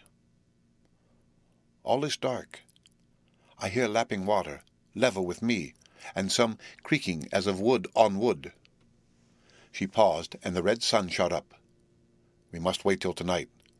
And so it is that we are travelling towards Galatz in an agony of expectation. We are due to arrive between 2 and 3 in the morning, but already at Bucharest we are 3 hours late, so we possibly cannot get in till well after sun-up. Thus we shall have 2 more hypnotic messages from Mrs. Harker. Either or both may possibly throw more light on what is happening. Later. Sunset has come and gone. Fortunately, it came at a time when there was no distraction, for had it occurred whilst we were at a station, we might not have secured the necessary calm and isolation. Mrs. Harker yielded to the hypnotic influence even less readily than this morning. I am in fear that her power of reading the Count's sensations may die away just when we want it most. It seems to me that her imagination is beginning to work. Whilst she has been in the trance hitherto, she has confined herself to the simplest of facts. If this goes on, it may ultimately mislead us. If I thought that the Count's power over her would die away equally with her power of knowledge, it would be a happy thought. But I am afraid that it may not be so. When she did speak, her words were enigmatical. Something is going out. I can feel it pass me like a cold wind. I can hear far off confused sounds, as of men talking in strange tongues, fierce falling water, and the howling of wolves. She stopped, and a shudder ran through her, increasing in intensity for a few seconds, till at the end she shook as though in a palsy. She said no more, even in answer to the professor's imperative questioning. When she woke from the trance, she was cold and exhausted and languid, but her mind was all alert. She could not remember anything, but asked what she had said. When she was told, she pondered over it deeply for a long time and in silence. 30 October, 7 a.m.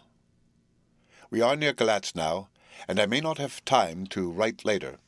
Sunrise this morning was anxiously looked for by us all.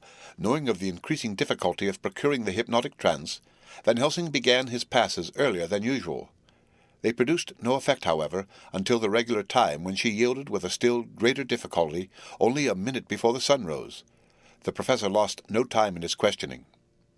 Her answer came with equal quickness. All is dark. I hear water swelling by, level with my ears, and the creaking of wood on wood. Cattle low far off. There is another sound, a queer one, like— She stopped, and grew white, and whiter still. Go on, speak, I command you," said Van Helsing in an agonized voice. At the same time there was despair in his eyes, for the risen sun was reddening even Mrs. Harker's pale face. She opened her eyes, and we all started as she said, sweetly and seemingly with the utmost unconcern, "Oh, Professor, why ask me to do what you know I can't? I don't remember anything." Then, seeing the look of amazement on our faces, she said, turning from one to the other with a troubled look, "What have I said? What have I done? I know nothing, only that I was lying here half asleep and heard you say, 'Go on, speak, I command you.' It seemed so funny to hear you order me about as if I were a bad child." "Och, Madam Mina," he said sadly, "it is proof, if proof be needed, of how I love and honor you when a word for your good, spoken more earnest than ever, can seem so strange because it is to order her whom I am proud to obey." The whistles are sounding. We are nearing Galatz. We are on fire with anxiety and eagerness. Mina Harker's Journal, 30 October.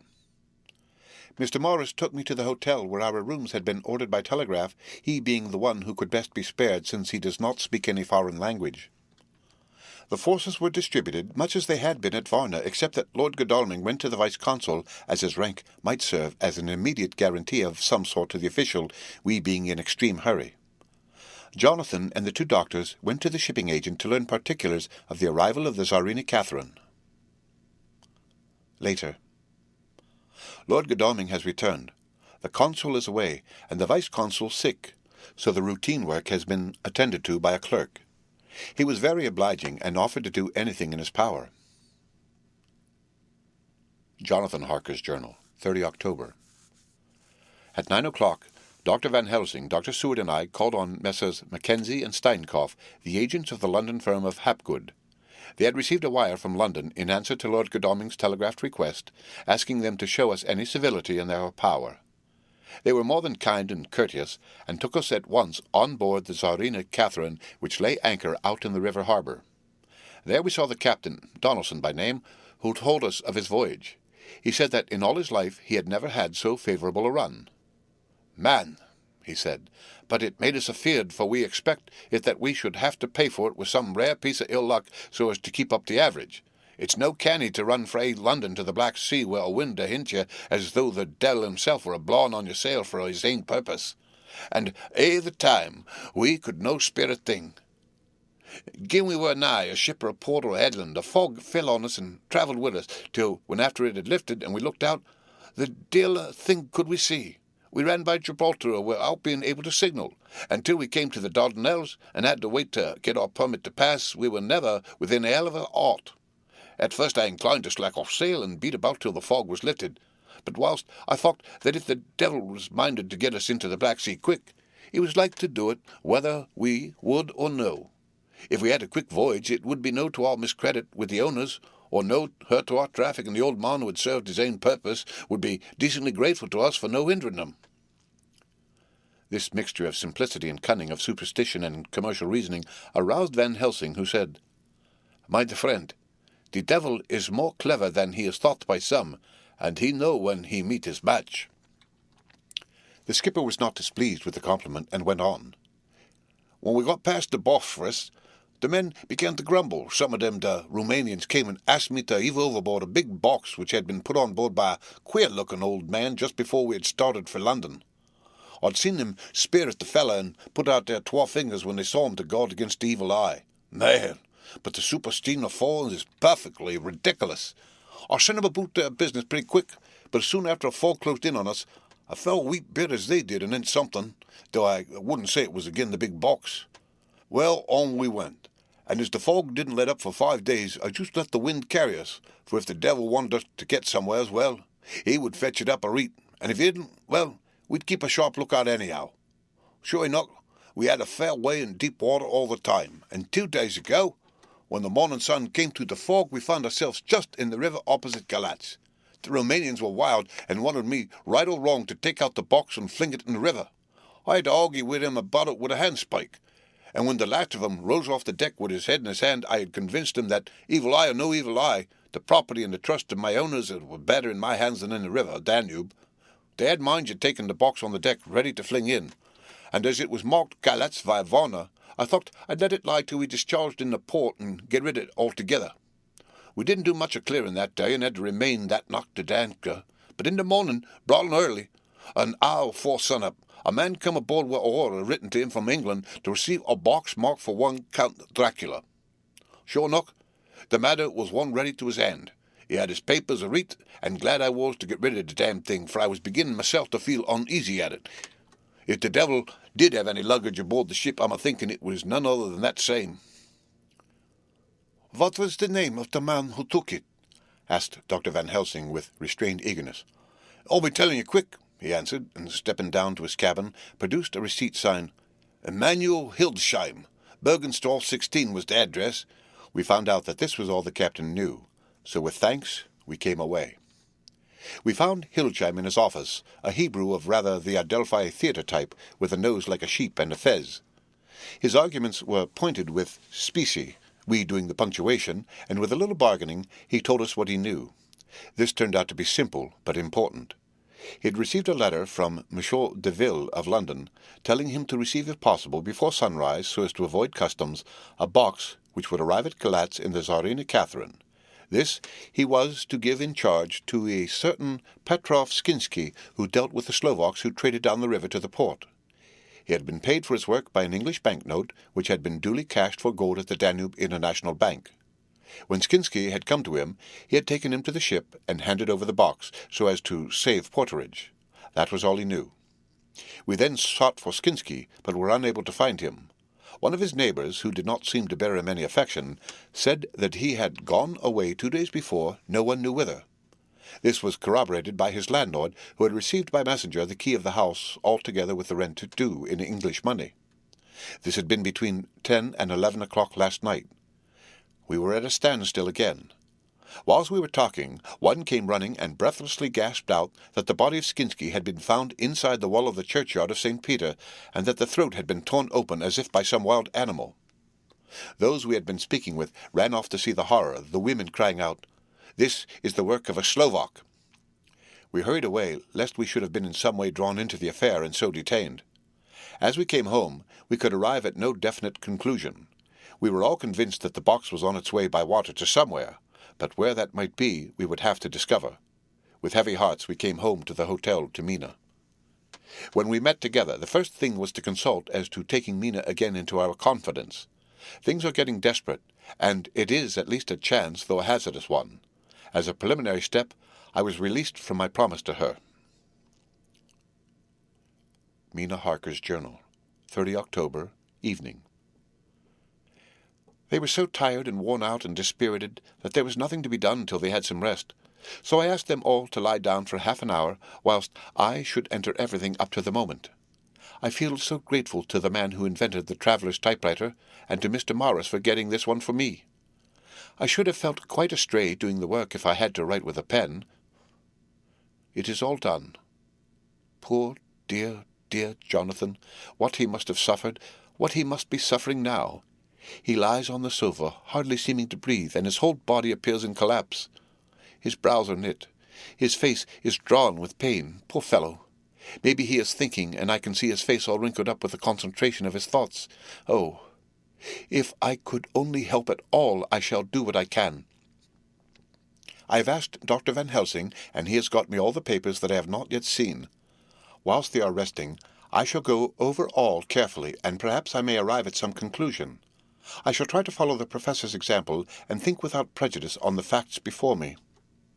I do believe that under God's providence I have made a discovery. I shall get the maps and look over them. I am more than ever sure that I am right. My new conclusion is ready, so I shall get our party together and read it. They can judge it. It is well to be accurate, and every minute is precious. Mina Harker's memorandum, entered in her journal. Ground of inquiry: Count Dracula's problem is to get back to his own place. A. He must be brought back by someone. This is evident, for had he power to move himself as he wished, he could go either as man or wolf or bat or in some other way. He evidently fears discovery or interference, in the state of helplessness in which he must be, confined as he is between dawn and sunset in his wooden box. B. How is he to be taken? Here a process of exclusions may help us. By road, by rail, by water. 1. By road. There are endless difficulties, especially in leaving the city. X. There are people, and people are curious and investigate. A hint, a surmise, a doubt as to what might be in the box would destroy him. Y. There are, or there may be, customs and octroi officers to pass. Z. His pursuers might follow. This is his highest fear, and in order to prevent his being betrayed, he has repelled, so far as he can, even his victim, me. 2. By rail. There is no one in charge of the box. It would have to take its chance of being delayed, and delay would be fatal with enemies on the track. True, he might escape at night, but what would he be if left in a strange place with no refuge that he could fly to? This is not what he intends, and he does not mean to risk it. 3. By water. Here is the safest way, in one respect, but with most danger in another. On the water he is powerless except at night. Even then he can only summon fog and storm and snow and his wolves, but were he wrecked, the living water would engulf him, helpless, and he would indeed be lost. He could have the vessel drive to land, but if it were unfriendly land wherein he was not free to move, his position would still be desperate. We know from the record that he was on the water, so what we have to do is ascertain what water. The first thing is to realize exactly what he has done as yet. We may then get a light on what his task is to be.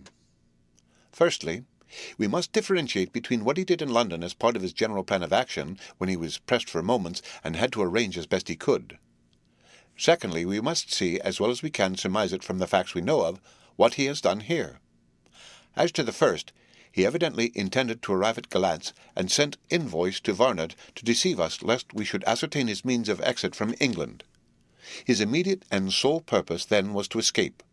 The proof of this is the letter of instructions sent to Emanuel Hildesheim to clear and take away the box before sunrise.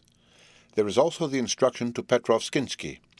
These we must only guess at, but there must have been some letter or message since Skinsky came to Hildesheim.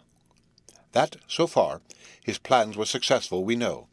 The Tsarina Catherine made a phenomenally quick journey, so much so that Captain Donelson's suspicions were aroused. But his superstition, united with his canniness, played the Count's game for him, and he ran with his favouring wind through fogs and all till he brought up blindfolded Galatz. That the Count's arrangements were well made has been proved. Hildesheim cleared the box, took it off, and gave it to Skinsky. Skinsky took it, and here we lose the trail. We only know that the box is somewhere on the water moving along. The customs and the octroi, if there be any, have been avoided. Now we come to what the Count must have done after his arrival on land at Galatz. The box was given to Skinsky before sunrise. At sunrise the Count could appear in his own form. Here we ask why Skinsky was chosen at all to aid in the work. In my husband's diary, Skinsky is mentioned as dealing with the Slovaks who trade down the river to the port, and the man's remark that the murder was the work of a Slovak showed the general feeling against his class. The Count wanted isolation. My surmise is this, that in London the Count decided to get back to his castle by water as the most safe and secret way. He was brought from the castle by Zgani, and probably they delivered their cargo to Slovaks, who took the boxes to Varna, for there they were shipped to London. Thus the Count had knowledge of the persons who could arrange this service. When the box was on land before sunrise or after sunset, he came out from his box, met Skinsky, and instructed him what to do as to arranging the carriage of the box up some river. When this was done, and he knew that all was in train, he blotted out his traces, as he thought, by murdering his agent. I have examined the map, and find that the river most suitable for the Slovaks to have ascended is either the Pruth or the Sareth. I read in the typescript that in my trance I heard cows low, and water swirling level with my ears, and the creaking of wood. The Count in his box, then, was on a river in an open boat, propelled probably either by oars or poles, for the banks are near, and it is working against stream. There would be no such if floating downstream. Of course, it may not be either the Sareth or the Pruth, but we may possibly investigate further.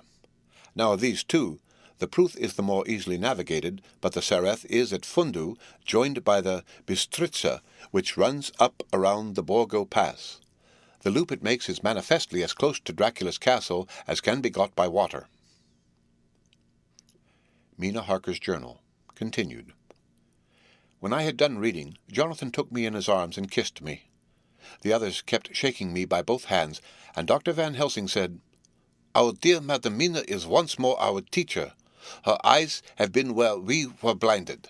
Now we are on the track once again, and this time we may succeed. Our enemy is at his most helpless, and if we can come on him by day on the water, our task will be over. He has a start, but he is powerless to hasten, as he may not leave this box, lest those who carry him may suspect. For them to suspect would be to prompt them to throw him in the stream where he perish. This he knows, and will not.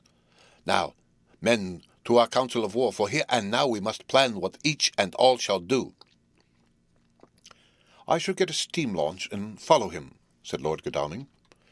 "And I horses to follow on the bank, lest by chance he land," said Mr. Morris. "Good," said the Professor. "Both good, but neither must go alone. There must be force to overcome force if need be. The Slovak is strong and rough, and he carries rude arms." All the men smiled, for amongst them they carried a small arsenal. Said Mr. Morris, "I've brought some Winchesters. They are pretty handy in a crowd, and there may be wolves. The Count, if you remember, took some other precautions. He made some requisitions on others that Mrs. Harker could not quite hear or understand. We must be ready at all points." Dr. Seward said, "I think I had better go with Quincy. We have been accustomed to hunt together, and we two, well armed, will be a match for whatever may come along. You must not be alone, Art. It may be necessary to fight the Slovaks, and a chance thrust, for I don't suppose these fellows carry guns, would undo all our plans. There must be no chances this time. We shall not rest until the Count's head and body have been separated, and we are sure that he cannot reincarnate." He looked at Jonathan as he spoke, and Jonathan looked at me. I could see that the poor dear was torn about in his mind.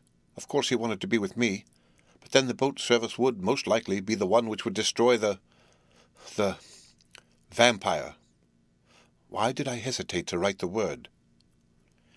He was silent a while, and during his silence Dr. Van Helsing spoke.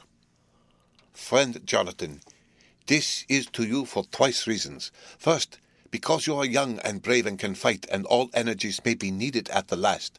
And again, that it is your right to destroy him, that which has wrought such woe to you and yours. Be not afraid for Madam Mina.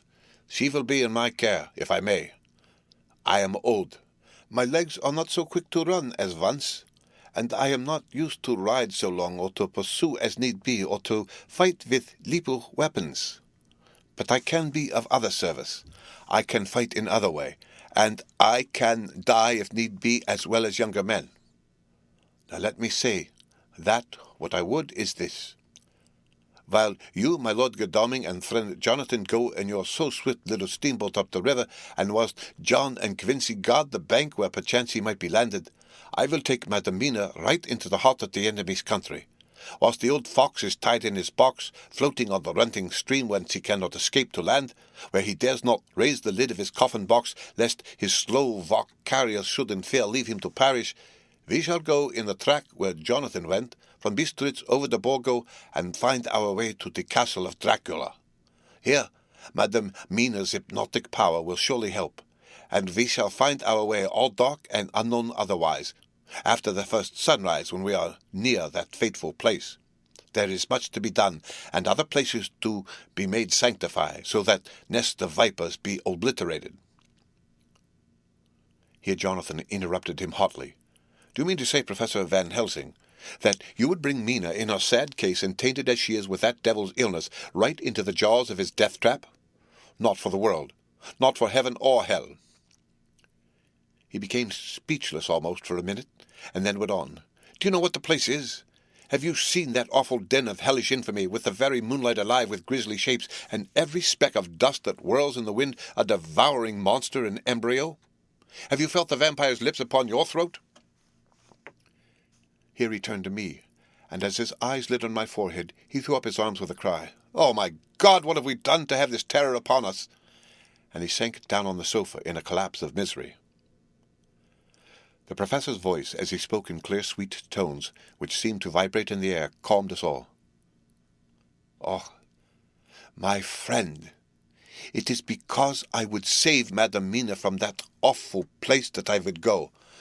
God forbid that I should take her into that place. There is work, vile work, to be done before that place can be purified. Remember that we are in terrible straits. If the Count escape us this time, and he is strong and subtle and cunning, he may choose to sleep him for a century, and then in time our dear one," he took my hand, "would come to him to keep him company, and would be as those others that you, Jonathan, saw. You have told us of their gloating lips. You heard their ribald laugh as they clutched the moving bag that the Count threw to them. You shudder, and well may be. Forgive me that I make you so much pain, but it is necessary. My friend, is it not a dire need for that which I am giving, possibly my life? If it were that any one went into that place to stay, it is I who would have to go to keep them company." "Do as you will," said Jonathan, with a sob that shook him all over. "We are in the hands of God." Later. Oh, it did me good to see the way that these brave men worked. How can women help loving men when they are so earnest and so true and so brave? And, too, it made me think of that wonderful power of money. What can it not do when basely used? I felt so thankful that Lord Godalming is rich, and that both he and Mr. Morris, who also has plenty of money, are willing to spend it so freely. For if they did not, our little expedition could not start either so promptly or so well equipped as it will within another hour. It is not 3 hours since it was arranged what part each of us was to do. And now Lord Godalming and Jonathan have a lovely steam launch with steam up ready to start at a moment's notice. Dr. Seward and Mr. Morris have 6 good horses well appointed. We have all the maps and appliances of various kinds that can be had. Professor Van Helsing and I are to leave by the 11:40 train tonight for Varesti, where we are to get a carriage to drive to the Borgo Pass. We are bringing a good deal of ready money, as we are to buy a carriage and horses. We shall drive ourselves, for we have no one whom we can trust in the matter. The professor knows something of a great many languages, so we shall get on all right. We have all got arms, even for me a large-bore revolver. Jonathan would not be happy unless I was armed like the rest. Alas, I cannot carry one arm that the rest do. The scar on my forehead forbids that. Dr. Van Helsing comforts me by telling me that I am fully armed as there may be wolves. The weather is getting colder every hour, and there are snow flurries which come and go as warnings. Later. It took all my courage to say good-bye to my darling. We may never meet again. Courage, Mina. The professor is looking at you keenly. His look is a warning. There must be no tears now, unless it may be that God will let them fall in gladness. Jonathan Harker's Journal, 30 October, night. I am writing this in the light from the furnace door of the steam launch. Lord Godalming is firing up. He is an experienced hand at the work, as he had for years a launch of his own on the Thames and another on the Norfolk Broads. Regarding our plans, we finally decided that Mina's guess was correct, and that if any waterway was chosen for the Count's escape back to his castle, the Sareth and then the Bistritza at its junction would be the one. We took it, that somewhere about the 47th degree north latitude would be the place chosen for crossing the country between the river and the Carpathians. We have no fear in running at good speed up the river at night. There's plenty of water, and the banks are wide enough apart to make steaming, even in the dark, easy enough. Lord Godalming tells me to sleep for a while, as it is enough for the present for one to be on watch. But I cannot sleep. How can I, with the terrible danger hanging over my darling, and her going out into that awful place? My only comfort is that we are in the hands of God. Only for that faith it would be easier to die than to live, and so be quit of all the trouble. Mr. Morris and Dr. Seward were off on their long ride before we started. They ought to keep up the right bank, far enough off to get on higher lands where they can see a good stretch of river and avoid the following of its curves. They have for the first stages 2 men to ride and lead their spare horses, 4 in all, so as not to excite curiosity. When they dismiss the men, which shall be shortly, they shall themselves look after the horses. It may be necessary for us to join forces. If so, they can mount our whole party. One of the saddles has a movable horn, and can be easily adapted for Mina if required. It is a wild adventure we are on. Here as we are rushing along through the darkness with the cold from the river seeming to rise up and strike at us, with all the mysterious voices of the night around us, it all comes home. We seem to be drifting into unknown places and unknown ways, into a whole world of dark and dreadful things. Godalming is shutting the furnace door. 31 October. Still hurrying along. The day has come and Godalming is sleeping. I am on watch. The morning is bitterly cold. The furnace heat is grateful, though we have heavy fur coats. As yet we have passed only a few open boats, but none of them had on board any box or package of anything like the size of the one we seek. The men were scared every time we turned our electric lamp on them, and fell on their knees and prayed. 1 November, evening. No news all day. We have found nothing of the kind we seek. We have now passed into the Bistritza, and if we are wrong in our surmise, our chance is gone. We have overhauled every boat, big and little. Early this morning, one crew took us for a government boat, and treated us accordingly. We saw in this a way of smoothing matters, so at Fundu, where the Bistritza runs into the Sareth, we got a Romanian flag, which we now fly conspicuously. With every boat which we have overhauled since then, this trick has succeeded. We have had every deference shown to us, and not once any objection to whatever we chose to ask or do. Some of the Slovaks tell us that a big boat passed them, going at more than usual speed, as she had a double crew on board. This was before they came to Fundu, so they could not tell us whether the boat turned into the Bistritza or continued up the Sareth. At Fundu we could not hear of any such boat, so she must have passed there in the night. I am feeling very sleepy. The cold is perhaps beginning to tell upon me, and nature must have rest some time. Godalming insists that he shall keep the first watch. God bless him for all his goodness to poor dear Mina and me. 2 November, morning. It is broad daylight. That good fellow would not wake me. He says it would have been a sin to, for I slept peacefully and was forgetting my trouble. It seems brutally selfish to me to have slept so long and let him watch all night, but he was quite right. I am a new man this morning, and as I sit here and watch him sleeping, I can do all that is necessary both as to minding the engine, steering, and keeping watch. I can feel that my strength and energy are coming back to me. I wonder where Mina is now, and Van Helsing. They should have got to Veresti about noon on Wednesday. It would take them some time to get the carriage and horses, so if they had started and travelled hard, they would be now about at the Borgo Pass. God guide and help them. I am afraid to think what may happen if we could only go faster, but we cannot. The engines are throbbing and doing their utmost. I wonder how Dr. Seward and Mr. Morris are getting on. There seem to be endless streams running down the mountains into this river, but as none of them are very large at present, at all events, though they are doubtless terrible in winter, and when the snow melts, the horsemen may not have met such obstruction. I hope that before we get to Strasbourg we may see them, for if by that time we have not overtaken the Count, it may be necessary to take counsel together what to do next. Dr. Seward's Diary, 2 November. 3 days on the road. No news, and no time to write it if there had been, for every moment is precious. We have had only the rest needful for the horses, but we are both bearing it wonderfully. Those adventurous days of ours are turning up useful. We must push on. We shall never feel happy till we get the launch in sight again. 3 November. We heard at Fundu that the launch had gone up the Bistritza. I wish it wasn't so cold. There are signs of snow coming, and if it falls heavy it will stop us. In such case we must get a sledge and go on, Russian fashion. 4 November. Today we heard of the launch having been detained by an accident when trying to force a way up the rapids. The Slovak boats get up all right by aid of a rope and steering with knowledge. Some went up only a few hours before. Godalming is an amateur fitter himself, and evidently it was he who put the launch in trim again. Finally they got up the rapids all right with local help, and are off on the chase afresh. I fear that the boat is not any better for the accident. The peasantry tell us that after she got upon smooth water again, she kept stopping every now and again so long as she was in sight. We must push on harder than ever. Our help may be wanted soon. Mina Harker's Journal, 31 October. Arrived at Veresti at noon.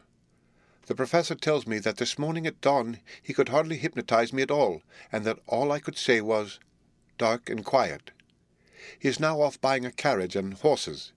He says that he will later on try to buy additional horses, so that we may be able to change them on the way. We have something more than 70 miles before us. The country is lovely and most interesting. If only we were under different conditions, how delightful it would be to see it all. If Jonathan and I were driving through it alone, what a pleasure it would be. To stop and see people and learn something of their life, and to fill our minds and memories with all the colour and picturesqueness of the whole wild, beautiful country and the quaint people. But alas! Later. Dr. Van Helsing has returned. He has got the carriage and horses. We ought to have some dinner and to start in an hour. The landlady is putting us up a huge basket of provisions. It seems enough for a company of soldiers. The professor encourages her, and whispers to me that it may be a week before we can get any food again. He has been shopping too, and has sent home such a wonderful lot of fur coats and wraps and all sorts of warm things. There will not be any chance of our being cold. We shall soon be off. I am afraid to think what may happen to us. We are truly in the hands of God. He alone knows what may be, and I pray him with all the strength of my sad and humble soul that he will watch over my beloved husband, that whatever may happen, Jonathan may know that I loved him and honoured him more than I can say, and that latest and truest thought will be always for him. Chapter 27. Mina Harker's Journal, 1 November. All day long we have travelled at a good speed. The horses seem to know that they are being kindly treated, for they go willingly their full stage at best speed. We have now had so many changes and find the same things so constantly that we are encouraged to think that the journey will be an easy one. Dr. Van Helsing is laconic. He tells the farmers that he is hurrying to Bistritz and pays them well to make the exchange of horses. We get hot soup or coffee or tea, and off we go. It is a lovely country, full of beauties of all imaginable kinds, and the people are brave and strong and simple and seem full of nice qualities. They are very, very superstitious.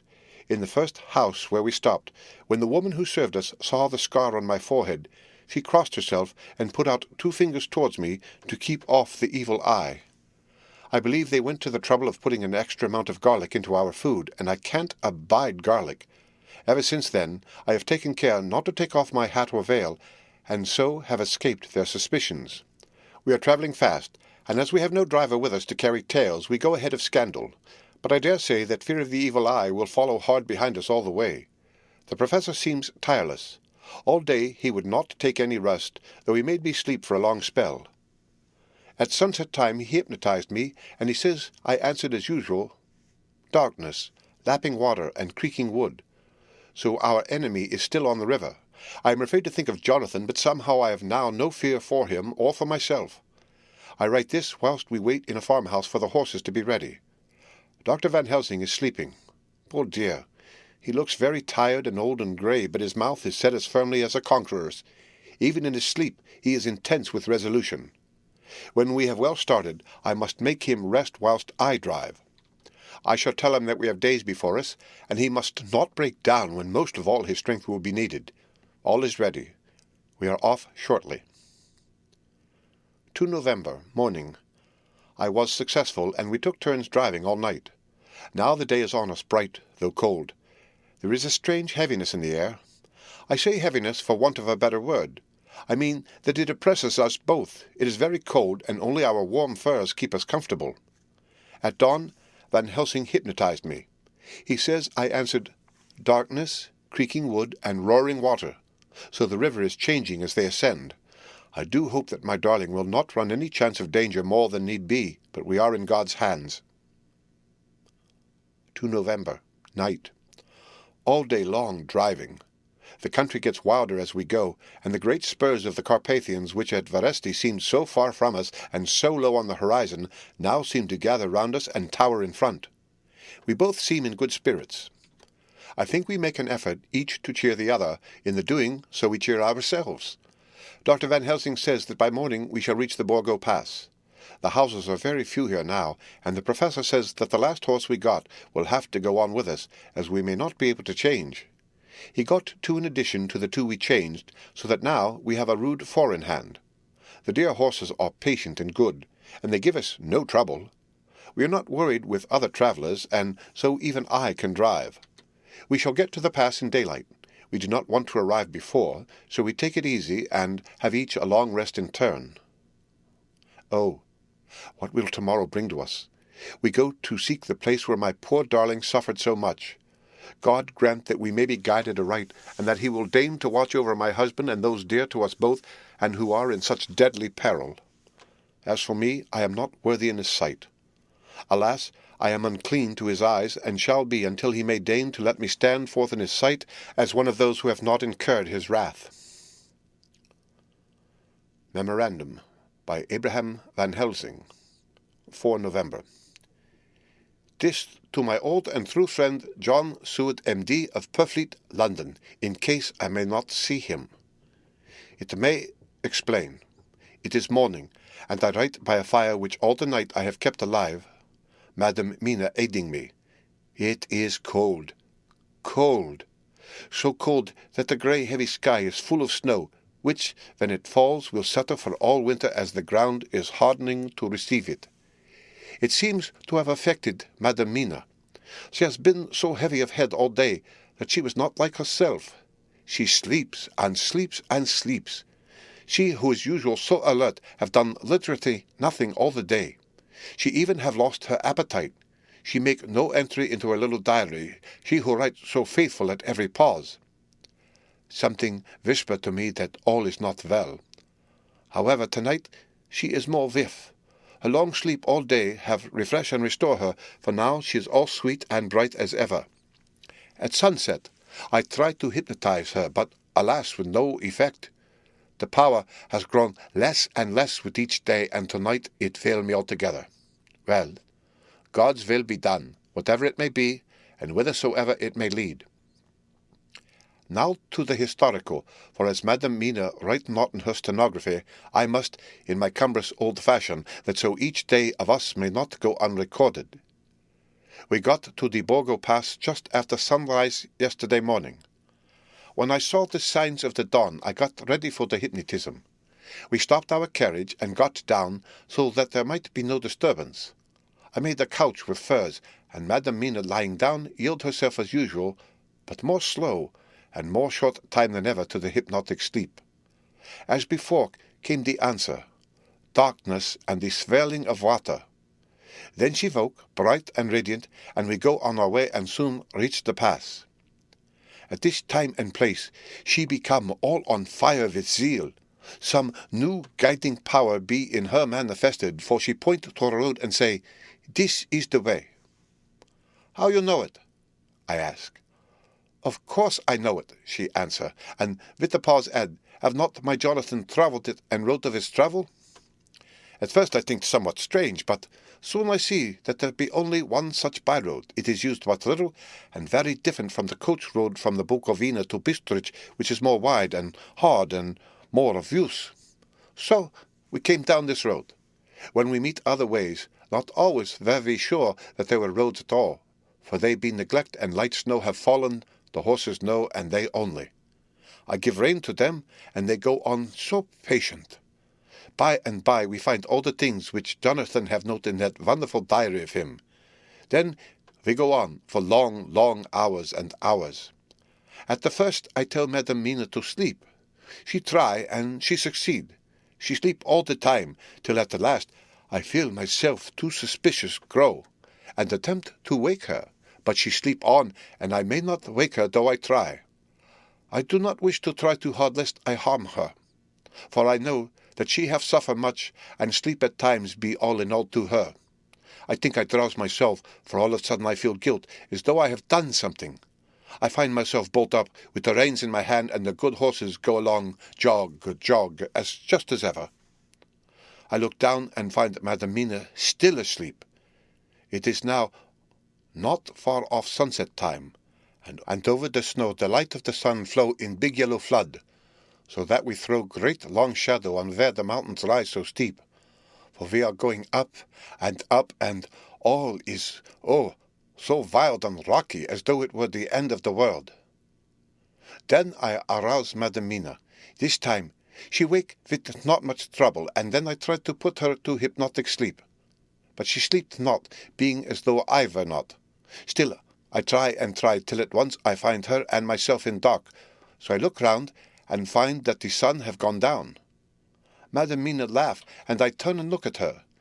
She is now quite awake, and looks so well as I never saw her since the night at Carfax, when we first entered the Count's house.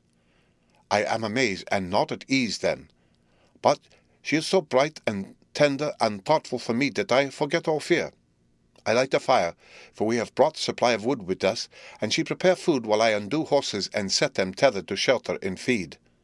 Then, when I return to the fire, she have my supper ready. I go to help her, but she smile and tell me that she have eat already, that she was so hungry that she would not wait. I like it not, and I have grave doubts, but I fear to affright her, and so I am silent of it. She helps me, and I eat alone, and then we wrap in fur and lie beside the fire, and I tell her to sleep while I watch.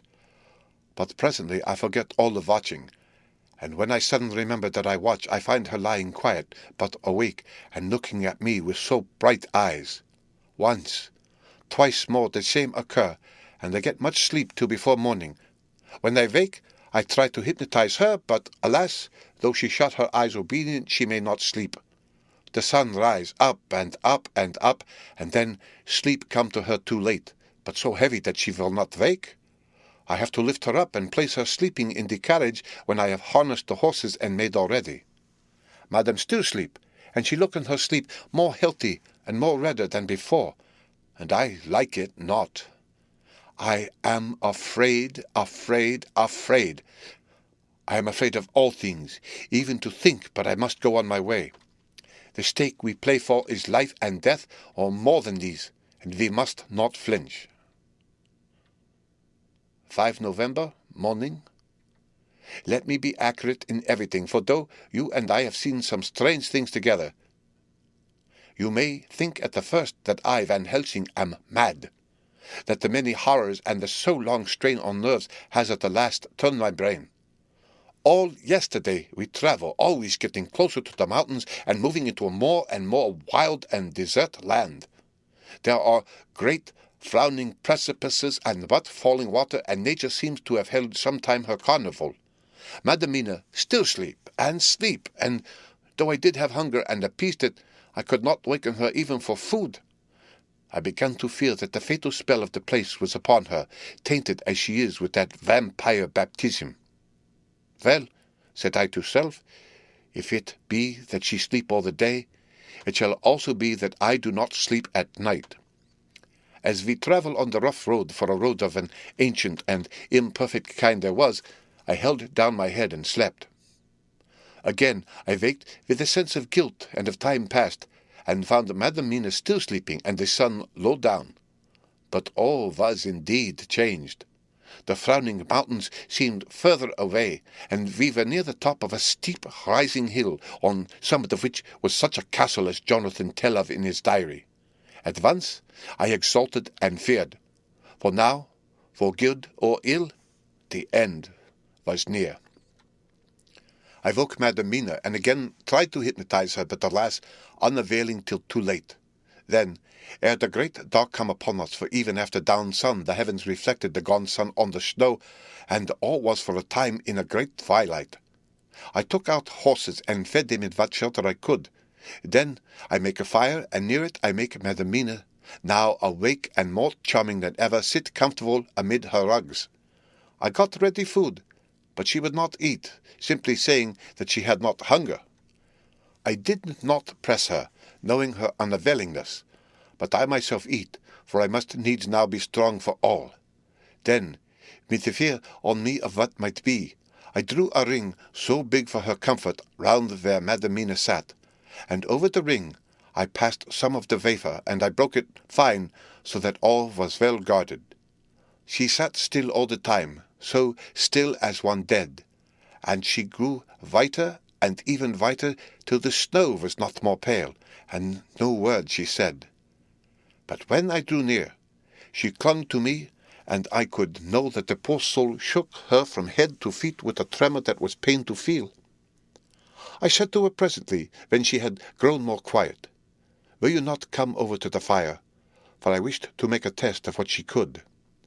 She rose obedient, but when she had made a step she stopped, and stood as one stricken. "Why not go on?" I asked. She shook her head, and coming back, sat down in her place. Then, looking at me with open eyes, as one waked from sleep, she said simply, "I cannot," and remained silent.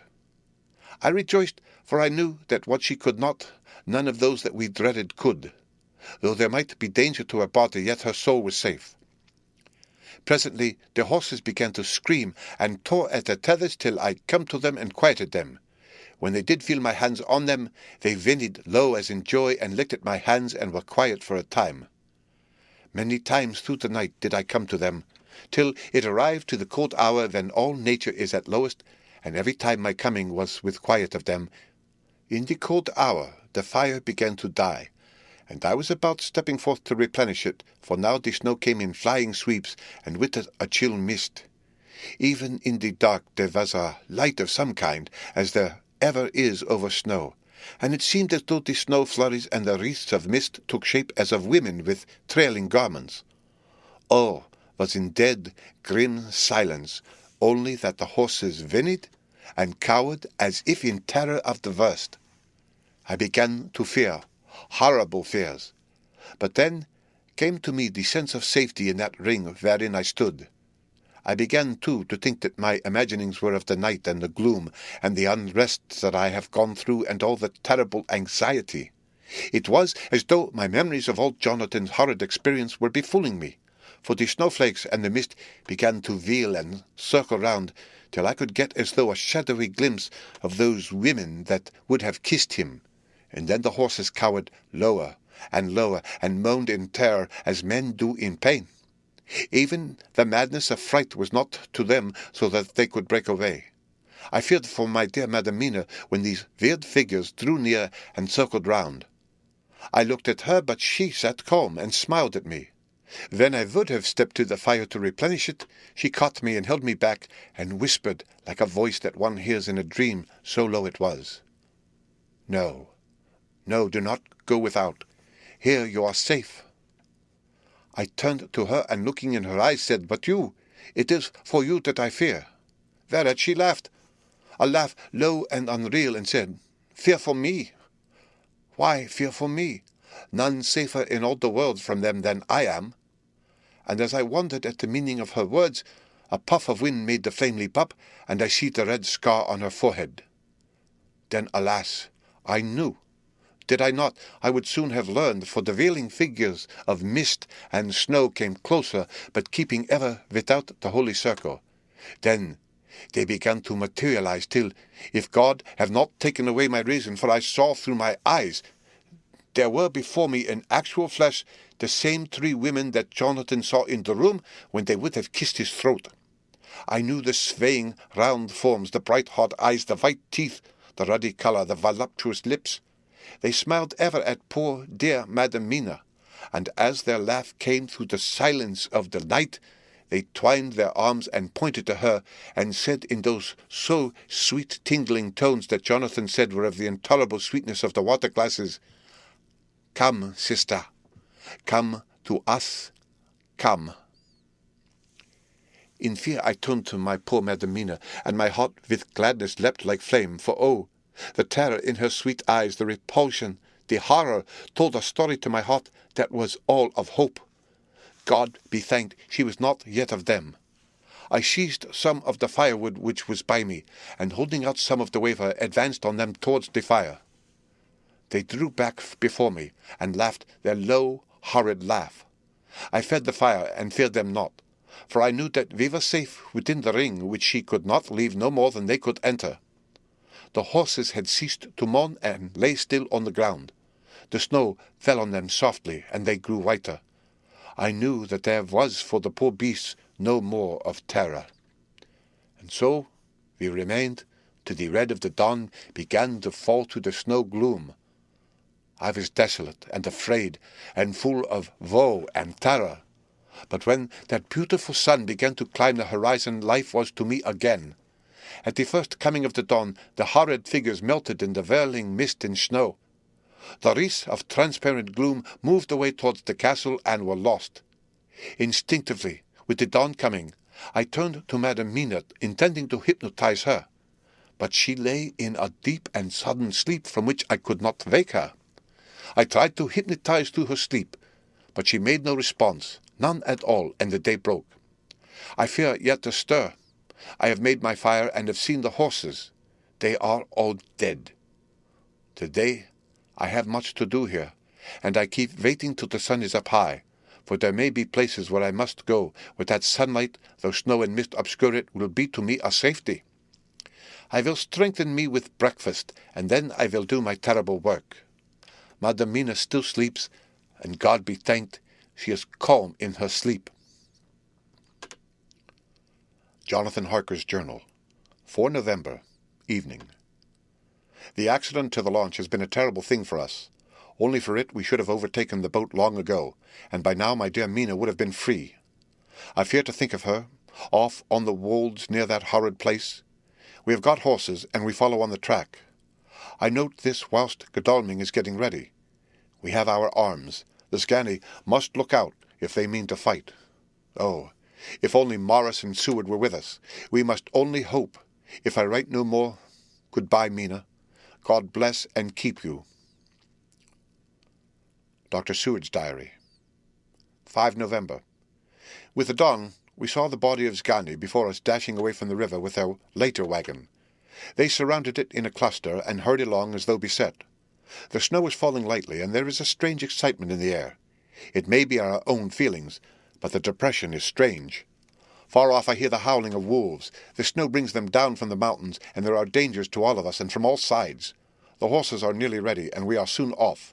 We ride to death of someone. God alone knows who, or where, or what, or when, or how it may be. Dr. Van Helsing's Memorandum, 5 November, afternoon. I am at least sane. Thank God for that mercy at all events, though the proving it has been dreadful. Then I left Madam Mina sleeping within the holy circle. I took my way to the castle.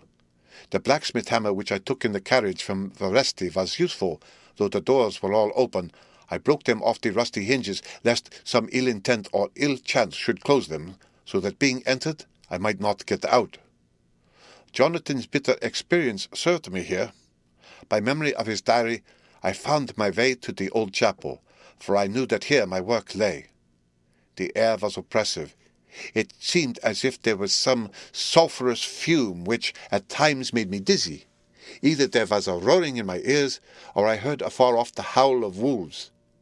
Then I bethought me of my dear Madam Mina, and I was in terrible plight. The dilemma had me between his horns.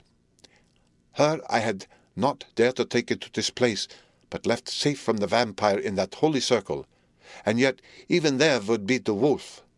I resolved me that my work lay here, and that as to the wolves we must submit if it were God's will. At any rate, it was only death and freedom beyond. So did I choose for her. Had it but been for myself, the choice had been easy. The maw of the wolf were better to rest in than the grave of the vampire. So I make my choice to go on with my work. I know that there were at least 3 graves to find, graves that are inhabited. So I search, and I find one of them. She lay in her vampire sleep, so full of life and voluptuous beauty, that I shudder as though I have come to do murder. Ah! I doubt not that in the old time, when such things were, many a man who set forth to do such a task as mine found at the last his heart fail him, and then his nerve. So he delay, and delay, and delay, till the mere beauty and the fascination of the wanton undead have hypnotized him, and he remain on and on, till sunset come, and the vampire sleep be over. Then the beautiful eyes of the fair woman open and look love, and the voluptuous mouth present to a kiss, and the man is weak. And there remain one more victim in the vampire fold, one more to swell the grim and grisly ranks of the undead. There is some fascination, surely, when I am moved by the mere presence of such an one, even lying as she lay in a tomb, fretted with age and heavy with the dust of centuries, though there be that horrid odour such as the lairs of the Count have had. Yes, I was moved. I, Van Helsing, with all my purpose and with my motive for hate, I was moved to a yearning for delay which seemed to paralyze my faculties and to clog my very soul. It may have been that the need of natural sleep and the strange oppression of the air were beginning to overcome me. Certain it was that I was lapsing into sleep, the open-eyed sleep of one who yields to a sweet fascination, when there came through the snow-stilled air a long, low wail, so full of woe and pity that it woke me like the sound of a clarion, for it was the voice of my dear Madam Mina that I heard. Then I braced myself again to my horrid task, and found, by wrenching away tomb-tops, one other of the sisters, the other dark one. I dared not pause to look on her as I had on her sister, lest once more I should begin to be in thrall. But I go on searching, until presently I find in a high, great tomb, as if made to one much beloved, that other fair sister which, like Jonathan, I had seemed to gather herself out of the atoms of the mist. She was so fair to look on, so radiantly beautiful, so exquisitely voluptuous, that the very instinct of man in me, which caused some of my sex to love and to protect one of hers, made my head whirl with new emotion. But God be thanked, that soul wail of my dear Madam Mina had not died out of my ears, and before the spell could be wrought further upon me, I had nerved myself to my wild work. By this time I had searched all the tombs in the chapel so far as I could tell, and as there had been only 3 of these undead phantoms around us in the night, I took it that there were no more of active undead existent. There was one great tomb, more lordly than all the rest. Huge it was, and nobly proportioned. On it was but one word: Dracula. This, then, was the undead home of the king vampire to whom so many more would do. Its emptiness spoke eloquent to make certain what I knew. Before I began to restore these women to their dead selves through my awful work, I laid in Dracula's tomb some of the wafer, and so banished him from it undead for ever. Then began my terrible task, and I dreaded it. Had it been but one, it had been easy, comparative, but three.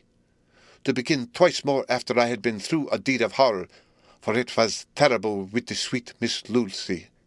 What I would it not be with these strange ones who had survived through centuries, and who had been strengthened by the passing of the years, who would, if they could, have fought for their foul lives?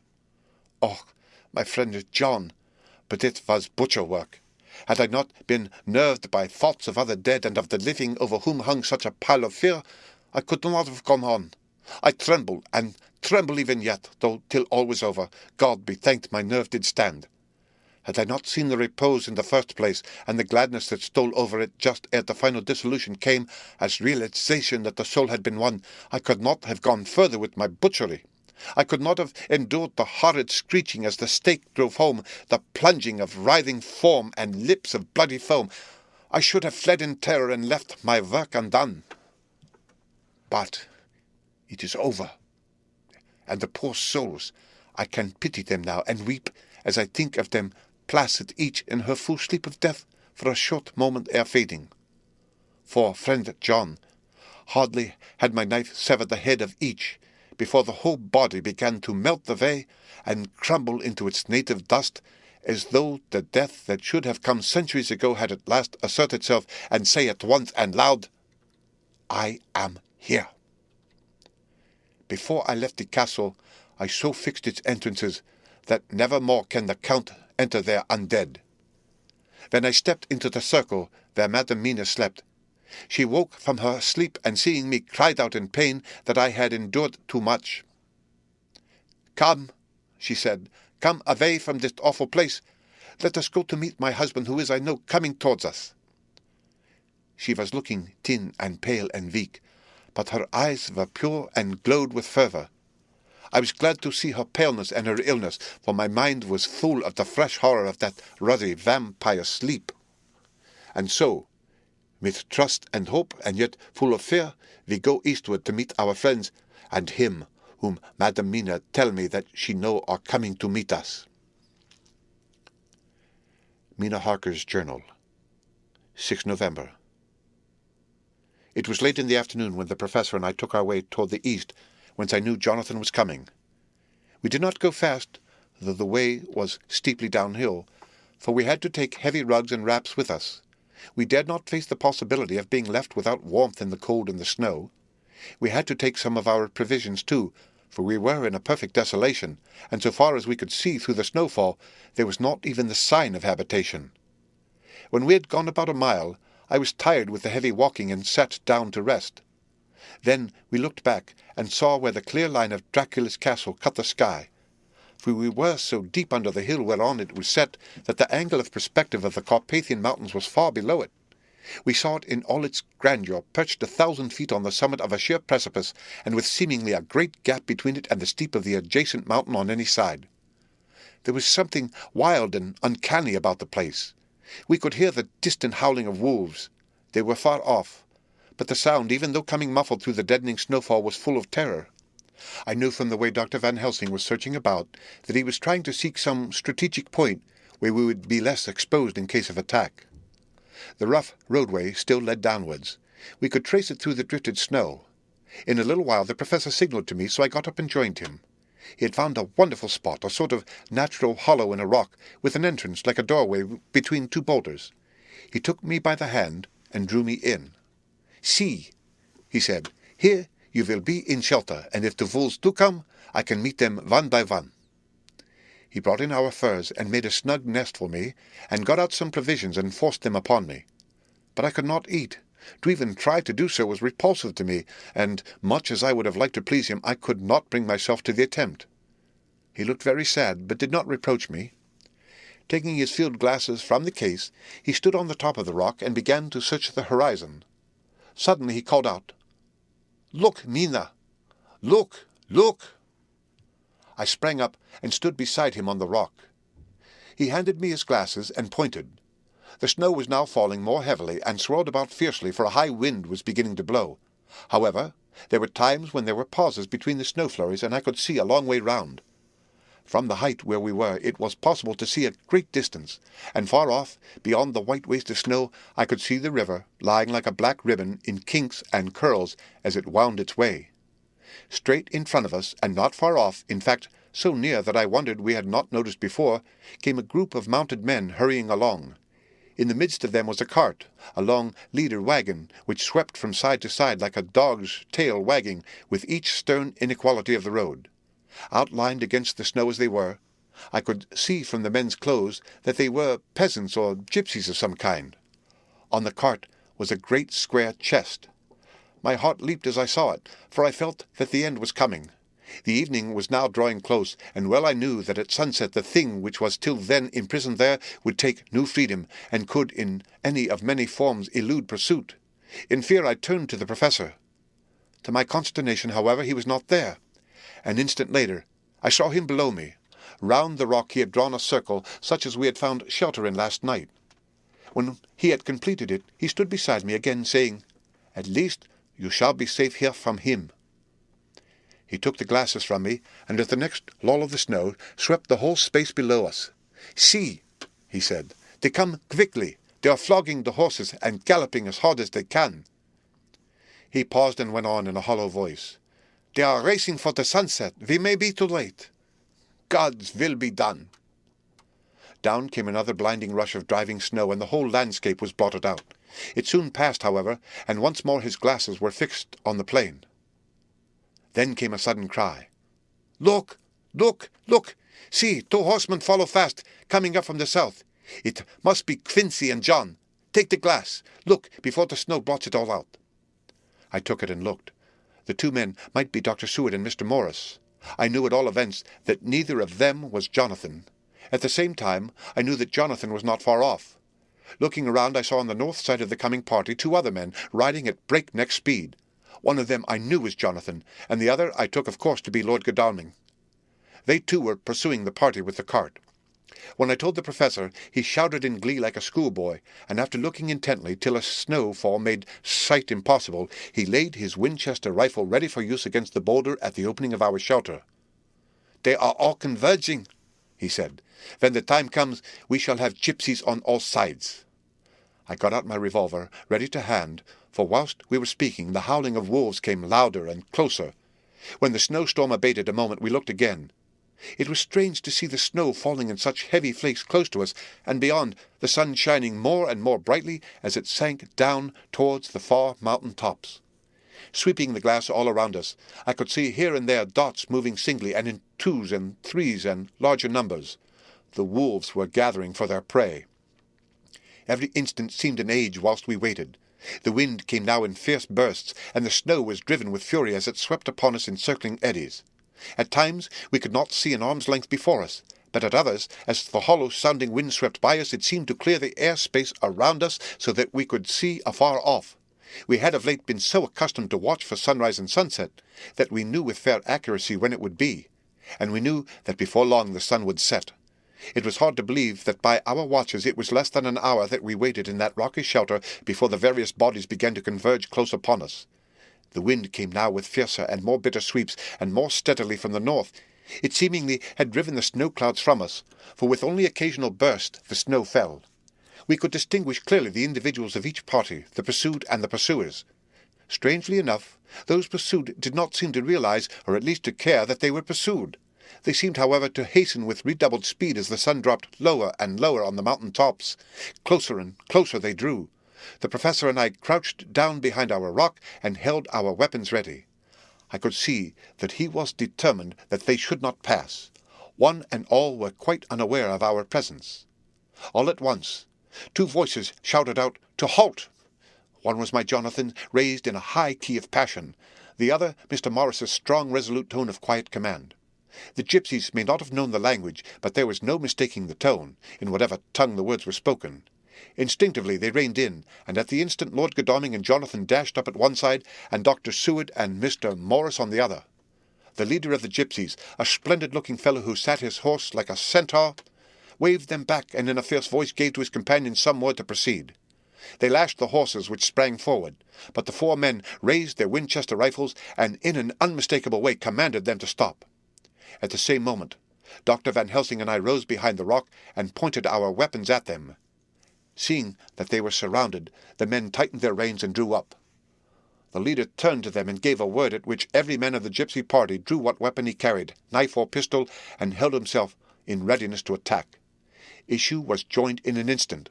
The leader, with a quick movement of his rein, threw his horse out in front, and pointed first to the sun, now close down on the hilltops, and then to the castle, said something which I did not understand. For answer, all 4 men of our party threw themselves from their horses and dashed towards the cart. I should have felt terrible fear at seeing Jonathan in such danger, but that the ardour of battle must have been upon me as well as the rest of them. I felt no fear, but only a wild surging desire to do something. Seeing the quick movement of our parties, the leader of the gypsies gave a command. His men instantly formed the cart in a sort of undisciplined endeavour, each one shouldering and pushing the other in his eagerness to carry out the order. In the midst of this, I could see that Jonathan on one side of the ring of men and Quincy on the other were forcing a way to the cart. It was evident that they were bent on finishing their task before the sun should set. Nothing seemed to stop or even to hinder them. Neither the levelled weapons, nor the flashing knives of the gypsies in front, nor the howling of the wolves behind, appeared to even attract their attention. Jonathan's impetuosity and the manifest singleness of his purpose seemed to overawe those in front of him. Instinctively they cowered aside and let him pass. In an instant he had jumped upon the cart, and with a strength which seemed incredible, raised the great box and flung it over the wheel to the ground.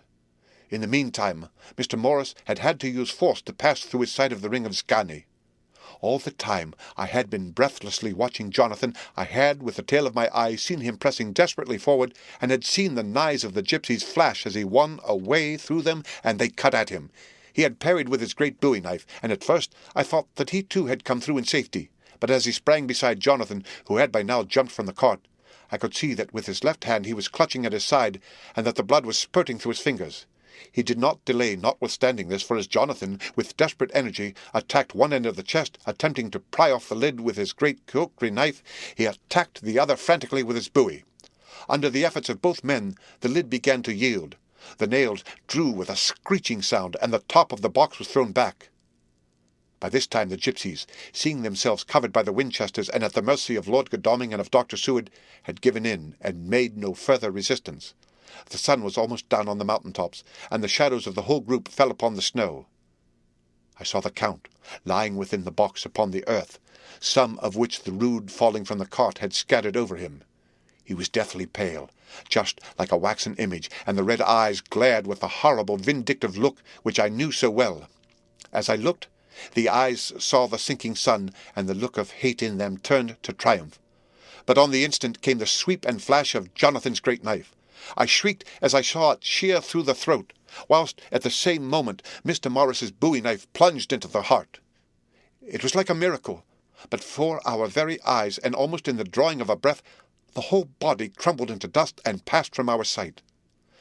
I shall be glad as long as I live that even in that moment of final dissolution there was in the face a look of peace such as I never could have imagined might have rested there.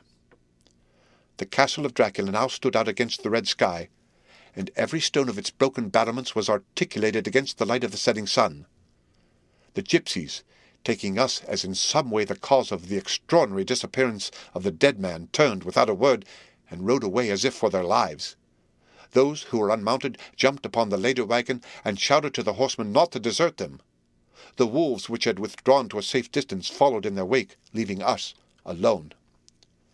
Mr. Morris, who had sunk to the ground, leaned on his elbow, holding his hand pressed to his side. The blood still gushed through his fingers. I flew to him, for the holy circle did not now keep me back. So did the two doctors.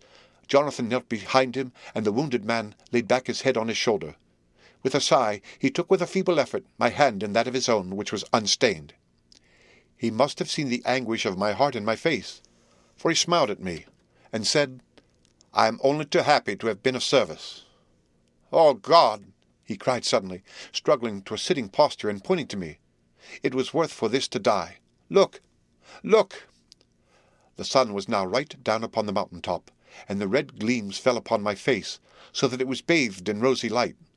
With one impulse the men sank on their knees, and a deep and earnest amen broke from all as their eyes followed the pointing of his finger.